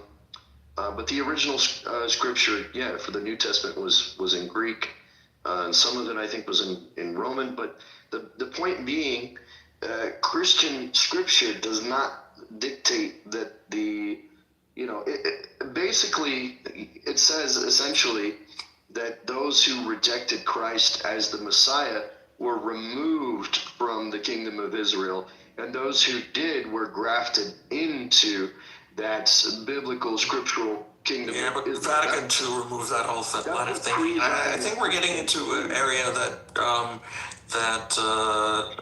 Amir doesn't want to get into too much. So, by the way, I looked into the Oliver and all these people. So he was influenced by a Jewish rabbi. I think that it does come from the. Yeah, maybe some of his thoughts were, but it wasn't funded. I don't think it was funded by. You'd have to research it more. That's debatable on the funding part, but he Oliver was influenced. No, I'm saying the funding. We don't know. I have to look into it. But the guy Oliver, he actually did get influenced by this rabbi. His name was what's his name? Right here, Rabbi Manasseh ben Israel, 1604 to 1657. And he was a Portuguese Sephardic rabbi, a scholar and printer in Amsterdam's Portuguese Jewish community. All right. So yeah, I mean, it comes from the Jewish. He wasn't. I don't believe he was a religious person in his own right. He wasn't trained. So he had to get his ideas from other people. He was a scholar. Rabbi scholar. Oh, interesting. I'm reading about this guy. He was considered a proto-Zionist due to his theological and diplomatic efforts to facilitate the Jewish return to the land of Israel through global resettlement, 1604 to 1657. Yeah, he influenced the leader of evangelical Christian movement, right? And then from there, it just went on and on. So it did. He was influenced by a lot of people, not just the rabbi you mentioned. Are you talking about Oliver Cromwell? Yeah. No. And then the alliance with the Oliver Cromwell drew his Zionism restorationist ideas primarily from Puritan millennial theology and biblical prophecy, influenced by contemporary preachers and Rabbi Manasseh ben Israel. That guy was famous, the scholar, and he was Jewish. Yeah, so it seems like he got you. He found you an earlier Zionist who's a Jew, so. I got you. I don't like to. I'm not into got you claims. If we found some interesting piece of information, great. Hey, Yaakov, Jacob, I don't play gotcha kind of stuff. You know that. I'm not trying to gotcha. Sorry, I was just. I know, but you know that about me. Come on. Jacob, you mentioned Thomas Newton. Did you mean Isaac Newton? No, I never said Thomas Newton, but Isaac Newton was one of the proponents of return. You did say Thomas Newton. No, I didn't. I said a different name, but I never mentioned the word Newton. I thought you said Thomas Newton. No, I did not. He said Cromwell, right? Oliver Cromwell, No, but you didn't say that. I thought. No, I'll tell you the name. There was a Thomas. I'll tell you the name. It was Thomas Newton. That's what I said. So you did say Newton. Right, but I didn't say Isaac Newton. Sorry, I thought you were saying, did I say Isaac Newton? No, I asked you if you said Thomas Newton. And then I said, do you mean Isaac Newton? But you did. Yeah, I should have said yes. I'm sorry. I did not mean Isaac Newton, but I did say Newton, but not Isaac Newton. No, you said Thomas Newton. Yeah, but sorry, my misinterpretation of your question. That's interesting. All right, well, thanks for the information, Yaakov. You're welcome. I actually studied this. Now you change your tune. Shit. Rabbi, are you shy, Buttercup? Am I shy? Are you? I think she likes intellectually honest information. She just wants to keep you honest. I was correct. I stand corrected. And you kept him honest, Amir. You pointed out an earlier Zionist, so we all learned something today. Yeah, I did. I mean, so I thought it was actually all, some of it was evangelical, but I think it did come from, the Jewish community, the Zionism. Well, from what I read, it looks like... Theodore Herzl believed in political Zionism, not religious Zionism. So this is what I read about Menashe ben Menashe, Israel or whatever. He it seems like he had his own motivations, but he aligned himself with the Christian Zionists. No, he influenced them. He was a preacher. He was a scholar. Mind you, if these Christians wanted to return the Jews to someplace, it would have turned into some form of political Zionism. They would have had to create some form of government structure. Like, I don't think Menashe ben Israel supported the eschatological motivations of... That's a hard word to say. Yeah, no, he did not. I had to look it up. What?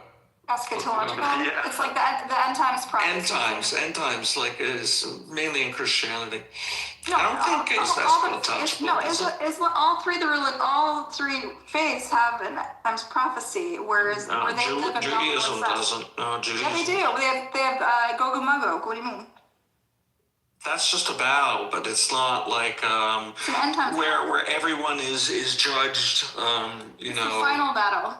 Yeah, but it's not the same. It's not in the same vein as Christianity's eschatological. What do you mean? They all have a great war where they survive and the other ones die. All of them have some sometimes prophecy with a great war and a messianic ending. Buttercup, you don't have a medal. What? You don't have a medal. Jacob has a medal. I know. I guess he knows better. I wonder if she's gonna fast. Are you gonna fast? If I get a green bean. No. I said the deal was you have to fast one day, and then I'll give you a green bean for one day. How are you gonna know? That's the deal. I mean, I have to trust you, right? So you're gonna have to swear to your mama or your papa, Okay. or swear on Judy or to Jacob. Okay. No, I don't think Jacob is connected like that. No. Do you believe in swears? I mean, can you swear to your mom or like promise to your mom or something? I don't have to do that because I just don't lie. Okay, you don't lie. Oh, you never lied in your life. Wait, are you Jewish? Yeah, I'm Jewish. Why? Is it hard to believe that Jews don't lie? I believe Buttercup. I believe you, Buttercup. But this was a question being asked. How do we verify you did fast for a day? I don't know. I guess you can't. There's no way to know. You're just gonna have to take my word and give me a green bean. You're dying to give me a green bean, Amir. You know. It's an offer on the table because it's gonna bring me some good deeds if you do it. She really wants a green bean. I don't, know, but Amir really I know wants she me does. to take a green bean. She doesn't want the green bean. She's Amir got a really wants me to have a wishy-washy green bean to piss off position. Obama. I don't know. Her position is very wishy-washy. So, Buttercup, are you gonna do it? Sure, I don't care. Yeah, you gonna fast tomorrow? Tomorrow's the weekend, Sunday. You just have to fast for one day, sunrise to sunset. No water, no drinking, no sex, no cursing while you're fasting. I have fasted before. Jews also fast. Yeah, but I'm talking about you can't have anything at all, not even cold, not even, Also, nothing. that's nada. how Jews also fast. They don't drink or eat. You gotta quit smoking, Buttercup. 25 hours, buddy. No bagels. None of this like 12-hour stuff. Yeah, the Jewish fasts are longer. It's not 12 hours, Jacob, by the way. Well, it depends on the time of the year. Yours moves throughout the year, so it could be shorter, could be longer. It's sunrise to sunset. I know. So in the winter months, it's shorter than in the summer months. Yeah. So Jewish fasts start the night before and then go to the following evening. Plus 1 hour. At the sundown. Nice. Plus 1 hour. Oh, okay. So wait, You can't eat anything while you're fasting, Jacob? You can't eat, drink anything? No. Well, I've got a medical exception, so. But before I got sick, I did it. And they do it from age 12. If you're a girl, 13, if a boy. Like what? We're not all girls, Buttercup. When do you fast? On Yom Kippur. And one day. Yom Kippur? Okay. There are other fast days throughout the year. But most people. Most Jews don't celebrate them. Hey, Jacob, I have a question for you. Yeah, sure. If I were to convert to Judaism, okay? Sorry, can't. I'm not a rabbi. I'm just kidding. Would it be part of my belief system? Would Zionism be part of my belief system? It's not part of the entrance exam. You know what I mean? I mean, is it something that I have to support as a Jew if I become Jewish? No. It depends on the school, David. So there's one brother on this app. He was going to become a rabbi. He said he's actually in Norway. I'll let you talk to him. So he was going to become a rabbi, a Jewish rabbi, whatever, and he apparently as opposed to non-Jewish rabbis. Yeah. He was going to become a rabbi. Yeah, I apologize. He's going to become a rabbi. It's like pita bread. Yeah, he's going to become a rabbi, and he was told from the school or church, the synagogue that he was at, he's going to have to endorse Israel. Okay, I'm just trying to understand the mentality. Yeah, I mean that in generally, technically, I don't think that's a requirement. Look, every based in can make their own rules, but I haven't heard of it as being a hard and fast rule. I don't know. Is it in the Torah? Is it anywhere? No. Because I'm not a rabbi, so I don't want to give you an answer. I'm not a rabbi. Okay, that's what I have to go back and look at. Yeah, ask a rabbi. I just wanted to clearly separate both, and not have it tied into any religious. You gotta know the laws. You gotta know the laws. You gotta know how to follow the laws. You gotta live within the community for a year, 2. There's a lot of learning required. You can ask Black Rabbi Davis. He charges I think $5,000 to $25,000. No, I don't want to hear him talk. He's here. Speaking of the devil, he's here. Oh my God! Every time I see him here, I run. Don't follow his path. You end up getting on all fours getting spanked. What's up with you? How you doing? He's always talking about his books and his publications and his teachings. Wow. Buttercup, have you engaged with Black Rabbi before? Do you like him? Unfortunately. He's single. He's looking for a future life. Oh, God. He's looking for 40. And he's 40, I think, or 41. He looks much older. He looks older, but he said he's claiming he's 40. And he's gonna run for president. He could be a first lady. And he's a rabbi. Amir, I thought he was looking for a Chinese woman. Didn't he like have a Chinese girlfriend? No, not this one. It's Leib. Leib. Who's looking for a Chinese woman?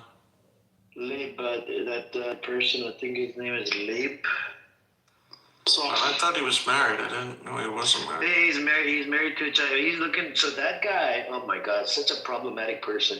He texted me a link of a nude Arab chick. He's like, look, you guys have the equivalent of lashon hara, so let's not. Like idle gossip. Yeah, no. Evil tongue, evil speech. Yaakov, in my religion, if something was said in public, it falls under permissible backbite, by the way. Interesting. So if it was done in public, so I have the right to talk about it. And plus, it's evil. I have to expose the evil. It's that's another one. So did your prophet do that? Like, did he do that? We have a hadith on this. So the Caliphate did it. We have a hadith. No, but did he personally do it? Is there any recorded? Did he personally do it? Yeah. There's a hadith on this. That's what I'm saying. Okay. Yeah, if there's something. No, you referenced the Caliphate. The school of jurisprudence. Yeah, the school of jurisprudence that I follow. It falls under permissible backbite. Okay. Yeah, and so because this is evil, he texted me a link that was a picture of a nude some Arab girl. I confronted him in this room in front of everybody. I'm like, what do you think I am? I'm a pimp? He goes, if you can find me a chick like that, I'll switch and I'll become pro-Pali. And he converted to Judaism about what was it? I think like 5 years ago or so, or 10 years ago. And he's pro-Israel. You'll come across him. His name is Lee, but he's very racist. He's like he's Black American, but he's very racist. What are the odds that he was joking? He wasn't joking. He's a real nutjob. I met him, right? He's like... You talked to him, right, Buttercup? You met him personally? No, on this app. He's really crazy. He's not like a normal... He's like even crazier than Black Rabbi. Really? Yeah. And then you have that other guy. So, Buttercup, now I have it from your own mouth that Black Rabbi is crazy. Okay, so I'm not the only one who thinks he's crazy. No, actually, that can be interpreted two different ways, Jindub. Which way? Black Rabbi is normal, and this other person is crazier, or a Black Rabbi is crazy, and this other guy is crazier, so he's also crazy. So it can be interpreted both ways. Well, Black Rabbi steals Ariel's wallet. Very technical. Put the link in the chat. What? No, it's English language. It's English language. Technically, you're right. It was ambiguous. Yeah. I have a question. You're right, Buttercup. And stealing. Oh, wait, Ariel's the crazy one, right? In other words, the They're guy all is crazy. crazy. Okay. What, Jindub? I said, in other words, the guy is fucking crazy, right? Yeah, it's easier to just put some more adjectives on it to make comparisons. Black Rabbi knows Ariel in real life. They know each other. Yeah, they knew each other from before. Like literally, Black Rabbi used to give him sort of like a massage to put a tie on or something at his school. He was running a unlicensed yeshiva, you know. Yeah, put the link in the chat. Check it out. Characters, I know, like they are real characters. They've had standoffs. They've had like real standoffs. Attila, check out the video. He stole Ariel's wallet, man. Black Rabbi. It's crazy. There's like video of it. A lot of people don't know there's real video of them too. Yeah. Cool. All right, I've been trying to ask this question. Buttercup, how long have you been anti-Zionist? I don't know. I was raised Zionist, and then in college, someone gave me a book by Benny Morris, and it made me realize that we only were told half the story, right? And then, so I learned the other half of the story. And then I made friends with Palestinians, and it dispelled some of the stereotypes we had about Palestinian people. I sent you invite them, Rose. Check your profile. How many Palestinians have you run into, or have you known besides Judy? In college, I went to college, a very diverse college in New York City with a lot of, maybe like a dozen Palestinians that I met. We had a Palestinian club. Really rich Palestinians at NYU or Columbia. No, it wasn't NYU. It was a CUNY school. It was a public, it was like a commuter school for working class people. Yeah, immigrants. Mostly immigrants. What year Around what years did you? That's where you got your I don't want to communism give away training. how old I am. No, I'm just curious. So Like, you have like a general. Don't let her. No, don't make her dox herself. She's not going to. First, it's like 2 decades, basically. 2 decades. So you've been anti-Zionist for basically 20 years. Basically. Okay. All right. Not That more. answers my question. I'm not gonna ask a bunch of personal questions because I know there's fucking weird people on this app. So. That's it. That's all I But it was an evolution, like it wasn't like an overnight thing. Like first I read Benny Morris, but I still was a little defensive, right? And then over time you learn, and then you see what Israel does over every subsequent war in Gaza. It was worse and worse and worse, and so it becomes harder and harder to be defensive of Israel, you know. And so it was a gradual. Can we ask him? It was like 2014. No, Emrose was raised anti-Zionist. I wasn't raised anti-Zionist. I don't think there was even a question of like, in American politics, people even really talking about Zionism prior to like mainstream talks, like prior to like 2014. And that's when I started kind of educating myself about what was going on in Israel and especially in the West Bank. The term anti-Zionist was not even a thing, even within radical like lefty culture. It was always Medinat Kol Ezracha, which I'm not sure how to translate. But it's in the past decade that the word anti became more and more important when you take that stand, right? Because it's not just about what you are for. It was also about trying to take a stand against something. Which is, like, I remember having that conversation with my dad. And for a very long time, I did not want to use the word anti. I used pro-Palestine Israel. I used pro-Zionism because it felt like it's going against something, against force. I'm for a one-state solution. But I think that the past 2 years have made it very, very clear that, like, you have to include the rejection of it and not just the advocating for something else, but you also have to actively reject it, which is a very big. Amrose, are you able to express your beliefs in public in Israel? Well, it depends on most places. No, I'll probably get beat up if I do. Like somebody will slap me or punch me or throw something at me. So I wouldn't take the risk of saying something like this in public in most places. Yeah, I would do that on your behalf, Emrose. I know you would, and I wouldn't let you because you'll get shot. I'll just get slapped. Yeah, when I'm suicidal, I guess. Are you trying to perpetuate stereotypes, Jim? Emrose, I'll fly over to protect you too. Oh, that's very sweet. Aww. I'm the last one who needs protection. And by the way, if anybody is serious about that, the more volunteers in the West Bank for protective presence, the better. You have no idea what is going on there. Jindeep does, but. What's crazy now is that it's all over social media. I mean, there's this guy. He's Israeli. I forget what his name is, but he's kind of a younger kid.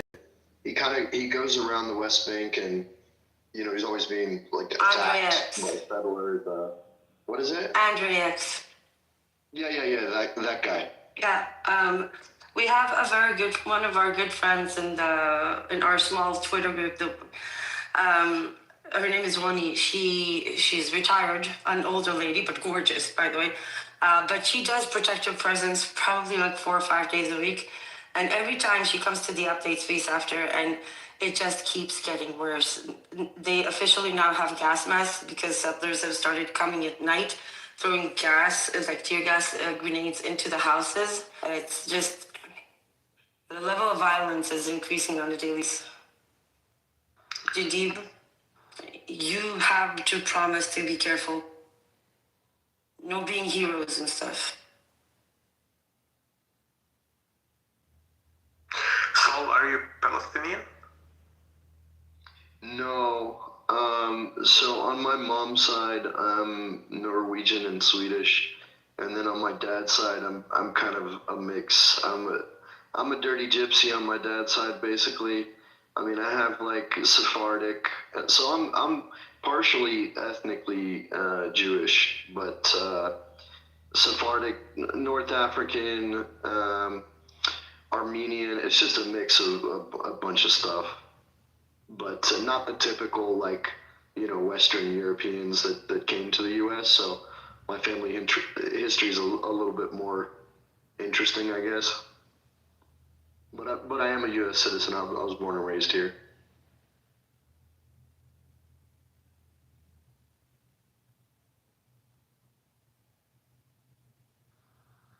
You like falafel? I like falafel. Okay, you pass. You do know falafel was Egyptian and Syrian.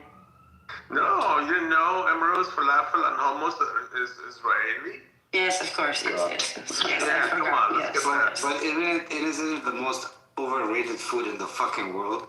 Falafel? Yeah. Jindib.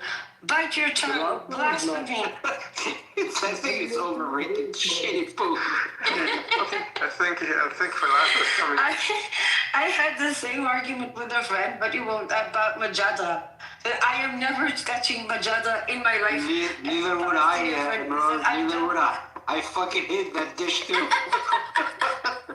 He said, my mom would make majada every day. I would come back, majada with this. I don't want to see majada. Yeah, I used to run away from home and my mother made that when I was a kid. Like, I don't want to eat that. See, so we stole it. Why are you complaining? Baba ganoush is better. Sorry? So much. Baba ganoush is better. No. We have.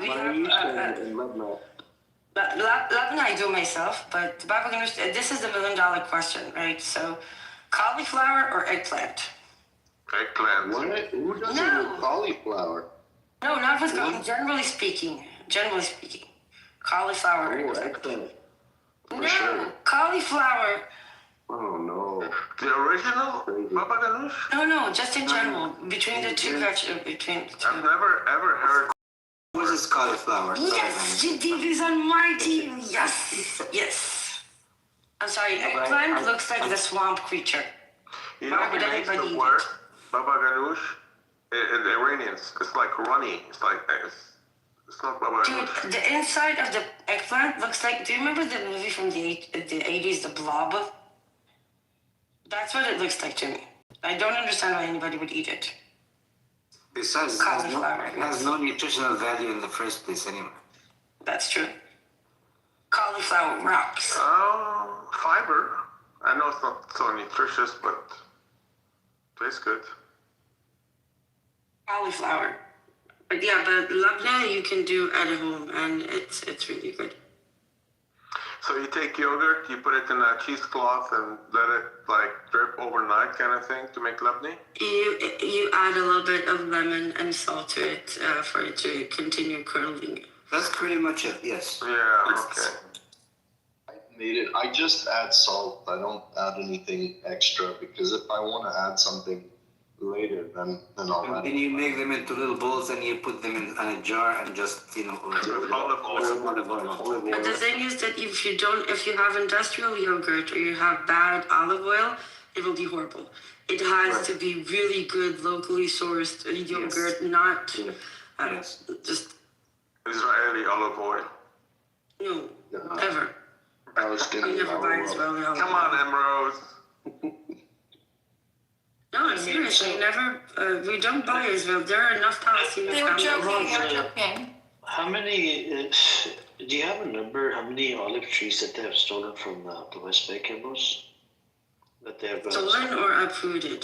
The past 2 years. Took it out and then took it inside Israel and then planted it. The past year is about a little bit over 2,000, I think. And please take into account each tree is worth somewhere between 20,000 shekels and 50,000 shekels. So let's say between $8,000 and $15,000. Olive trees are extremely expensive because it takes a long time for them to grow to a point where they yield actual fruit every year. Uprooting an acre of olive trees can amount to a loss of hundreds of thousands of dollars. Correct, I agree.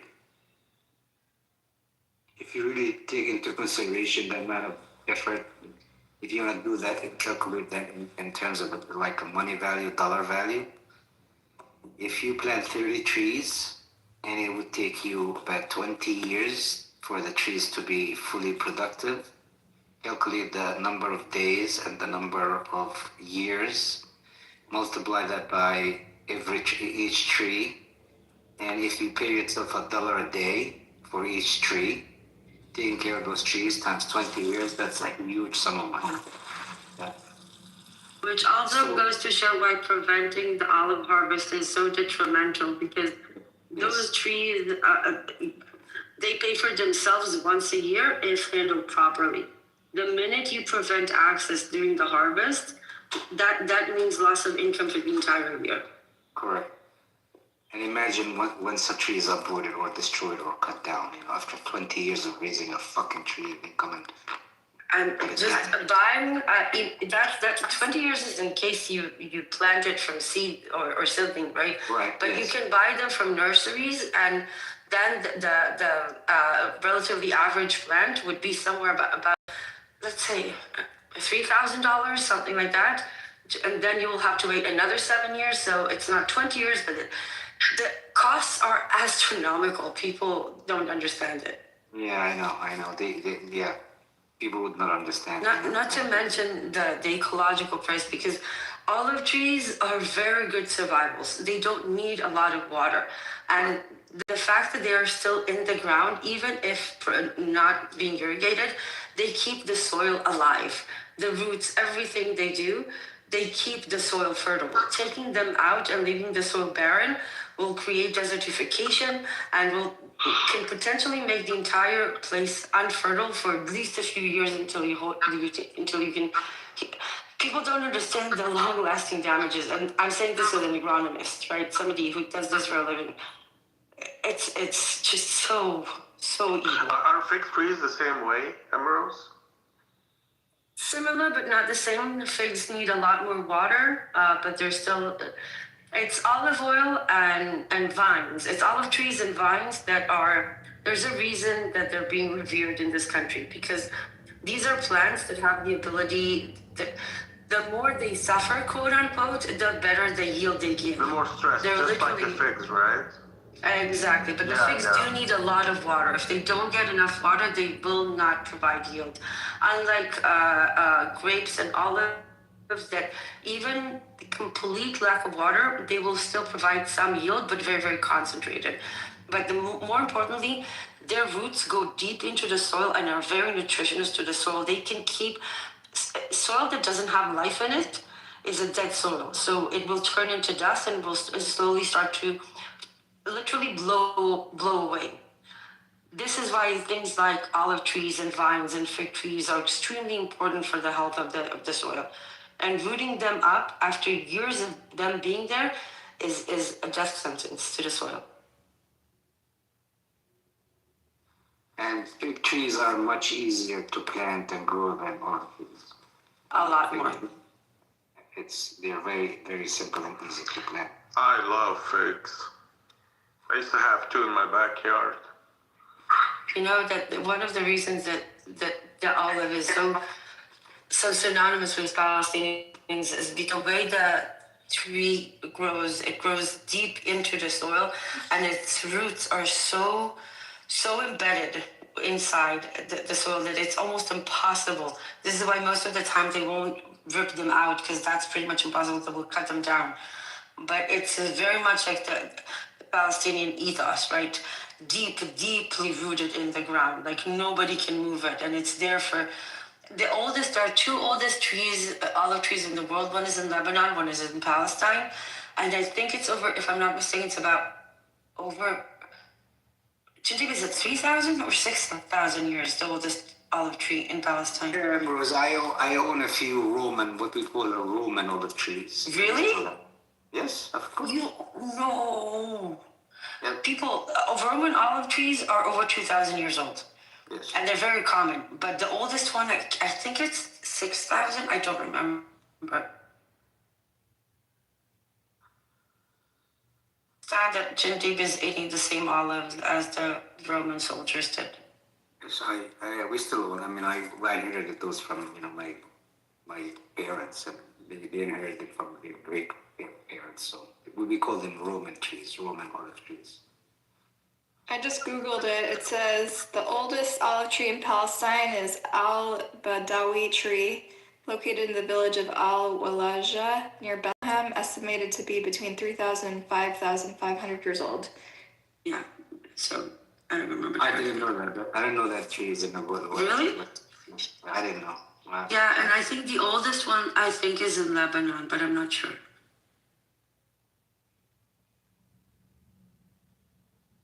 That's crazy. What other trees last that long? Redwoods? What other trees last thousands of years old? To this extent, only sequoias and very, very durable trees. Those trees not all trees have the ability for vegetative regeneration the way that olive trees do or the way that sequoias do. Willows have the same properties to some extent, but in this specific case, olive trees and vines are very unique. Very, very unique. You can say that pomegranate trees have the same similar attributes sometimes, but nothing compares to, think about, okay, let's take an example. If you think about Greek islands, they're not exactly, you don't see a lot of vegetation around there because the soil might not be desert soil, but it's very rocky. And when a soil is very rocky, that means that water cannot be retained within it. But the olive tree, because it goes with the really, really deep inside, it can get, I don't know the words in English, like little droplets of water. How would you call them? Irrigated? Like moisture. No, it's like moisture that's being kept between literally it's like the slates of the minerals of the particles that the soil is made of. So if your soil would be, let's say, silt for the most part, then between the particles of the silt that are built from like plates of minerals, you will have hidden water molecules. Some plants have the ability to extract that moisture from a very, very seemingly dry ground. Olive trees are one of those. Yeah, and the roots of the olive tree retain whatever moisture. If you ever looked into, if you ever dug an olive tree root, you can see the moisture within the root itself. The olive tree secretes a lot of carbon fixating agents. So everything around the root of the olive tree becomes extremely vital, alive soil with a lot of bacteria and fungi and other forms of life, which they in turn secrete a lot of nutrients into the soil. So it's a whole ecosystem that is based around the roots of the olive trees. You take that away, the whole thing falls apart. Guys, let me just say that it is so refreshing and beautiful to hear you guys talk about something other than Zionism and Judaism. It's so nice. There's a saying, and especially Palestinians, the West Bank say it, and it was kind of picked up. If you live between the river and the sea and you don't respect the olive tree, you don't belong here.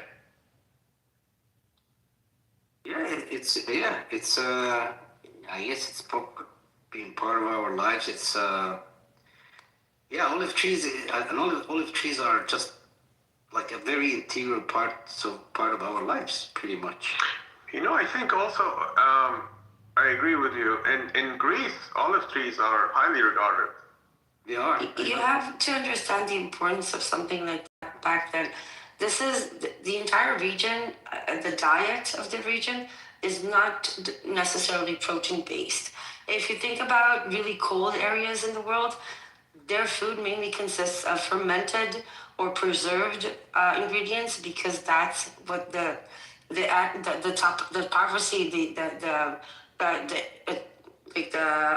weather allowed it. In Palestine, and the Levant region, even all the way to Greece and the Balkans, the olive oil was essential for preservation. Essential. Everything you made, you could preserve using olive oil. Olive oil was the source of nutrition. Even when you had almost nothing left, the level of nutrition and fat and healthy calories you can get from an olive is insane. There's a reason this thing became integral to the sustaining of human lives in this region. It's never a coincidence. And people learned to recognize those plants or those phenomenons and sacrifice and how do you say? Buttercup is not here. To make something sacred or holy, like this is the one thing that always sanctify. Thank you. This is why it's such a symbol. Which, by the way, most of you know, goes all the way to the Bible. Olive trees are mentioned in the Bible as an important part of this land. They still make soap out of olive oil. You can make a lot of things out of olive oil. Yes, we do. There's a very famous soap factory in the West Bank, right? I think it's still working. I don't know. It's still working. It's still working, yeah. I went on Amazon trying to find one, and there's actually one that says Palestinian olive oil soap. Actually, we still make it at home. I mean, we literally make it at home. We still do that for our own consumption. I think most of us that are awake, we don't buy our olive oil in the groceries. We all have a Palestinian friend that we buy it from.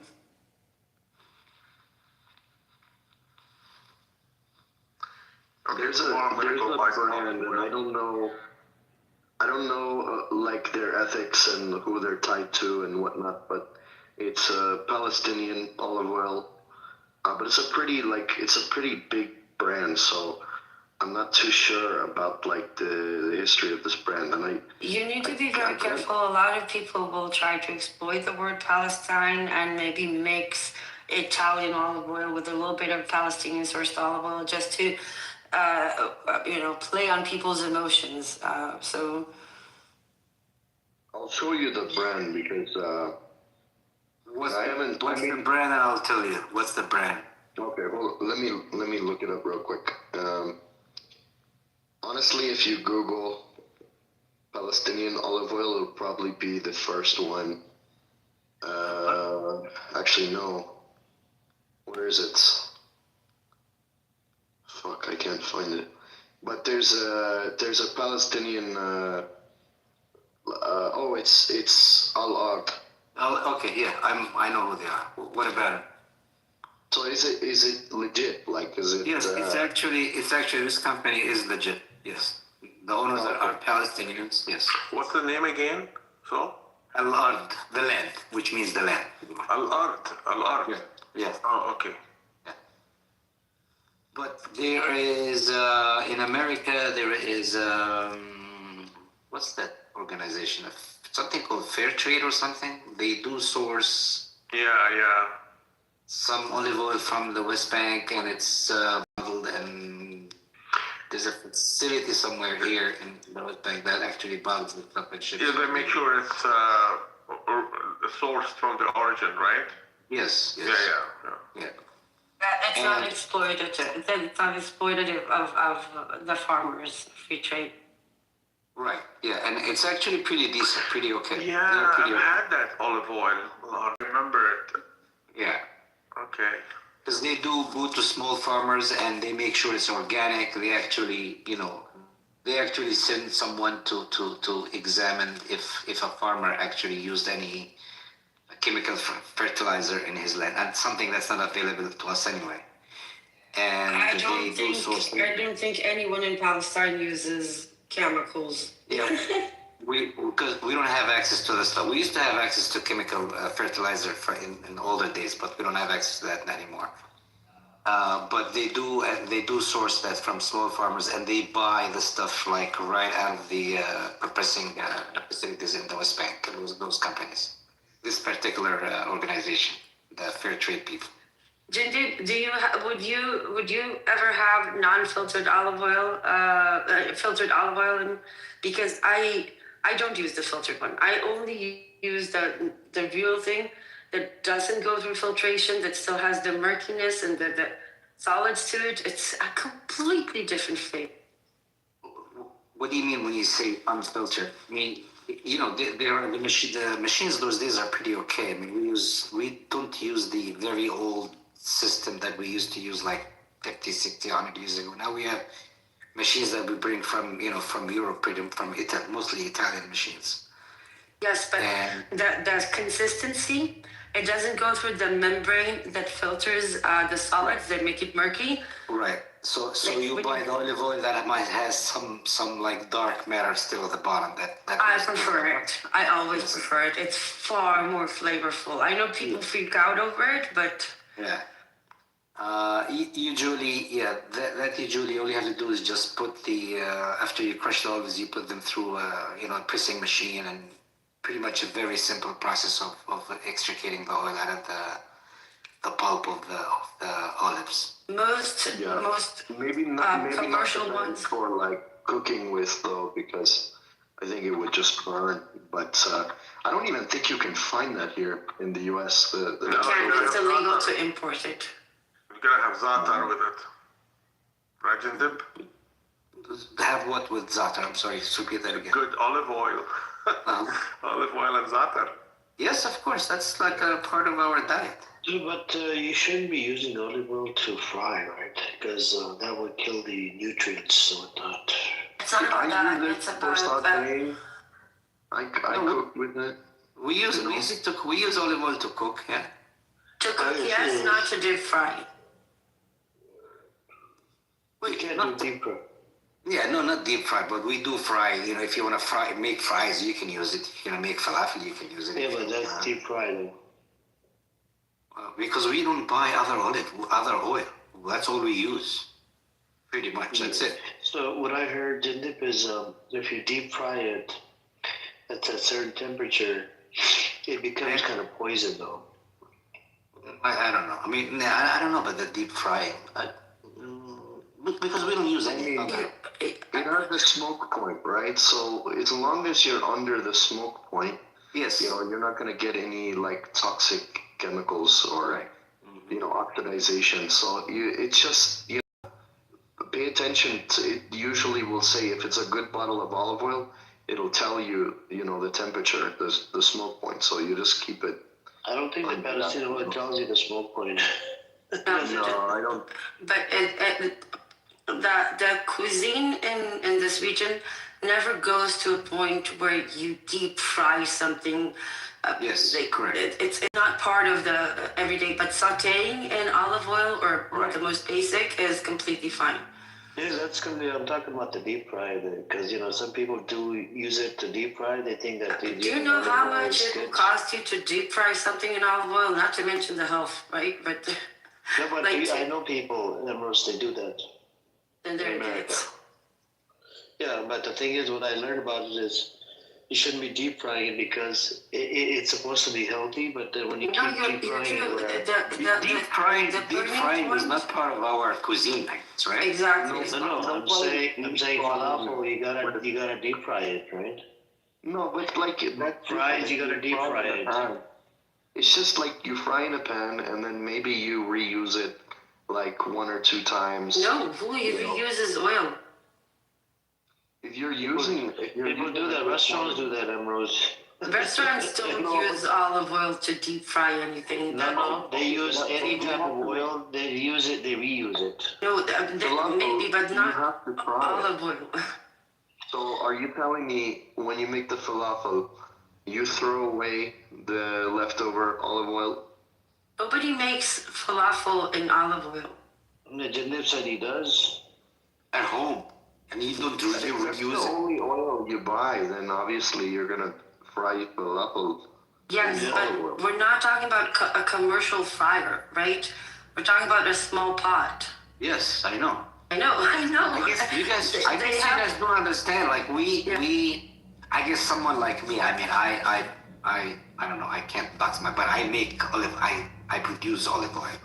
And, you know, it's decent quantities, so. And it's something I've done, you know, all my entire life. So we don't store olive oil. We store olive oil in big barrels, in barrels. It's not like some bottles or stuff like that. So we have constant supply of olive oil. So. Again, don't forget the olive oil that Jindeep is using is not overly processed. So the burning point for that specific molecule is higher than what you would get in commercial olives. Right. So if I wanna make some potato fries, I'm not gonna go buy oil to fry potatoes or to saute potatoes. It's not frying. We just saute. No, saute is different than frying. Yeah. Deep frying, what I heard Jim did, and what I learned, you could Google this, right? Even though it's good, it's healthy, whatever, like the olive oil, but when you deep fry it, it kills that good stuff in there, and it becomes like poison. You see what I'm saying? And that's what I learned about it. Whether you do it in a small pan or a big pan, what did you say? You know what oxidization is, right? So it's the same thing. Like the oil goes rancid. You have like The thing, okay, different. Do you know the terms omega-3, omega-6, all those things, right? So, but they represent the location on the molecule of the double connection between two atoms, right? So it's a double connection. If anybody remembers chemistry, it will be a two-line connection between the molecules instead of one. The location of that changes the properties of the molecule. Certain oils, olive, like avocado, like coconut oil, the location of that double connection would be placed in a way that would make it a lot more susceptible to and a lot more easy to burn. However, if you look at vegetable oils, the location of the structure of that molecule, even though it's an oil molecule, a fat molecule, will be placed in a way that would make it a lot more sturdier for an exposure to high temperatures. The high temperatures that we're talking about, like deep frying, and that almost doesn't exist in Palestinian cuisine. Even if you talk about falafel, you think about the commercial way falafel is done, which is not what traditionally you would see at home or in the region. So you have to separate the two. And yes, Amir, you're right. Certain olives, like olive oil, like avocado, like coconut, should not be heated to the point of starting to smoke, because the way that molecule breaks down does create a molecule with an exposed end that is a free radical, which makes it carcinogenic to some extent. But it doesn't happen in Palestinian cuisine because no dish goes to that extent, and usually, by the way, you won't see deep fried or high temperature food in the region. You will most of the places that invented deep frying or extremely high temperature, extremely spicy foods would be tropical locations where food had a tendency to spoil a lot faster. So they would have to take actions in order to kill whatever grew there. So deep fry, extremely spicy food like India, places like that, it always resulted for health reasons. Palestine doesn't have the same humidity in the air, the same conditions that allow food to spoil so quickly. They did need to preserve things, hence the olive oil, but it's not, I think, what you envision. It's different. Yeah, I think the whole concept of deep frying is not part of our cuisine, period. The whole Fertile Crescent is a lot more known for fresh food and very little preserved food. The preserved food that you will see here are things like olive or at best maybe a yogurt stone, but this is why they say the Mediterranean diet is like the ultimate diet, right? A lot of fat, a lot of healthy fats like olive oil, like fish, a lot of fresh vegetable. You will never see a Palestinian table that doesn't have fresh vegetables on it. Never. It's impossible. No matter what you eat, you would have a plate with tomatoes, green onions, but there will always be fresh vegetables on the table. Otherwise, people simply won't eat. It becomes, right, Jadid? It's just impossible to eat without a fresh ingredient next to you. It's just the basics, pretty much the basic stuff. It's just basic healthy stuff. I think if you notice the diet of a farmer in Palestine, it just like you said, it consists of all those basic elements. Like you said, there's the basic fresh vegetables, and then you have the dairy part. And the dairy, the labna is fermented for a reason, because once it's fermented, it can't go it can spoil. Right. So, and you have the bread, the olive oil, and the vegetables, and the dairy, and the protein part, which is usually eggs and so on. That's it. So it's pretty basic stuff. But even when it comes to protein, there's no culture of like preserved meat or salted fish, right? It's always fresh. Yeah, correct. Which is not something like, if you go a little bit more to hotter places, then you won't see it. If you go to colder places, then you will see things like preserved meat, preserved fish. But here, the two things that you do preserve are preserved in a very natural way: oil or very basic fermentation like labneh. Right. And it's not just Palestine. The whole Levant, even all the way to the Balkans, is very similar. Right. You like shakshuka? I like shakshuka.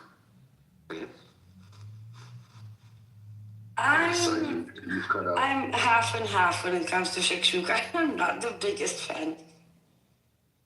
What's I forget what it's called. Like it's like an Israeli hot sauce. It's got like green peppers and herbs and stuff. Shuk or something. Slug. Yeah, that's not Israeli. That's Yemenite. Oh, okay. That makes sense. Well, the Israeli people, they like to claim things. Yeah, we stole everything. No, my Yemenite grandma made the most insane slug, and my dad is like hardcore. He's Austrian, like Ashkenazi all the way. So when he first started dating my mom, it was like he had to build the stamina, but by the time that like I remember myself as an older kid, he would put it on everything. My grandma would send jars of it a week, and everything. He would eat an omelet, he would put it on everything. What are the ingredients of the scoot? Parsley, olive oil, garlic, green hot peppers. Okay. And that's the green version. You have the red version, which I like less, but the green version, it smells like parsley, garlic, and the peppers. The green hot pepper. Yeah, that sounds very, very good. Sounds like really good stuff. That's Yemenite. Yemenites are a really good cook. They have really good food. Yes, they do. They certainly do. Like except for khilbe. Never eat khilbe. Whoever invented khilbe and amba, fuck you. Maybe you'll be cursed till the end of your days. What is that? Jesus Christ, that shit stinks to holy hell. What do you call halbe in English? What is it? I have no idea. I think I tried to find out once and we couldn't figure it out. Like, I only know it's khilbe. Yeah, it's a very strange thing. You think about Ashkenazi food. Oh, it's not Ashkenazi food. No, there is Ashkenazi food and it's horrible. Ashkenazi is like, it's like all the Eastern European Jewish food, Yeah.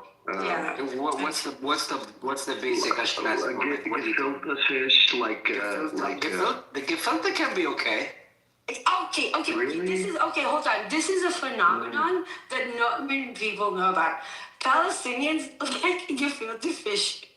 I swear to God, I used to work in import and export, and Palestinians actually import gefilte fish on a regular basis. For some reason, they developed a taste for it. I'm sorry, Jandeep, it's true. I don't know what the hell is wrong with you people, but for some reason you've decided gefilte fish is something edible. It is actually, it can be okay. Just looking at it. Okay, to be clear, we're talking about a fish patty, a patty made out of fish that is slightly sweet, has a gelatinous thing and a carrot on top. It's, oh dear God. Okay, what's the other fish besides the gefilte fish? The one that is pickled. What is that? Herring. Pickled herring? I don't know what they call it. But that's more Eastern European than the gefilte fish is like hardcore Jewish Ashkenazi, and it's fucking gross. Who did I know in my lifetime who used to do the what is it called? The salmon fish, or what is estrogen thing? What is it called? Lux, like the Yeah, that Yeah. kind of stuff. Yeah. yeah. That's also Eastern European. Yeah, but Lox is incredible. think about Oh my it. God. That's nothing can be good stuff. further. Yeah, but nothing can be further from Palestine. See, this is what makes me fun. It makes me laugh, right? There was no salmons in Palestine. None, of course, yeah. None. There will never be a salmon here. None, of course. But yeah, I don't know. Personally, I don't like gefilte fish. I don't like lox. If I had olive oil, tomato, and cheese, olive oil, tomato, cheese, bread, I'm good for the rest of my life. Like I don't need a lot more than that. Rose, are you sure you're not Palestinian? I grew up here. You know, it's the same. It's Yeah, what you just described. You know, the bread, the tomato, the olive oil, the cheese. That's pretty much Is it true that it's illegal to get a DNA test in Israel? No, I can send you my DNA test if you want. No, I was just wondering. I keep hearing that it's illegal. People say it's illegal. It's not. It really is not. Some things people make up, which I don't understand. But the thing is, there's enough bad shit without people having to make up some. Just use what you have.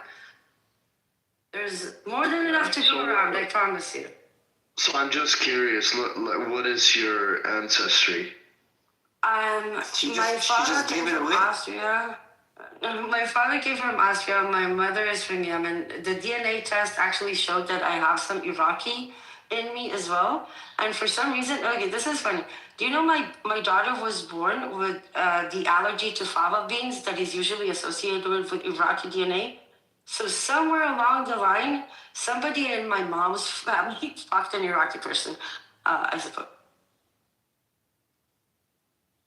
But I'm half and half. There's such a thing as allergic to fava beans in Iraq. Is that the deal? It's a genetic mutation, so they cannot. Yeah, it's like really common in only Iraqi DNA, and so you see it a lot in Jewish babies born today from Iraqi descent, and somehow, and they always test it in Israel, right? Because just to be sure, somehow my daughter was born with it, and you have to understand, my daughter looks like a kid from the Hitler Jugend. She has total blonde hair, perfectly blue eyes, but somehow she was born with the Iraqi gene that is allergic to fava beans. I don't get it. Genetics are fine. It's funny because fava beans are actually not popular in Iraq, right? They're not. Yeah, I don't know how. It's just a thing. You don't know. Interesting. I like the dried ones. In Egypt, they call them ful. Yeah, we call them ful too. Ful madame. Yeah, it's so good. Oh my god. And then, some people mix the hummus and the ful together. Hummus ful is very Egyptian. Hummus ful is like a classic Egyptian breakfast. Yeah, it is. Yeah.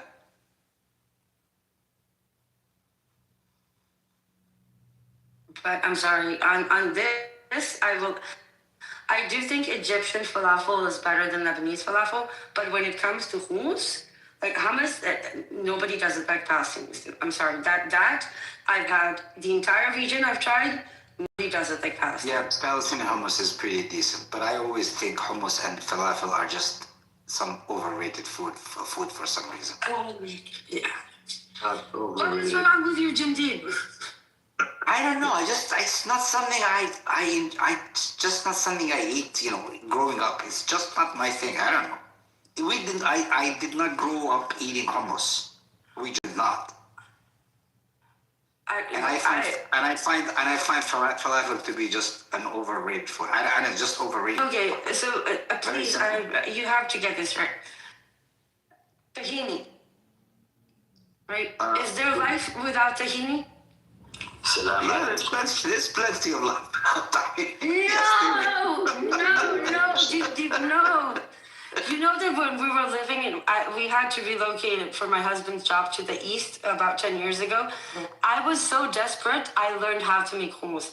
Didn't for a whole month, I tried to do it until I got it right. Like, I was so desperate, so fucking desperate. But it's the simplest of things. Isn't it like a couple of ingredients and that's it? The technique, I agree I'm with sorry, you. Making it's good hummus is not easy at all.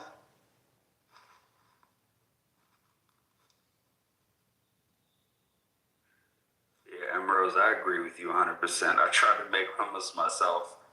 Does not taste the way that I wanted it to, so I agree with you. No, I did a lot of experiments until I got a good one, but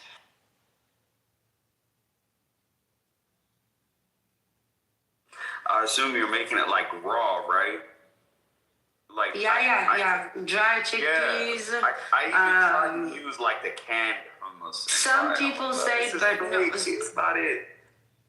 So the secret is to add a teaspoon of baking soda for some reason while you leave it in water overnight. If you add a teaspoon of baking soda, then it will peel on its own and it will take away some of the bitterness that you get if you don't soak it overnight.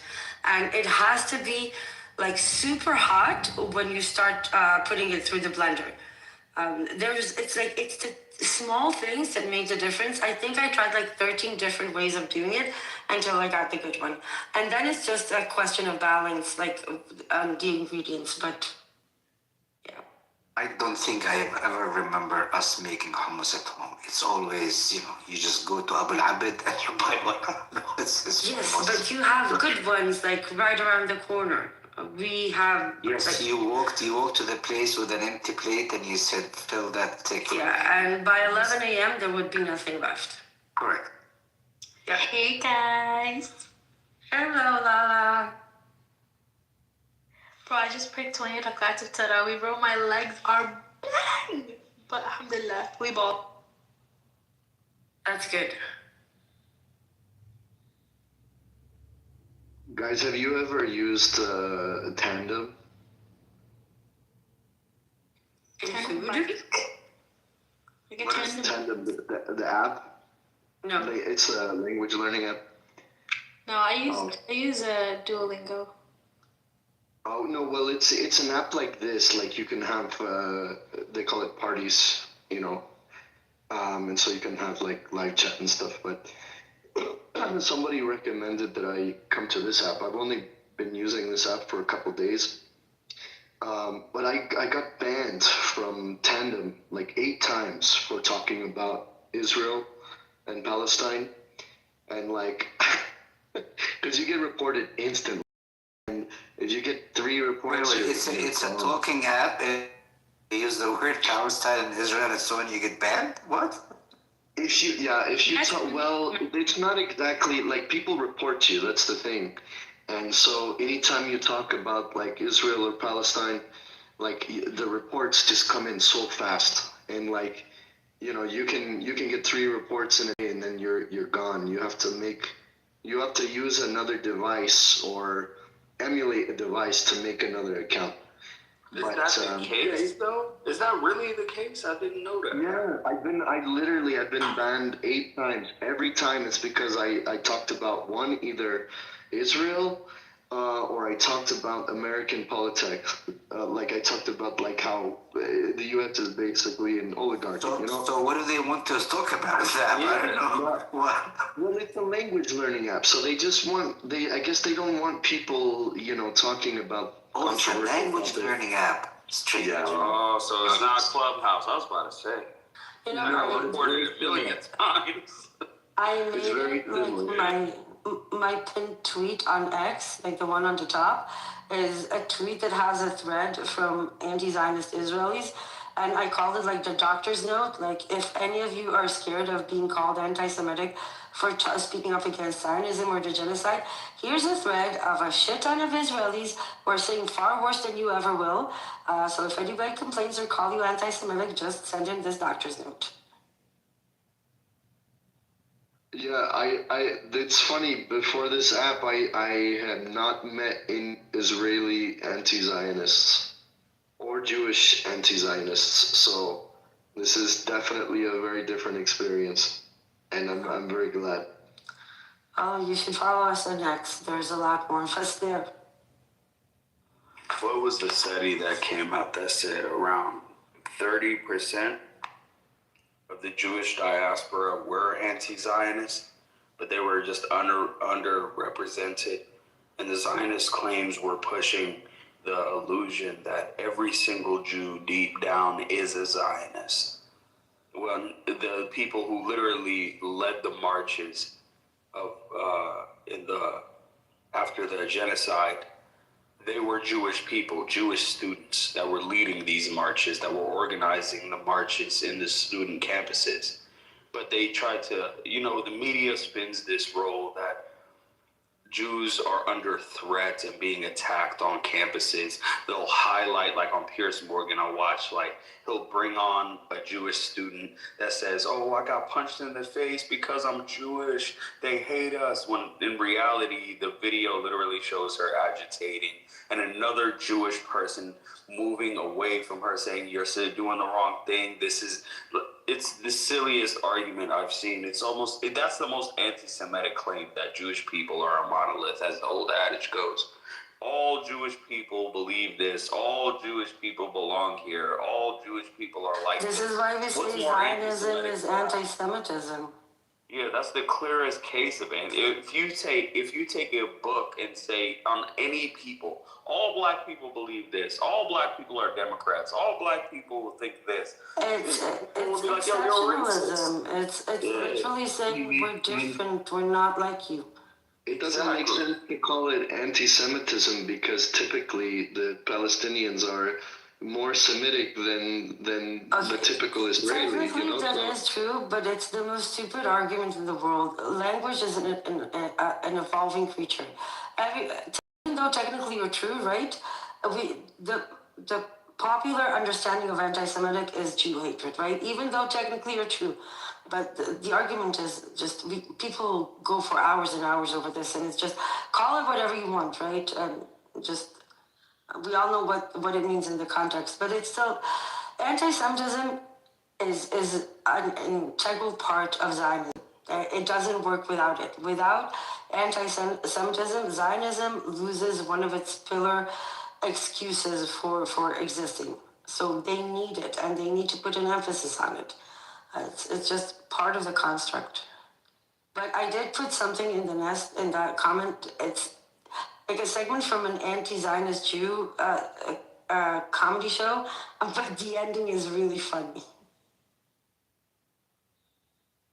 I don't know if I can open links from here, or I guess I have to copy it. X post.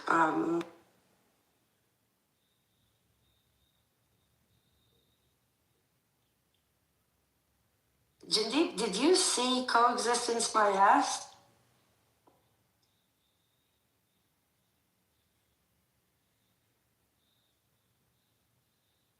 I don't know if he's here. There's an anti-Zionist Israeli named Noam Schuster. She became like really famous online when she started doing like mocking segments in Arabic about Israel, and she even had like a satire song about the UAE and Dubai when the Abraham Accords happened. She grew up in a very special place in Israel that was supposed to be a unique model for what a one state would look like, and she has this documentary that is now available for free streaming, but it's only available between Palestine and Israel, like within Palestine and Israel, and it's called Coexistence My Ass. And she is so on spot on everything. I love her, man. She's amazing. Emerald. She is amazing. She is really amazing. If you can watch it, if like maybe people can watch it via VPN, but it's so accurate. I'd love to see it. If you guys can send me a link, that'd be great. Yeah, put it in the chat. Yada, is that rumor in your profile picture? Oh, nah, I created that image through AI. Oh shit! Do you know who Rumor is? Nah, but he's dope if he's doing anything like that. What is it? Like, is he an artist? He's a rapper. He kind of like came around like 2020, and then just kind of disappeared. Yeah, I'll send you I'll put a YouTube link in the chat.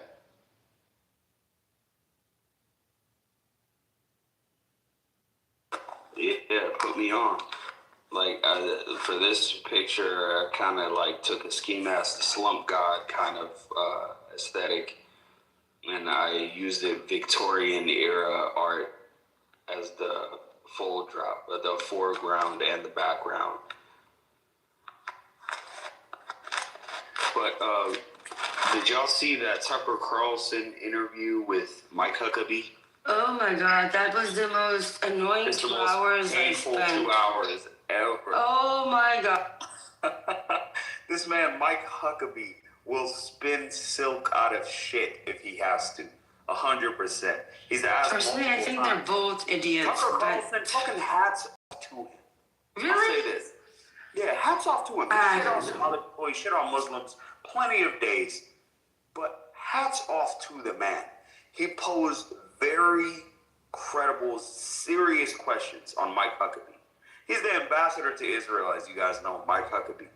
He sat right in his face. He said, look, dude, he said Israel's harboring pedophiles. He said Alexander something, some kind of Slavic name, Prokovich or some shit like that. He was the guy caught last year in Las Vegas trying to have sex with 15-year-old girls and 14-year-old girls. He was arrested in a sting operation. And through that sting operation, he managed to just get on a flight, go back to Israel, as happened multiple times. Do you know why people shouldn't bring up that argument? Why is that? Do you know who Scott Ritter is? Yeah, I know. Do you know what his past is? Scott Ritter? Yeah. I mean, Scott Ritter, he has those same allegations too. Twice. Twice he was caught. He was He's twice been raided caught. by the FBI recently. So I'm saying, all I'm saying, idiotic, shitty, evil, bad people exist everywhere. No, 100%. Don't take one I'm case saying and your make it. personal Don't take views. one case and. No, Don't take 100%. one case and make it out an example because you derail your own credibility. No. But listen, Scott Ritter isn't being shielded 100% by the government. He's been raided by the FBI multiple times. The Israeli government isn't raiding this Alexandra guy's house. He's escaping his ultimate doom as being caught as a pedophile. To be honest, that is the least important part. That is the least important part. That is the least important part of that entire interview. Like, if anything was a waste of time, was that. It's much more relevant to mention that Mike Huckabee thinks that Jews have a divine right to everything between the Euphrates and the Nile, right? According to him, if Iraq attacks Israel and Israel somehow manages to conquer Iraq, they get to keep it because the Bible says so. The amount of insane shit that he said there is far more concerning than that anecdotal case that he spent 20 minutes on. No, 100%. I agree with you. I wasn't even going to get into that yet. I wanted to start small. I was like, just because he said this incredible. I mean, let's be real. Did you expect any different from Mike Huckabee? I didn't. That was the least thing that I expected him to, like the smallest hill I expected. But do we need to... Like, I knew he was going to say Israel has the right to it. I knew he was going to say that. But at least I thought he was going to get to a place where, like, oh, hell no. As a U.S. official, just go into his banter and say, yeah, this Alexandra guy, he needs to be brought back to the United States and prosecuted for his crimes. And I think you see that. I expected him to at least put that forward, but he wouldn't even talk about the Israeli government in a way that they're harboring an actual pedophile. which they've done multiple times, of course. That you can actually claim is like being diplomatic, which is one thing. But the things that he did give himself liberty to say that were anything but a diplomatic or representative of the U.S. government, I assume, or I hope, that is what's important, right? The things that he did allow himself to say that are extremely, because he did, when it came to the whole guy and thing, he gave very diplomatic, technical answers. It's the things that he said that are anything but that are insane. And we need to understand that this is somebody that directly appointed by the president of the U.S. He knew who he was putting here, right? It's a very specific choice to put that person as the ambassador here. And that says a hell of a lot. No, it's always been a choice. I mean, the ambassador to Israel has always been an evangelical Christian. Not like this. Not like this. No, this is... If like we thought really, Friedman was like extreme, this is a whole different level. Let's ask yourself, truly, does it matter, truly? Yes, I think it does. I really think it does. Always been. The U.S. I don't think it's a surprise at all whatsoever.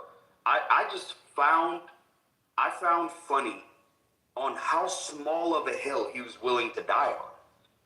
It would have been easy as a U.S. government official for him to be like, oh yeah, I believe in Israel. If they take over Iraq, they took over Iraq. Which is exactly why it's so outrageous. Because 10 years ago, if a U.S. official would say Israel has the right, the divine right to the land between the Euphrates and the Nile, maybe give some disclaimer, not in modern times, blah, blah, blah, blah. There will be like condemnation or clarification from official spokespeople within half an hour, right? The fact that nobody from the administration came out and said, look, that's his personal belief, he doesn't represent the U.S. in any shape or form, blah, blah, blah, blah. The fact that they didn't address it. What's surprising about this, we know who's in office. We know this man that's in office, that's the head of the executive body of the United States government, has taken hundreds of millions of dollars of Adelson money. He's a wall-kissing cunt, just like Biden was, just like Obama was before him, and just like Bush was. But didn't you find his statements to be the most unhinged, fucking diabolical, crazy shit? No, I think it's good. For an ambassador, it is good. Like Amber said, if this thing was uttered 10 years ago, the ambassador had been recalled. It's good for him to have said that instead of dance around it like every other politician would have. He just came out and said it. And what happened? What happened?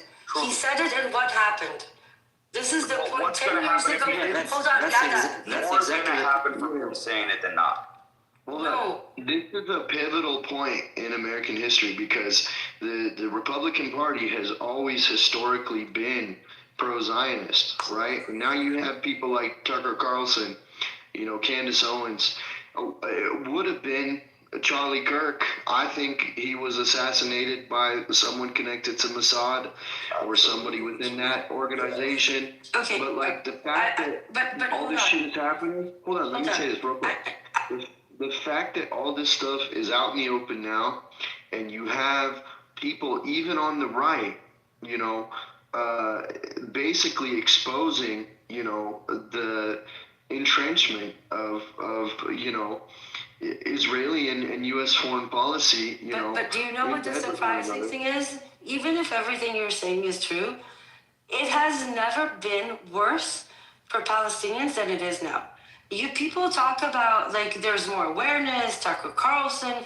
While you're talking about that, the entire West Bank is about to go through extreme ethnical cleanse. It's already started a year ago in like slow motion, but it's amplifying day by day. And the entire Jordan Valley, the Negev Desert, East Jerusalem, not to mention Gaza. I don't care how much awareness there is.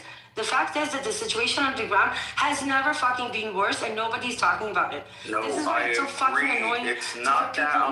People talk about this anecdotal case or the other, or how Gen Z is far more Respectfully, fuck your awareness because the situation has never fucking been worse. Ever. Look. Ever. So Let's while be the real. pro-Palestinian community is patting itself on the back, I agree with you. The suffering on the ground has never been this bad, and no one wants to see the Palestinian people suffer. That's not the case. You're making the conclusion that I'm saying it's a good thing they're exposing themselves in this way, as if, if they can expose themselves in this way, I'm saying that by the time it's going to be, by the time enough people. That's not the claim I'm making. Real quick, and Rose, real quick.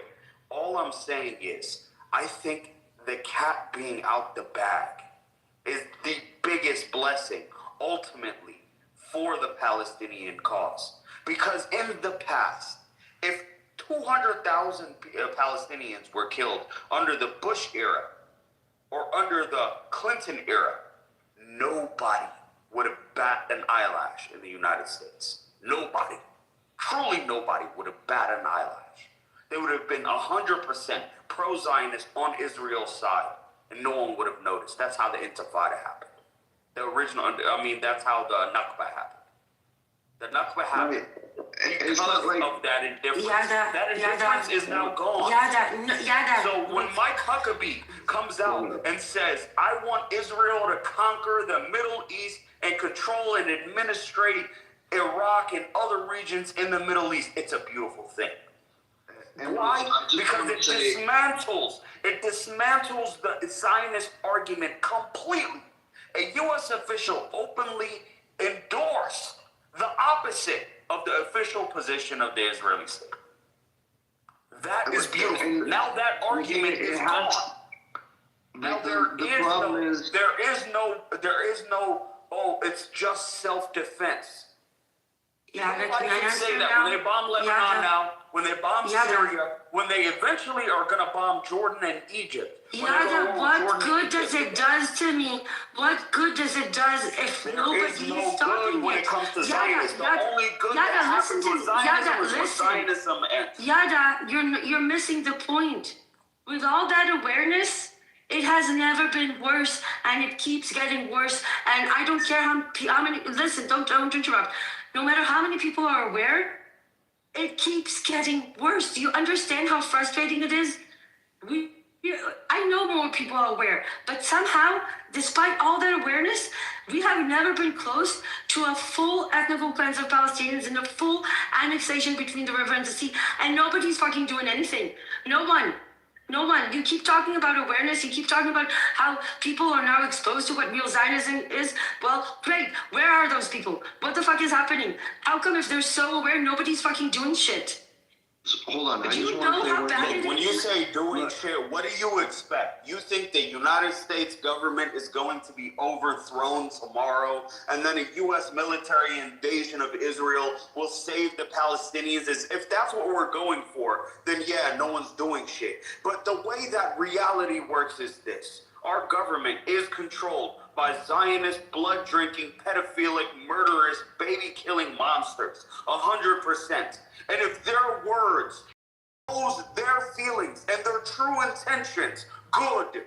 Because the Gen Z that we're saying, so who cares if these kids, these college students can see Zionism for what it is?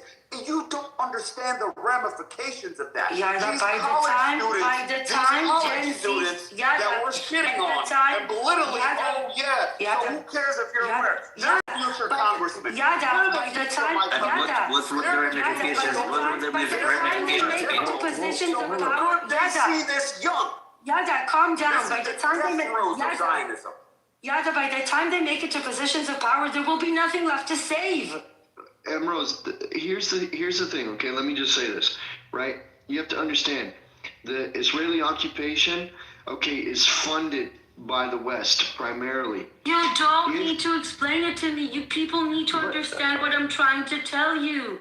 We can't make magic happen overnight. We can't stop the occupation overnight. But the thing is, this is what needs to happen. This is the only way for those funds to dry up, for the IDF to no longer have foreign support, right? This is that turning point. So Unfortunately, I agree with you. All I'm saying, what I'm trying to explain, by the time these people make it to positions of power, there will be nothing left to save. Understand how bad it is. I don't know how. I'm not sure what I'm doing wrong in communicating this, but this is nothing. We've never seen this before. What they're doing right now, with zero pushback from anyone, is unprecedented. And it's a reality. And Don't like, say zero. Again, that's what I'm trifling with. The argument that there's zero pushback. Let's be real with ourselves. There are 5 million Palestinians in the West Bank.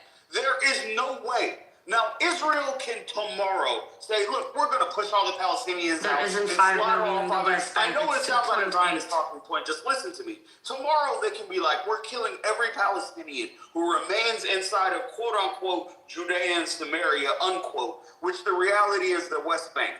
They can say that tomorrow, but if they do, their political standing is completely gone. They've declared war on Jordan, who already is the second most water-poor nation on the planet, who will go to war and whose people will rise up in destruction of their monarchy that is holding the line. The Egyptians are walking on a knife's edge, trying to keep their people in line with them because of the extreme unrest on their southern border in the Sinai Peninsula. After a while, yes, Palestinians have suffered greatly, needlessly, through these murderous Zionist fucking rat animals. I agree with you. But you're acting like Palestinians are going to vanish off the face of the earth in 2 to 3 years' time, and Judea and Samaria, quote unquote, or the West Bank, quote unquote, whatever you want to call it, is eventually going to be 100% Israeli, and the world's going to just shrug their shoulders and say, look, it is what it is. There's no such thing as a Palestinian anymore. No, my point is, eventually, there will be that cord that snaps. The Epstein files is a fucking crack in the shield of Israelis. The statements by Mike Huckabee on Tucker Carlson is a crack. That crack's starting to show. Eventually, the entire structure, that thing that's been so solid over the centuries, you know what I found out the yesterday? exceptionalism of Israelis, You know what I gone. found? Do you know what I found out yesterday? Now the Israelis are enemies. Now the American and Western society. Yada, you have to let other people talk. Yada. See them as enemies. Yada, you have to let other people talk. Indeed has been trying for like 10 minutes. I was asking, he talked of the ramifications of the statements coming out of the nut job Mike Huckabee's mouth. What are the ramifications? What ramifications are there? Where is, like Ambrose said, did anyone say anything about it? Absolutely. Look. You're looking for the elite structure to be like, oh my God, Mike Huckabee's crazy for believing this. Look, the elite, they're walking a line. They're toe and toe. They're all Zionists. We know this. I'm not looking for Pierce Morgan to come out tomorrow and say, oh my God, Mike Huckabee, clearly I've had him on my show multiple times. You're insane for saying. He literally had, what's that lady that got nominated for the Nobel Peace Prize that's trying to conquer all of Gaza? She sat on his show in front of Pierce Morgan and told him, we want to conquer all the land from the Nile to the Euphrates. That's all Israeli land. She said it to Pierce Morgan. I'm not looking for an elite to yell. You guys are looking for some politician or some public figure to come out and say, Mike Huckabee, you're wrong, it's evil. I'm not looking for that. I don't give a fuck about But Ambrose's argument is, it would be too late. It would be too late to save anything. When is it going to be too late? Hold up.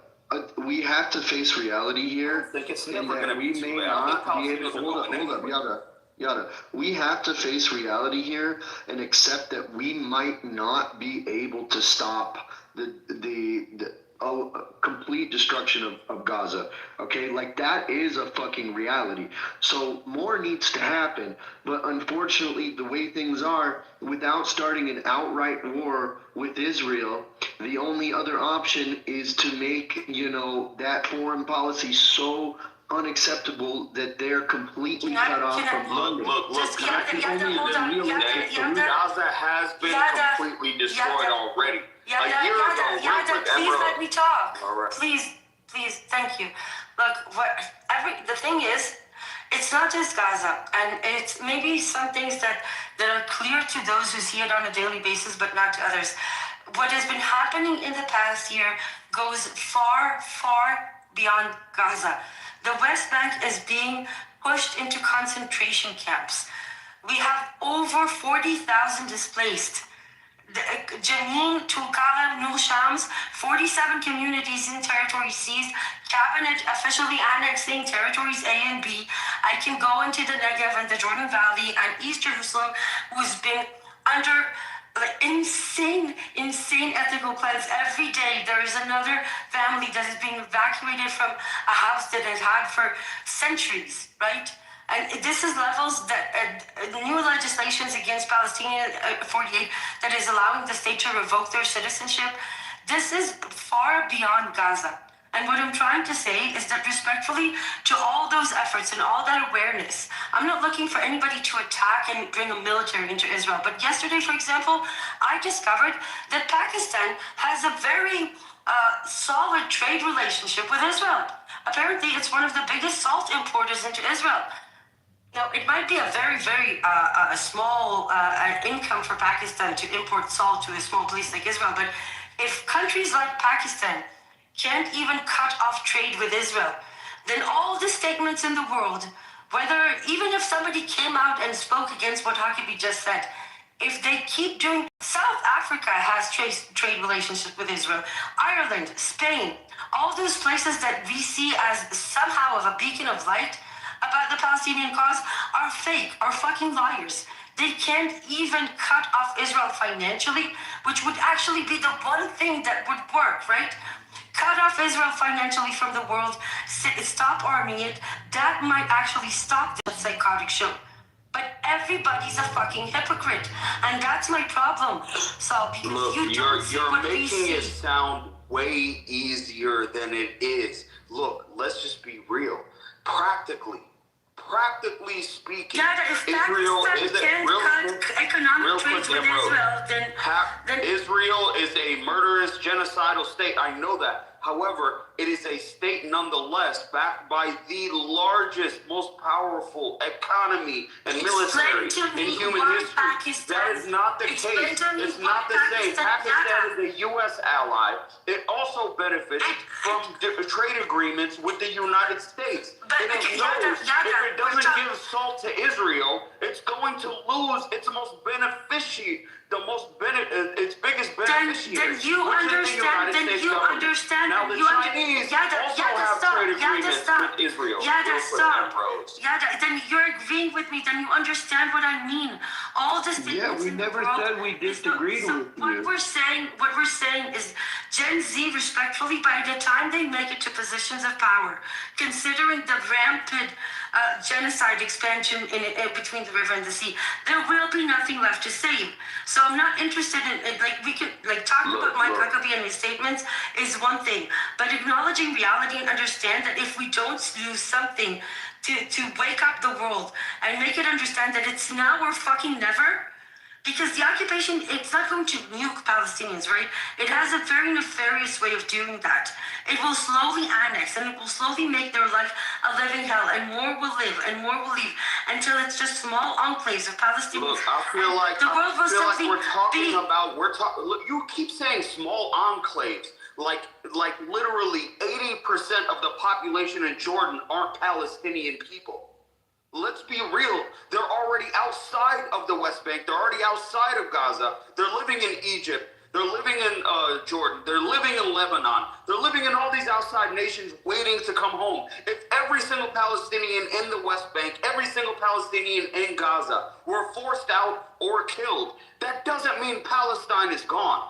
It just means eventually Eventually, there will be a point, Okay, sure, in 300, Listen, 400 Rose, years. Please, I listen to you. Please listen to me. All I'm saying is, eventually, that breaking point for Israel, the nation that has the backing of the United States government, who's already under so much financial turmoil and division, that most of its population for the time in Israel's history is against Israel, is getting to this breaking point where Israel, it's now or never for them. Even if they take the West Bank fully and every Palestinian is gone and moved out into Jordan and into Lebanon and into Syria and into Iraq and into Kuwait and into all these Arab neighboring nations, their breaking point for them to do that will shift the balance of support, not just in the Middle East, but in Asia and in Europe and in North America and in South America, more than it already has. Now it won't be just the students, it'll be titans of industry. These students go through levels. Right now they're just college students. Right now they're just laborers. They're just regular people. Eventually they'll move up to the managerial positions, the supervisors, the CEOs, the politicians. All the new generation coming up see Israel for what it is. And when that breaking point comes, it doesn't matter if they have the West Bank and Gaza. Okay, Can we tone down on now the think of it like this. It's like a long burn version of the Second World War. There was a point where Germany had France, and it had Belgium, and it had Austria, and it had most of Russia, and it conquered those regions, and it pushed the Russians into Czechoslovakia, and they had it. But eventually, they got crushed. And when they got crushed, came back into the rightful place. And that's what will happen to Israel. But when it happens to Israel, this is the death throes. Enough, calm down. Respectfully, enough, but it's the truth. Respectfully to the ethos, respectfully You want it to all to be that. in 2 years what happens in 20. But again, respectfully, I don't want to wait 20 years.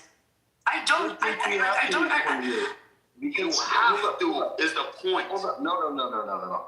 Look, I don't think people understand how pivotal the U.S. is a player in this game. Because look, what has it been? I think that you guys don't want to face reality. Saul, I think you guys, Saul, you don't want to face reality. You don't understand. And run the country. The people who are powerful in the U.S. right now are turning against Israel. Okay, we don't necessarily have to wait for, the new generation to understand how the occupation works. You don't get it. They have a way of doing this. This is why the management of the conflict, right? They slowly do it, and every time they reach a new level, they stop, they normalize it, and then they take it up another notch, and another notch, and another notch. And this is how we normalized annexing the entire fucking West Bank. This is how we normalized the Nakba. This is how they normalized everything. By the time 20 years will pass, they will have created such a facade that nobody will care. This is how they do it. And this is a turning point, right?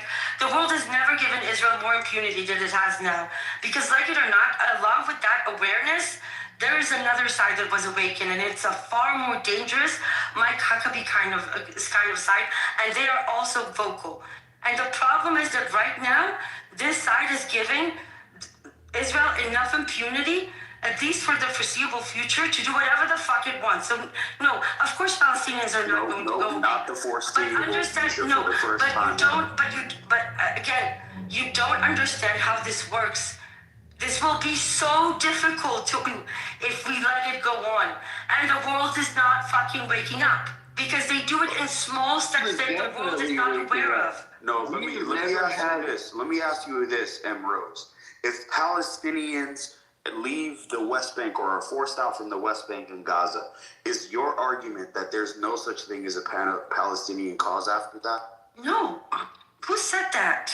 No, my argument is that there will be Palestinian cause. There will always be a Palestinian cause, but it doesn't. I don't want it to go to regret point where it will take centuries to undo it. And this is where we're at now. Hold on, Emerald. Hold on, y'all. Do you think that we're going to forget? Okay, I understand the history of the occupation. I understand that they ramp down and then it comes back around worse every single time, every 5 years or 6 years or 8 years or whatever the fuck it takes. Okay. But the thing is, every other time in history that happened, nobody was paying attention. Okay. A small minority of people were paying attention. Now it's the whole fucking world. And the US, who has been fucking so brainwashed for like 60, 70 years, are finally waking up. I don't think we're gonna go back to a point where we just say, oh, we have a ceasefire, everything's fucking honky-dory, everything's okay. No, people are gonna wake the fuck up. You know, if they ramp down, that's an opportunity for us to fucking make arrests, to take things to international courts, to actually hold people accountable, to actually do something. I honestly think this might be the next step. Okay, like we can't hide shit anymore. People don't fucking forget like they used to. You know, people are paying attention, and I don't know. I mean, like, I support a war against Israel. I mean, we've fucking had so many unjust wars over the past few decades. Why wouldn't I support a war against Israel?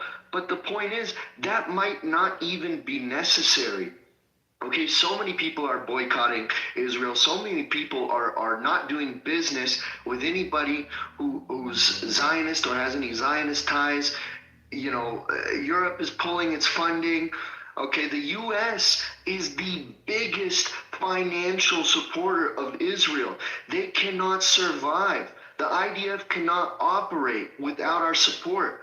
So if it becomes unpopular enough, and I believe it will, then, you know, the IDF is going to be sucked dry of resources, and they won't be able to continue their occupation. 100%. That's all I'm saying. Look, Israel is not a nation that creates its own fortune. It doesn't have any natural resources the world wants. No one gives a fuck about Israeli olives and dates. Every nation on earth, the United States, Russia, China, Saudi Arabia, England, every single one of them back themselves by two things. Either they have immense military power and financial influence, or they have natural resources the world needs. Israel, on paper, has none of this. So the United States, which is where the most powerful Israeli Zionists, the most powerful people, the most powerful Israelis that keep the Israeli state afloat, they don't live in Israel. They live in America, where all the military power, the financial influence, and the resources are. If that is severed, that little tether breaks. I celebrate what Mike said, not because I agree with it, but because it represents a break in that tether. Respectfully to the passion and the motivation, which I appreciate, and the level of investment, I really, it's amazing. But you people need to come back to reality.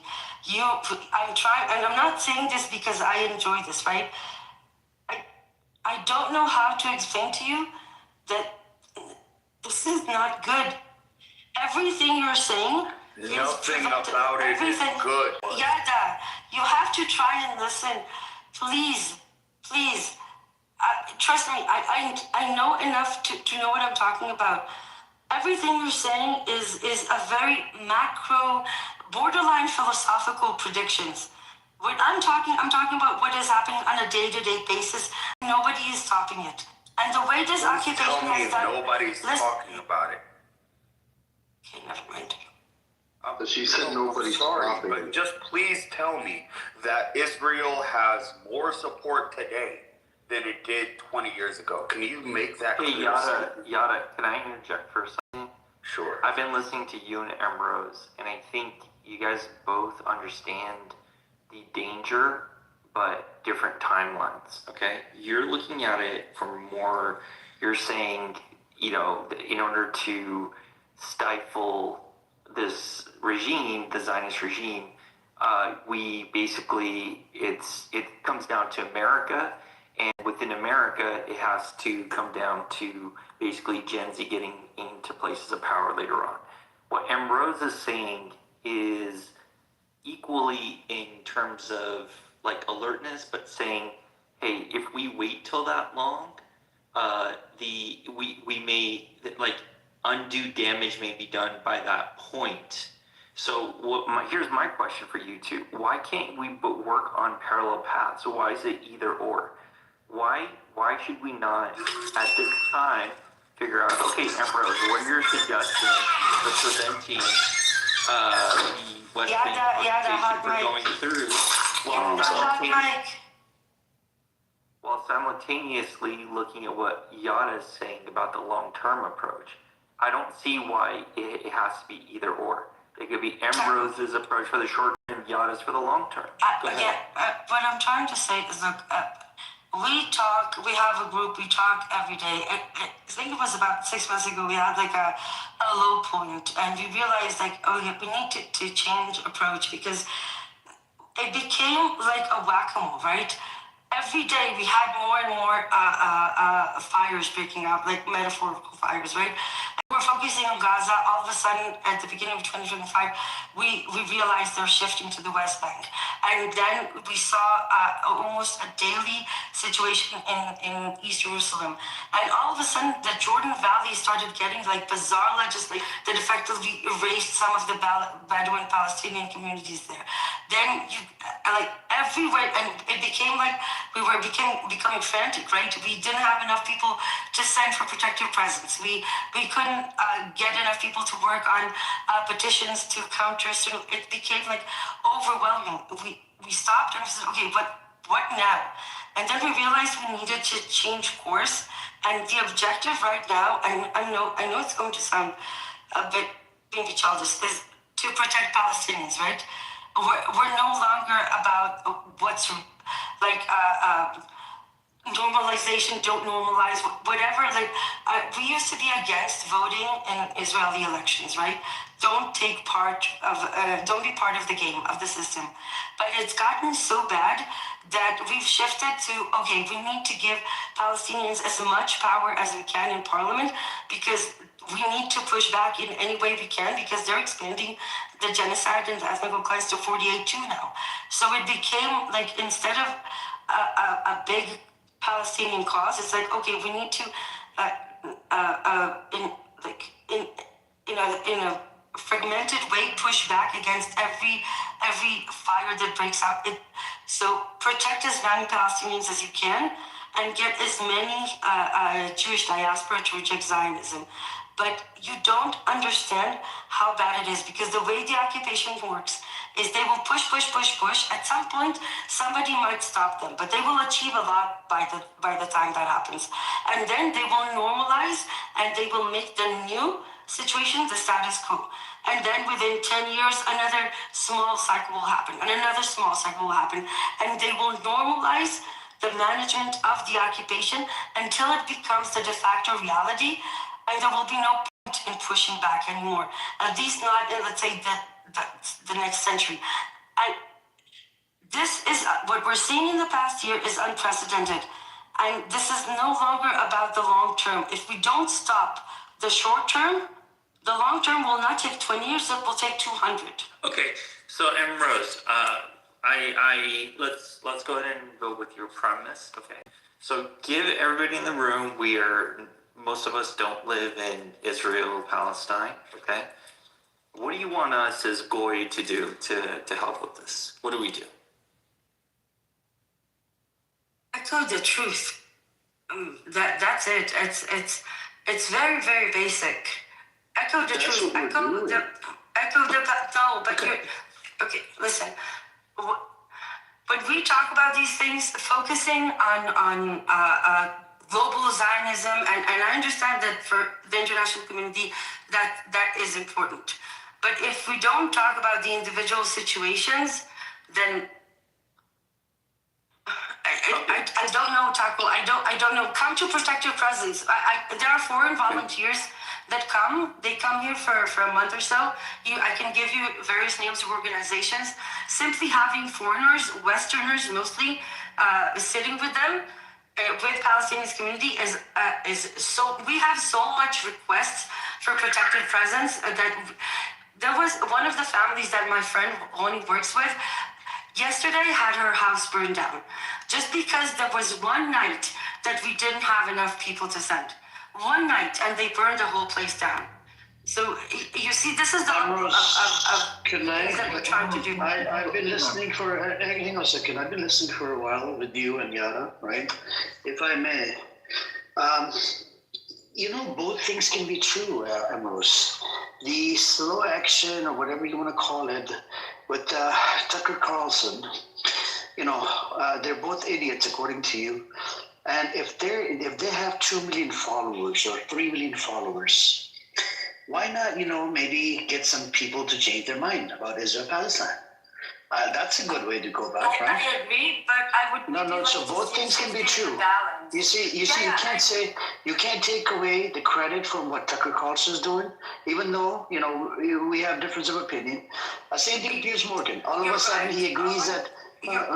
What I'm saying is, look, he's got his own following: 2 million, 4 million, 5 million, whatever. If we can get even freaking like 50 people to get their mind changed about Israel-Palestine and become more pro-Pali, can you imagine what that effect is? Like donation, go to protest, speaking to the Congress members. So both things can be true. So I would suggest you not to take away the credit from the people that are actually, that are doing, like, even bringing awareness. Even you bringing awareness, even on Twitter Space, or I'm bringing awareness on the Clubhouse. All I'm saying is that I would like to see the balance shift a little bit to focus a little bit more on the short term and a little less on the long term, because I think that if it stays like this, we're going to lose the whole thing. Right? I think we're not going to lose it. Hang on, hang on a second, hang on. Hold on, bro. We're not going to lose it because they've been fighting for over 50 years. They're still there, right? They're not going anywhere. Right, I know the life is very tough under apartheid and occupation system. They're getting killed, butchered, and slaughtered. But these people are resilient. The Palestinians are, mashallah, resilient. They're strong, they're brave, they're doing everything they can to survive. We talked about the olive oil. I know, Simone, I'm saying, and the balance needs to be shifted so that people are also aware of violent situations. Not just the global, but they can do whatever their country, like in their country. So I'm in America, right? Everybody has their own responsibilities. Everybody's working from paycheck to paycheck. They can only do so much. There's a limit there. You see what I'm saying, Emrose? So people that live in America, if you look into the majority of it, it's like living paycheck to paycheck, right? And what they're doing is they can bring awareness to talk about it, donate money, go to the protest. They can't fly out to Israel, and I would never fucking fly out to Israel. In my whole life, I would never fly out to Israel. I'm sorry. I'm desperate, and I'm not talking about flying to Israel. I'm talking about flying to Palestinian territories. But how do you get there? Do you get there through Israel, or do you get there through Jordan? Through Jordan. That's the Jordan's not going to give us hard time. Hold on, Emrose. Let me ask you a very important question. You do it for specific organizations. This is an important question. Okay, I know for a fact I'm not going to get into Israel because I've been vocal in the past. I've been vocal about this for over 10 years. There is no fucking way they're going to let me into Israel. Now, if I go through Jordan, right? Okay, remember what this flotilla tried to do, right? Obviously, they got turned away. If there is a way for people who are to get into the Palestinian territories from Jordan, like, this is information that you need to share with people. So I'm interested for sure. For example, you said that you have Jewish heritage, right? Yes. Okay, so it would be easier for someone like you to do it, for example, right? A lot of the foreign volunteers are Jewish diaspora because it is easier for them to do it. They use their privilege to do it. So this is one thing that a lot of Jewish diaspora can utilize. It will be a lot more difficult for, like, Edward would never be able to do it. I doubt Z would be, or Amir would be able to do it, right? But someone like you can actually do it, or someone like Buttercup, for example, right? And don't get me wrong, this is huge thing to ask of people, right? It's living in rough conditions, in a dangerous situation. You have to be mentally strong for this. A lot of the people, there's a certain European volunteer in the past month. His profession is a firefighter, right? So this is a lot of the people who do protective presence are awakened anti-Zionists that used to be in the IDF. And these are strong men who know how the IDF work and can deal with them. But the point is that we've gotten to the place where we're simply, I've been trying to help. There's a campaign, one of the NGOs that I work with is pushing Physicians for Human Rights, which is about opening a humanitarian corridor between Gaza and the West Bank. Do you know how many people we have contacted trying to get this campaign viral? Do you know how many people I have told them? Nothing. The most basic thing, right? Just move Palestinians that are critically ill from one Palestinian territory to the other. Israel won't allow it. We've talked to the Guardian, BBC, we can't get anybody to bite. This is the level of desperation that we're at. We're literally trying to save every possible life that we can. I hear that. Can I ask you one very simple question? Sorry if I sound desperate. No. It's a desperate situation, and it disgusts me. Nobody. I'm really sorry if I yelled. If I was rude to anyone. No, you're okay, Rose. I respect your passion, and I respect your work, and I respect all. I absolutely understand where you're coming from, sister, 100%. But I have to ask you this question. I have to. You said a statement a second ago where we are focusing more on the long term, where the short term is far more critical. Can I ask you I told you where my breaking point is, where the breaking point I'm hoping for. I've articulated that. Can you articulate to me, in the short term, what's the breaking point where you're if we pass this point, then it's over. Then the best case scenario, it'll be 100 years to reverse it. Where's that breaking point in your mind? I think it happened a week ago. So it already passed. I think so. Yeah, I think it happened a week ago. No, articulate seriously. I remember at the beginning of 2025, we were sitting in one of our anti-Zionist Hebrew spaces, and again, I don't want you people to figure out, a lot of the people there were Zionists, and they served in the IDF, and we were talking about, we were looking at everything that was starting to happen in the West Bank, especially territories A and B, and two of the people in the group said, wait, we know this, and they were there during the last West Bank big operation, right? And they said, this is exactly it. They're going after the West Bank. And that is when we started focusing and gathering the information about what's happening there, statements that nobody noticed, and we realized what was happening. And we have been talking about it, trying to scream about it. And when the security cabinet passed, there were a few incidents. So the first one was when Bezalel Smotrich declared that they're resettling a place called Homish. Homish was a legendary settlement because it was one of the four that was erased during the disengagement. The disengagement was from Gaza and from 4 settlements of the West Bank that were evacuated. One of them was Homish. The second that Smotrich declared Homish a newly established, legal or not, right, settlement, that's when we started seeing the turning points. When the Security Cabinet officially passed the decision to annex civil intervention within A and B territories, that is officially saying we are no longer obligated for Oslo. And since there was almost no pushback on it, then I think that to me was the turning point. Yeah, that's amazing. Destroying Oslo. So to me, that's what we have been screaming about this for over a year. I don't know if you remember, I came here, I started coming here about a month ago, and every day I said, look at the West Bank, look at the West Bank, look at the West Bank. We are looking at the West Bank. Look, Smotrich real quick, Emerald, said in 2017. Please. Does that answer the question, Yada?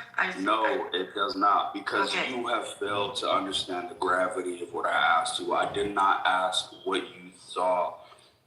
Like, I respect how you articulated certain flashpoints in the history that led up to this point, but that's not what I'm asking you.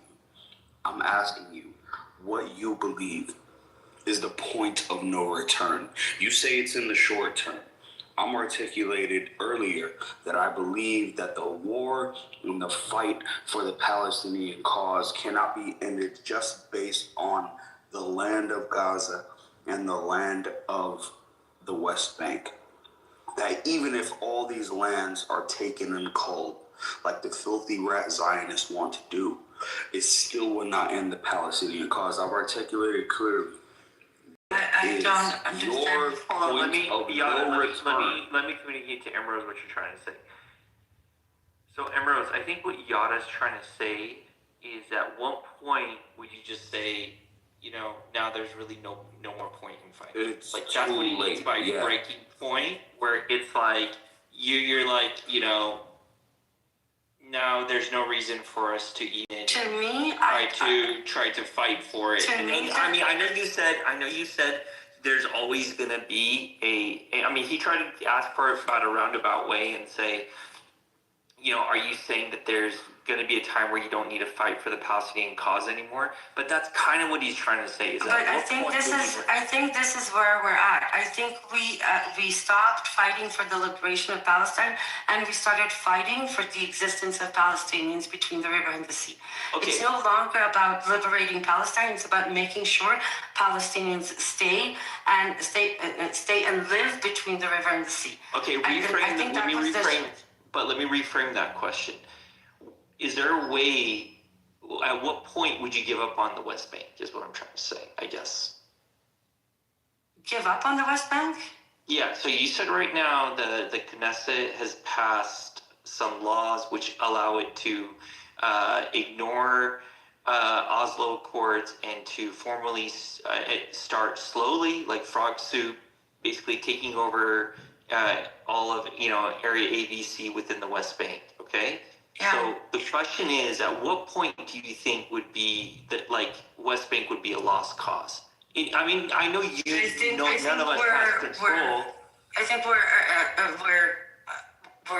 really close. We're really close. Okay. It's like on a breaking point. Okay, so then to articulate your position, my understanding is what you're saying is that the West Bank may also already be a lost cause.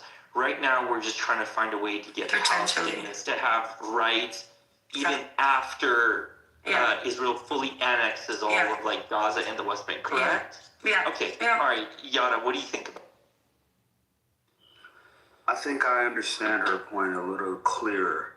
However, it really doesn't negate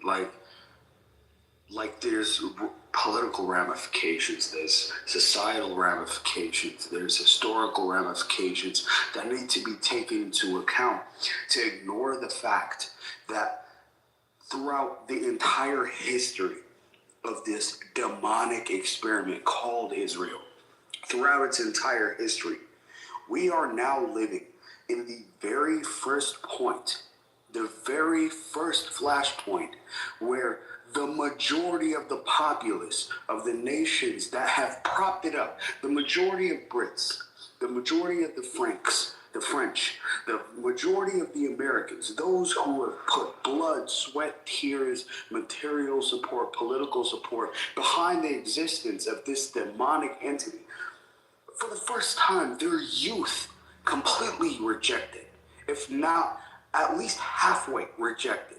I would say half of their youth. It's never happened before. Never.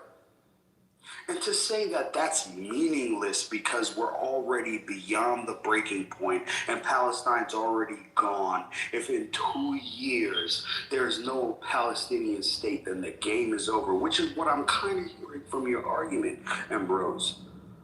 I think that kind of shits on the monumental precedence of what we're seeing. So when Mike fucking Huckabee, the goddamn ambassador to the Israeli state, comes out and publicly endorses this greater Israel policy, where Saudi Arabia, Iraq, Jordan, Lebanon, Egypt become sovereignly administered by foreign. Real quick, M. Rose, let me finish. Where these people administer these states, where the ambassador of the United States is openly advocating for that. If you don't see that as a clear sign of the death throes of this ideology, I don't know what to tell you. I would rather conversation. Richard Nixon believed the same thing. He would never say it out loud. That's all I'm saying. I would rather conversation like these. I would want a bigger part of these type of conversations to be about a humanitarian corridor and about Mike Huckabee's insane statements. Not that they're not important, but I feel like how many times? Yes, I am. Yeah, but when is the death? Where's the point of death? You can't even articulate. This is where Palestine dies. But you're Palestine will never die. Yada, no one knows that. The only way to focus Palestine, on the stop talking with that. Listen, this melodramatic, ethos kind of speeches. Come back to the ground, okay? There are 18,000 critical patients in Gaza that we need to save. There are 42,000 people that have been displaced from the northern part of the West Bank. There are 45 communities erased from Territory C. Respectfully to the ethos and the melodramatic speeches, I need people to talk about how to get those critical patients from Gaza to the West Bank. A little bit more than they talk about Mike Huckabee. Okay, Emrose, can you give what us... happens? No, hold on, Can we stop for a second, because this just becomes some stupid philosophical debate. I'm saying this point. I'm gonna say you've been like yapping yapping for real so quick, long. Soul, please let me say this point. M. Rose, You're never gonna stop, dog. Yada, let us bridge the gap. I know what you're trying to say, Yada. I know what you're trying to say. Let me bridge the gap here, okay? You don't fucking see Emrose, chill, bro, chill. Emrose, give us some practical steps we can do. Are there charities? Are there organizations we can donate to? Yeah, Let's so be practical. again, so I said there's a campaign. I said there's a campaign campaign by Physicians for Human Rights and backed by a few well-known activists. The campaign is about opening a caring corridor. It's being led and promoted by a doctor from Nasser Hospital and the physician from Human Rights. I will put the link in the comments. It has an Arabic petition, a Hebrew, and an English one. And it simply petitions for the world to force Israel to let Palestinians go from Gaza to the West Bank. 18,000 critical patients that can and should be treated within Palestine. And all we're asking is for a corridor to allow them to move from point A to point B. Very simple. Rose, okay, is airlifting? How does it help? Is airlifting an option? No, it's not. It's a 40-minute bus drive, Saul. That's it. Yeah. But here's the thing: if there's a blockade, they're not going to let people through. Which is exactly why we need people like you to talk about it. So imagine politicians, Congress, members of Congress saying, okay, guys, you need to let these people go from point A to point B. It's a 40-minute bus drive. That's it. From Gaza to the West Bank, a 40-minute bus drive, and these people will have their lives saved. That's it. I'll put the link in the comments. If people spend a little bit more time bringing awareness to things like that, we might actually save some children. My question to you: will Israel allow them to go to West Bank? That's what Israel is not allowing it. This is why we're petitioning the world about it. So we could sit here talk about it, but Israel is the culprit, the occupation. We talked about this a long time ago. I actually talked about. Hold on a second, Saul, please. Hold on. We talked about this a long time ago when I first started opening up rooms. I actually talked to Jindib about this a long time ago. I'm like, would they allow people from Gaza into the West Bank? He said, hell no. You have to get special permits to, to be able to go to the doctor or something in the West Bank. And it's really disturbing. But I don't know. I think you're coming from a different angle. I think maybe you're not understanding what Yada said earlier, or what I said, Emrose, respectfully. I think both things can be true, bringing awareness and going over there personally and doing what needs to be done. But at the same time, Israel doesn't give two fucks whether you're American, Canadian, or Japanese, or whatever the fuck you are. They will kill you, and they will butcher you, slaughter you. It doesn't matter. We seen an American boy from Florida. He owned an ice cream shop in Tampa. He flew over there. He was sitting in his porch in the West Bank, right? And these motherfucking settlers, these terrorists, Zionist fuckfaces, they came on his property, tried to steal his olive tree or whatever, and then they tried to set up a tent. And guess what? You know the story, right? And what happened to him? They beat him to death. Amir, I'll give you an example that is very tragic, but Hussam Abu Safir, right? He's an icon. And the fact that he's an icon is both a blessing and a curse. Because on the one hand, it means that he's probably getting beaten and tortured pretty badly. On the other hand, because he's an icon, that gives him a certain level of impunity. Because if something happens to him, this would break out and would be an international situation. This is why we always say, don't stop talking about Hussam Abu Safia. It's the same thing. If things like this petition, like this corridor, manages to go viral among Gen Zs on TikTok and really go viral to the point where media on it, Piers Morgan talks about it, and then a Congress member talks about it, this might create enough pressure. We did it with the water campaign, and it was half successful because it managed to create enough pressure, along with pressure from other situations, to get something done. But this is where communities like these can be extremely valuable if utilized the right way. I put the link into chat. You guys can do with it whatever you want, but I wanted to say I do agree with both sides. I do agree with Emrose in terms of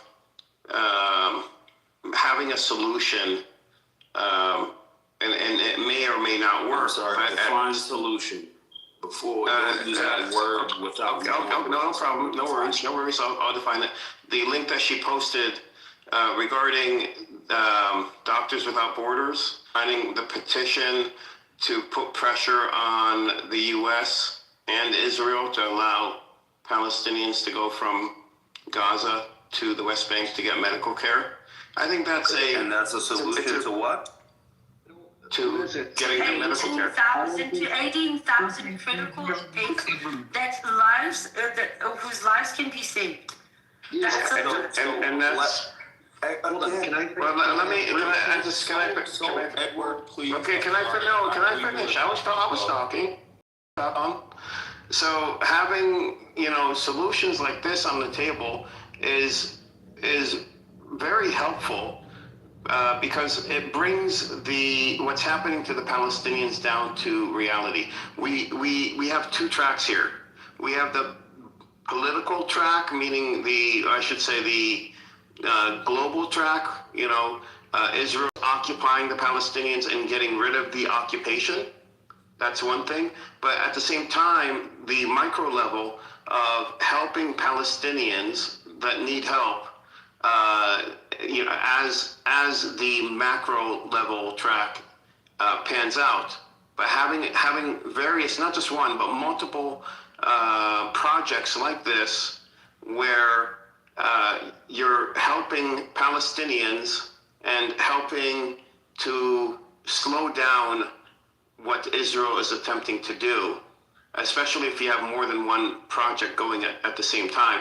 And it builds pressure on Israel and still brings awareness to people. It saves lives, Edward. Absolutely. It saves lives. It's a practical solution where you're actually saving lives. It could be, this project here, which is good.